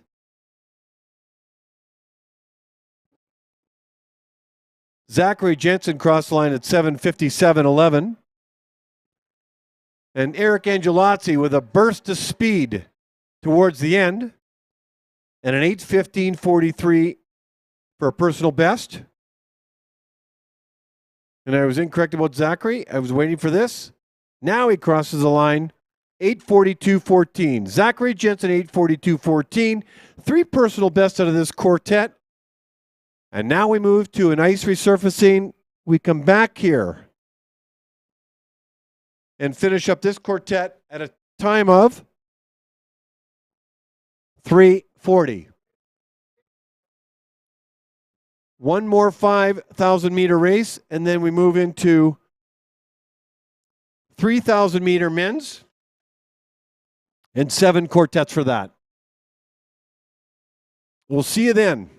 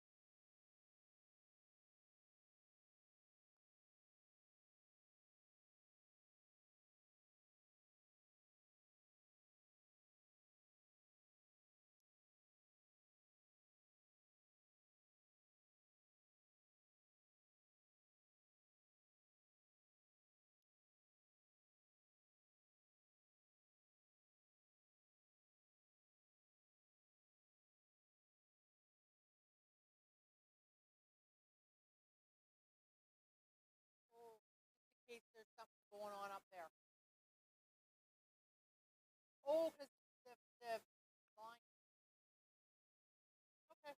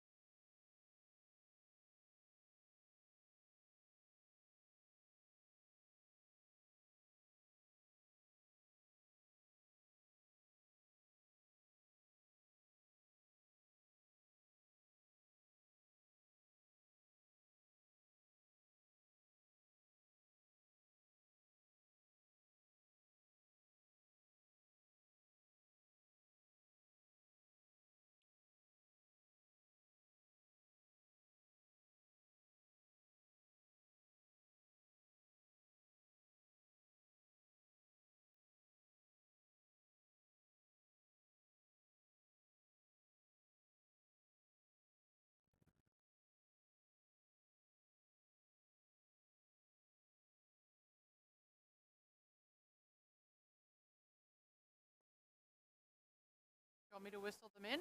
Okay.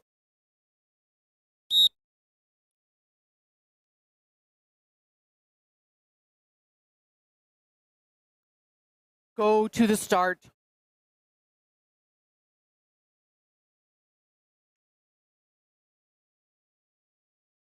Ready.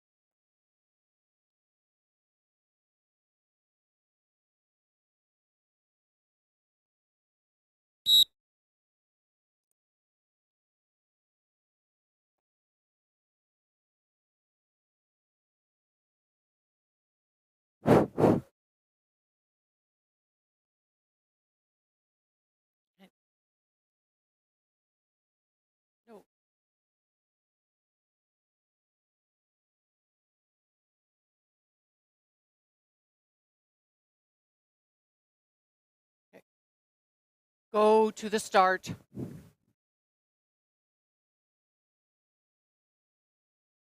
Ready.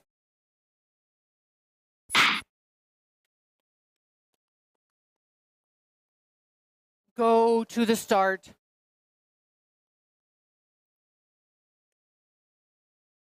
Ready.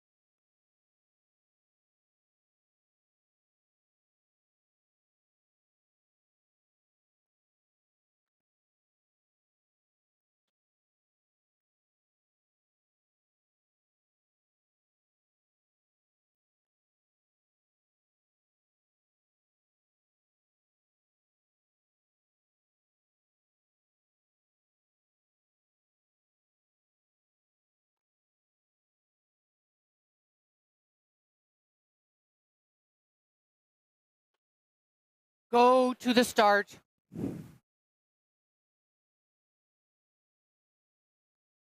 Ready.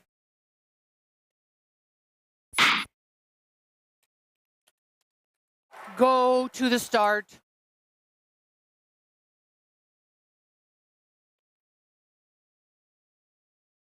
Ready.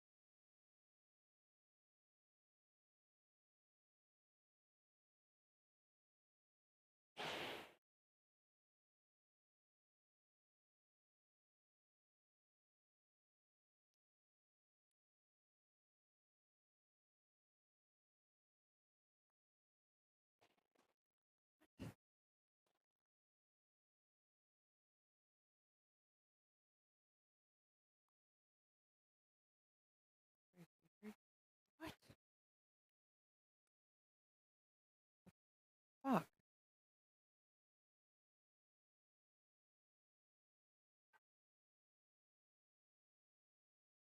What was he saying?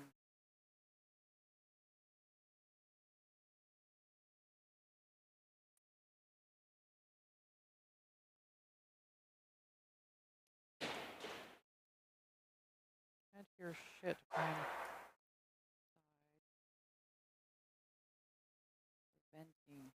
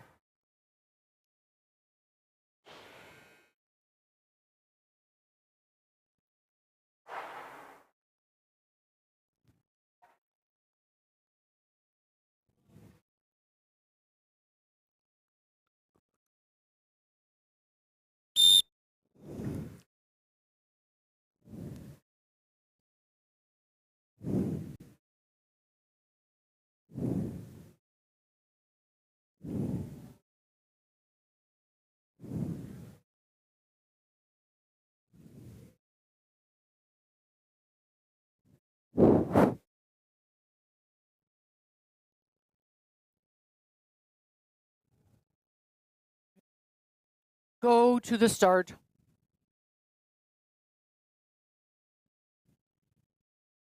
Ready.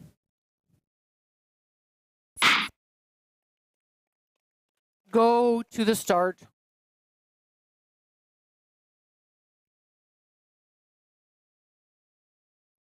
Ready.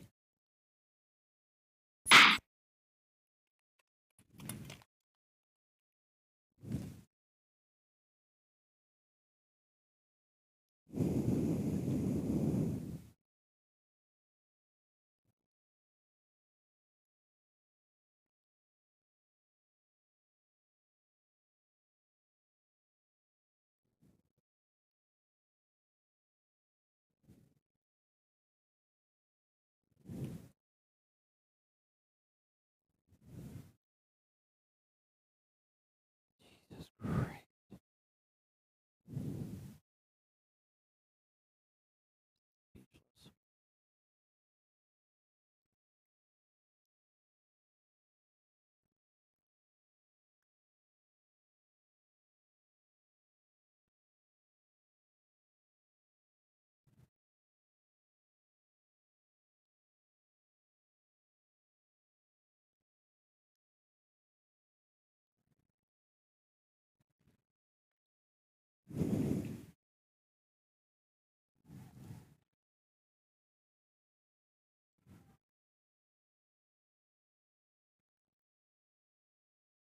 I should say something to him.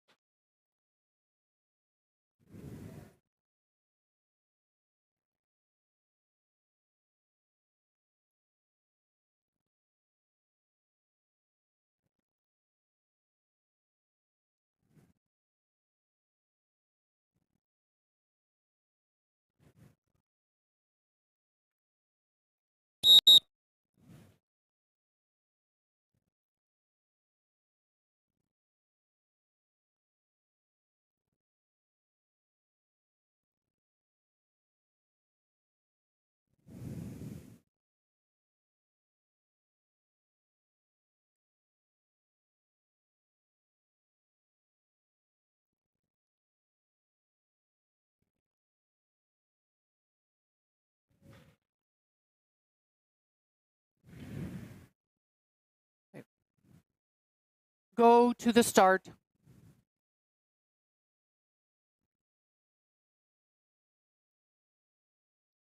Ready.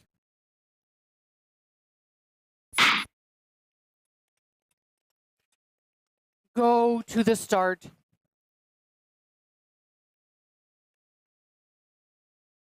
Ready.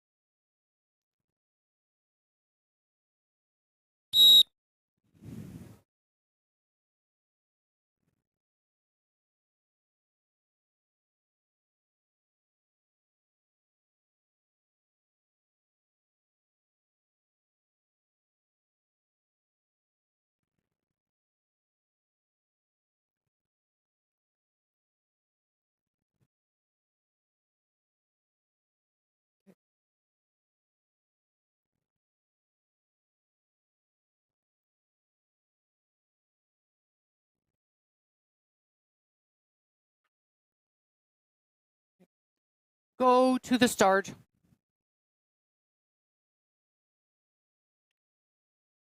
Ready.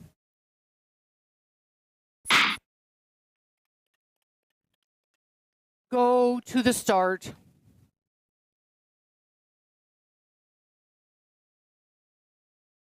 Ready.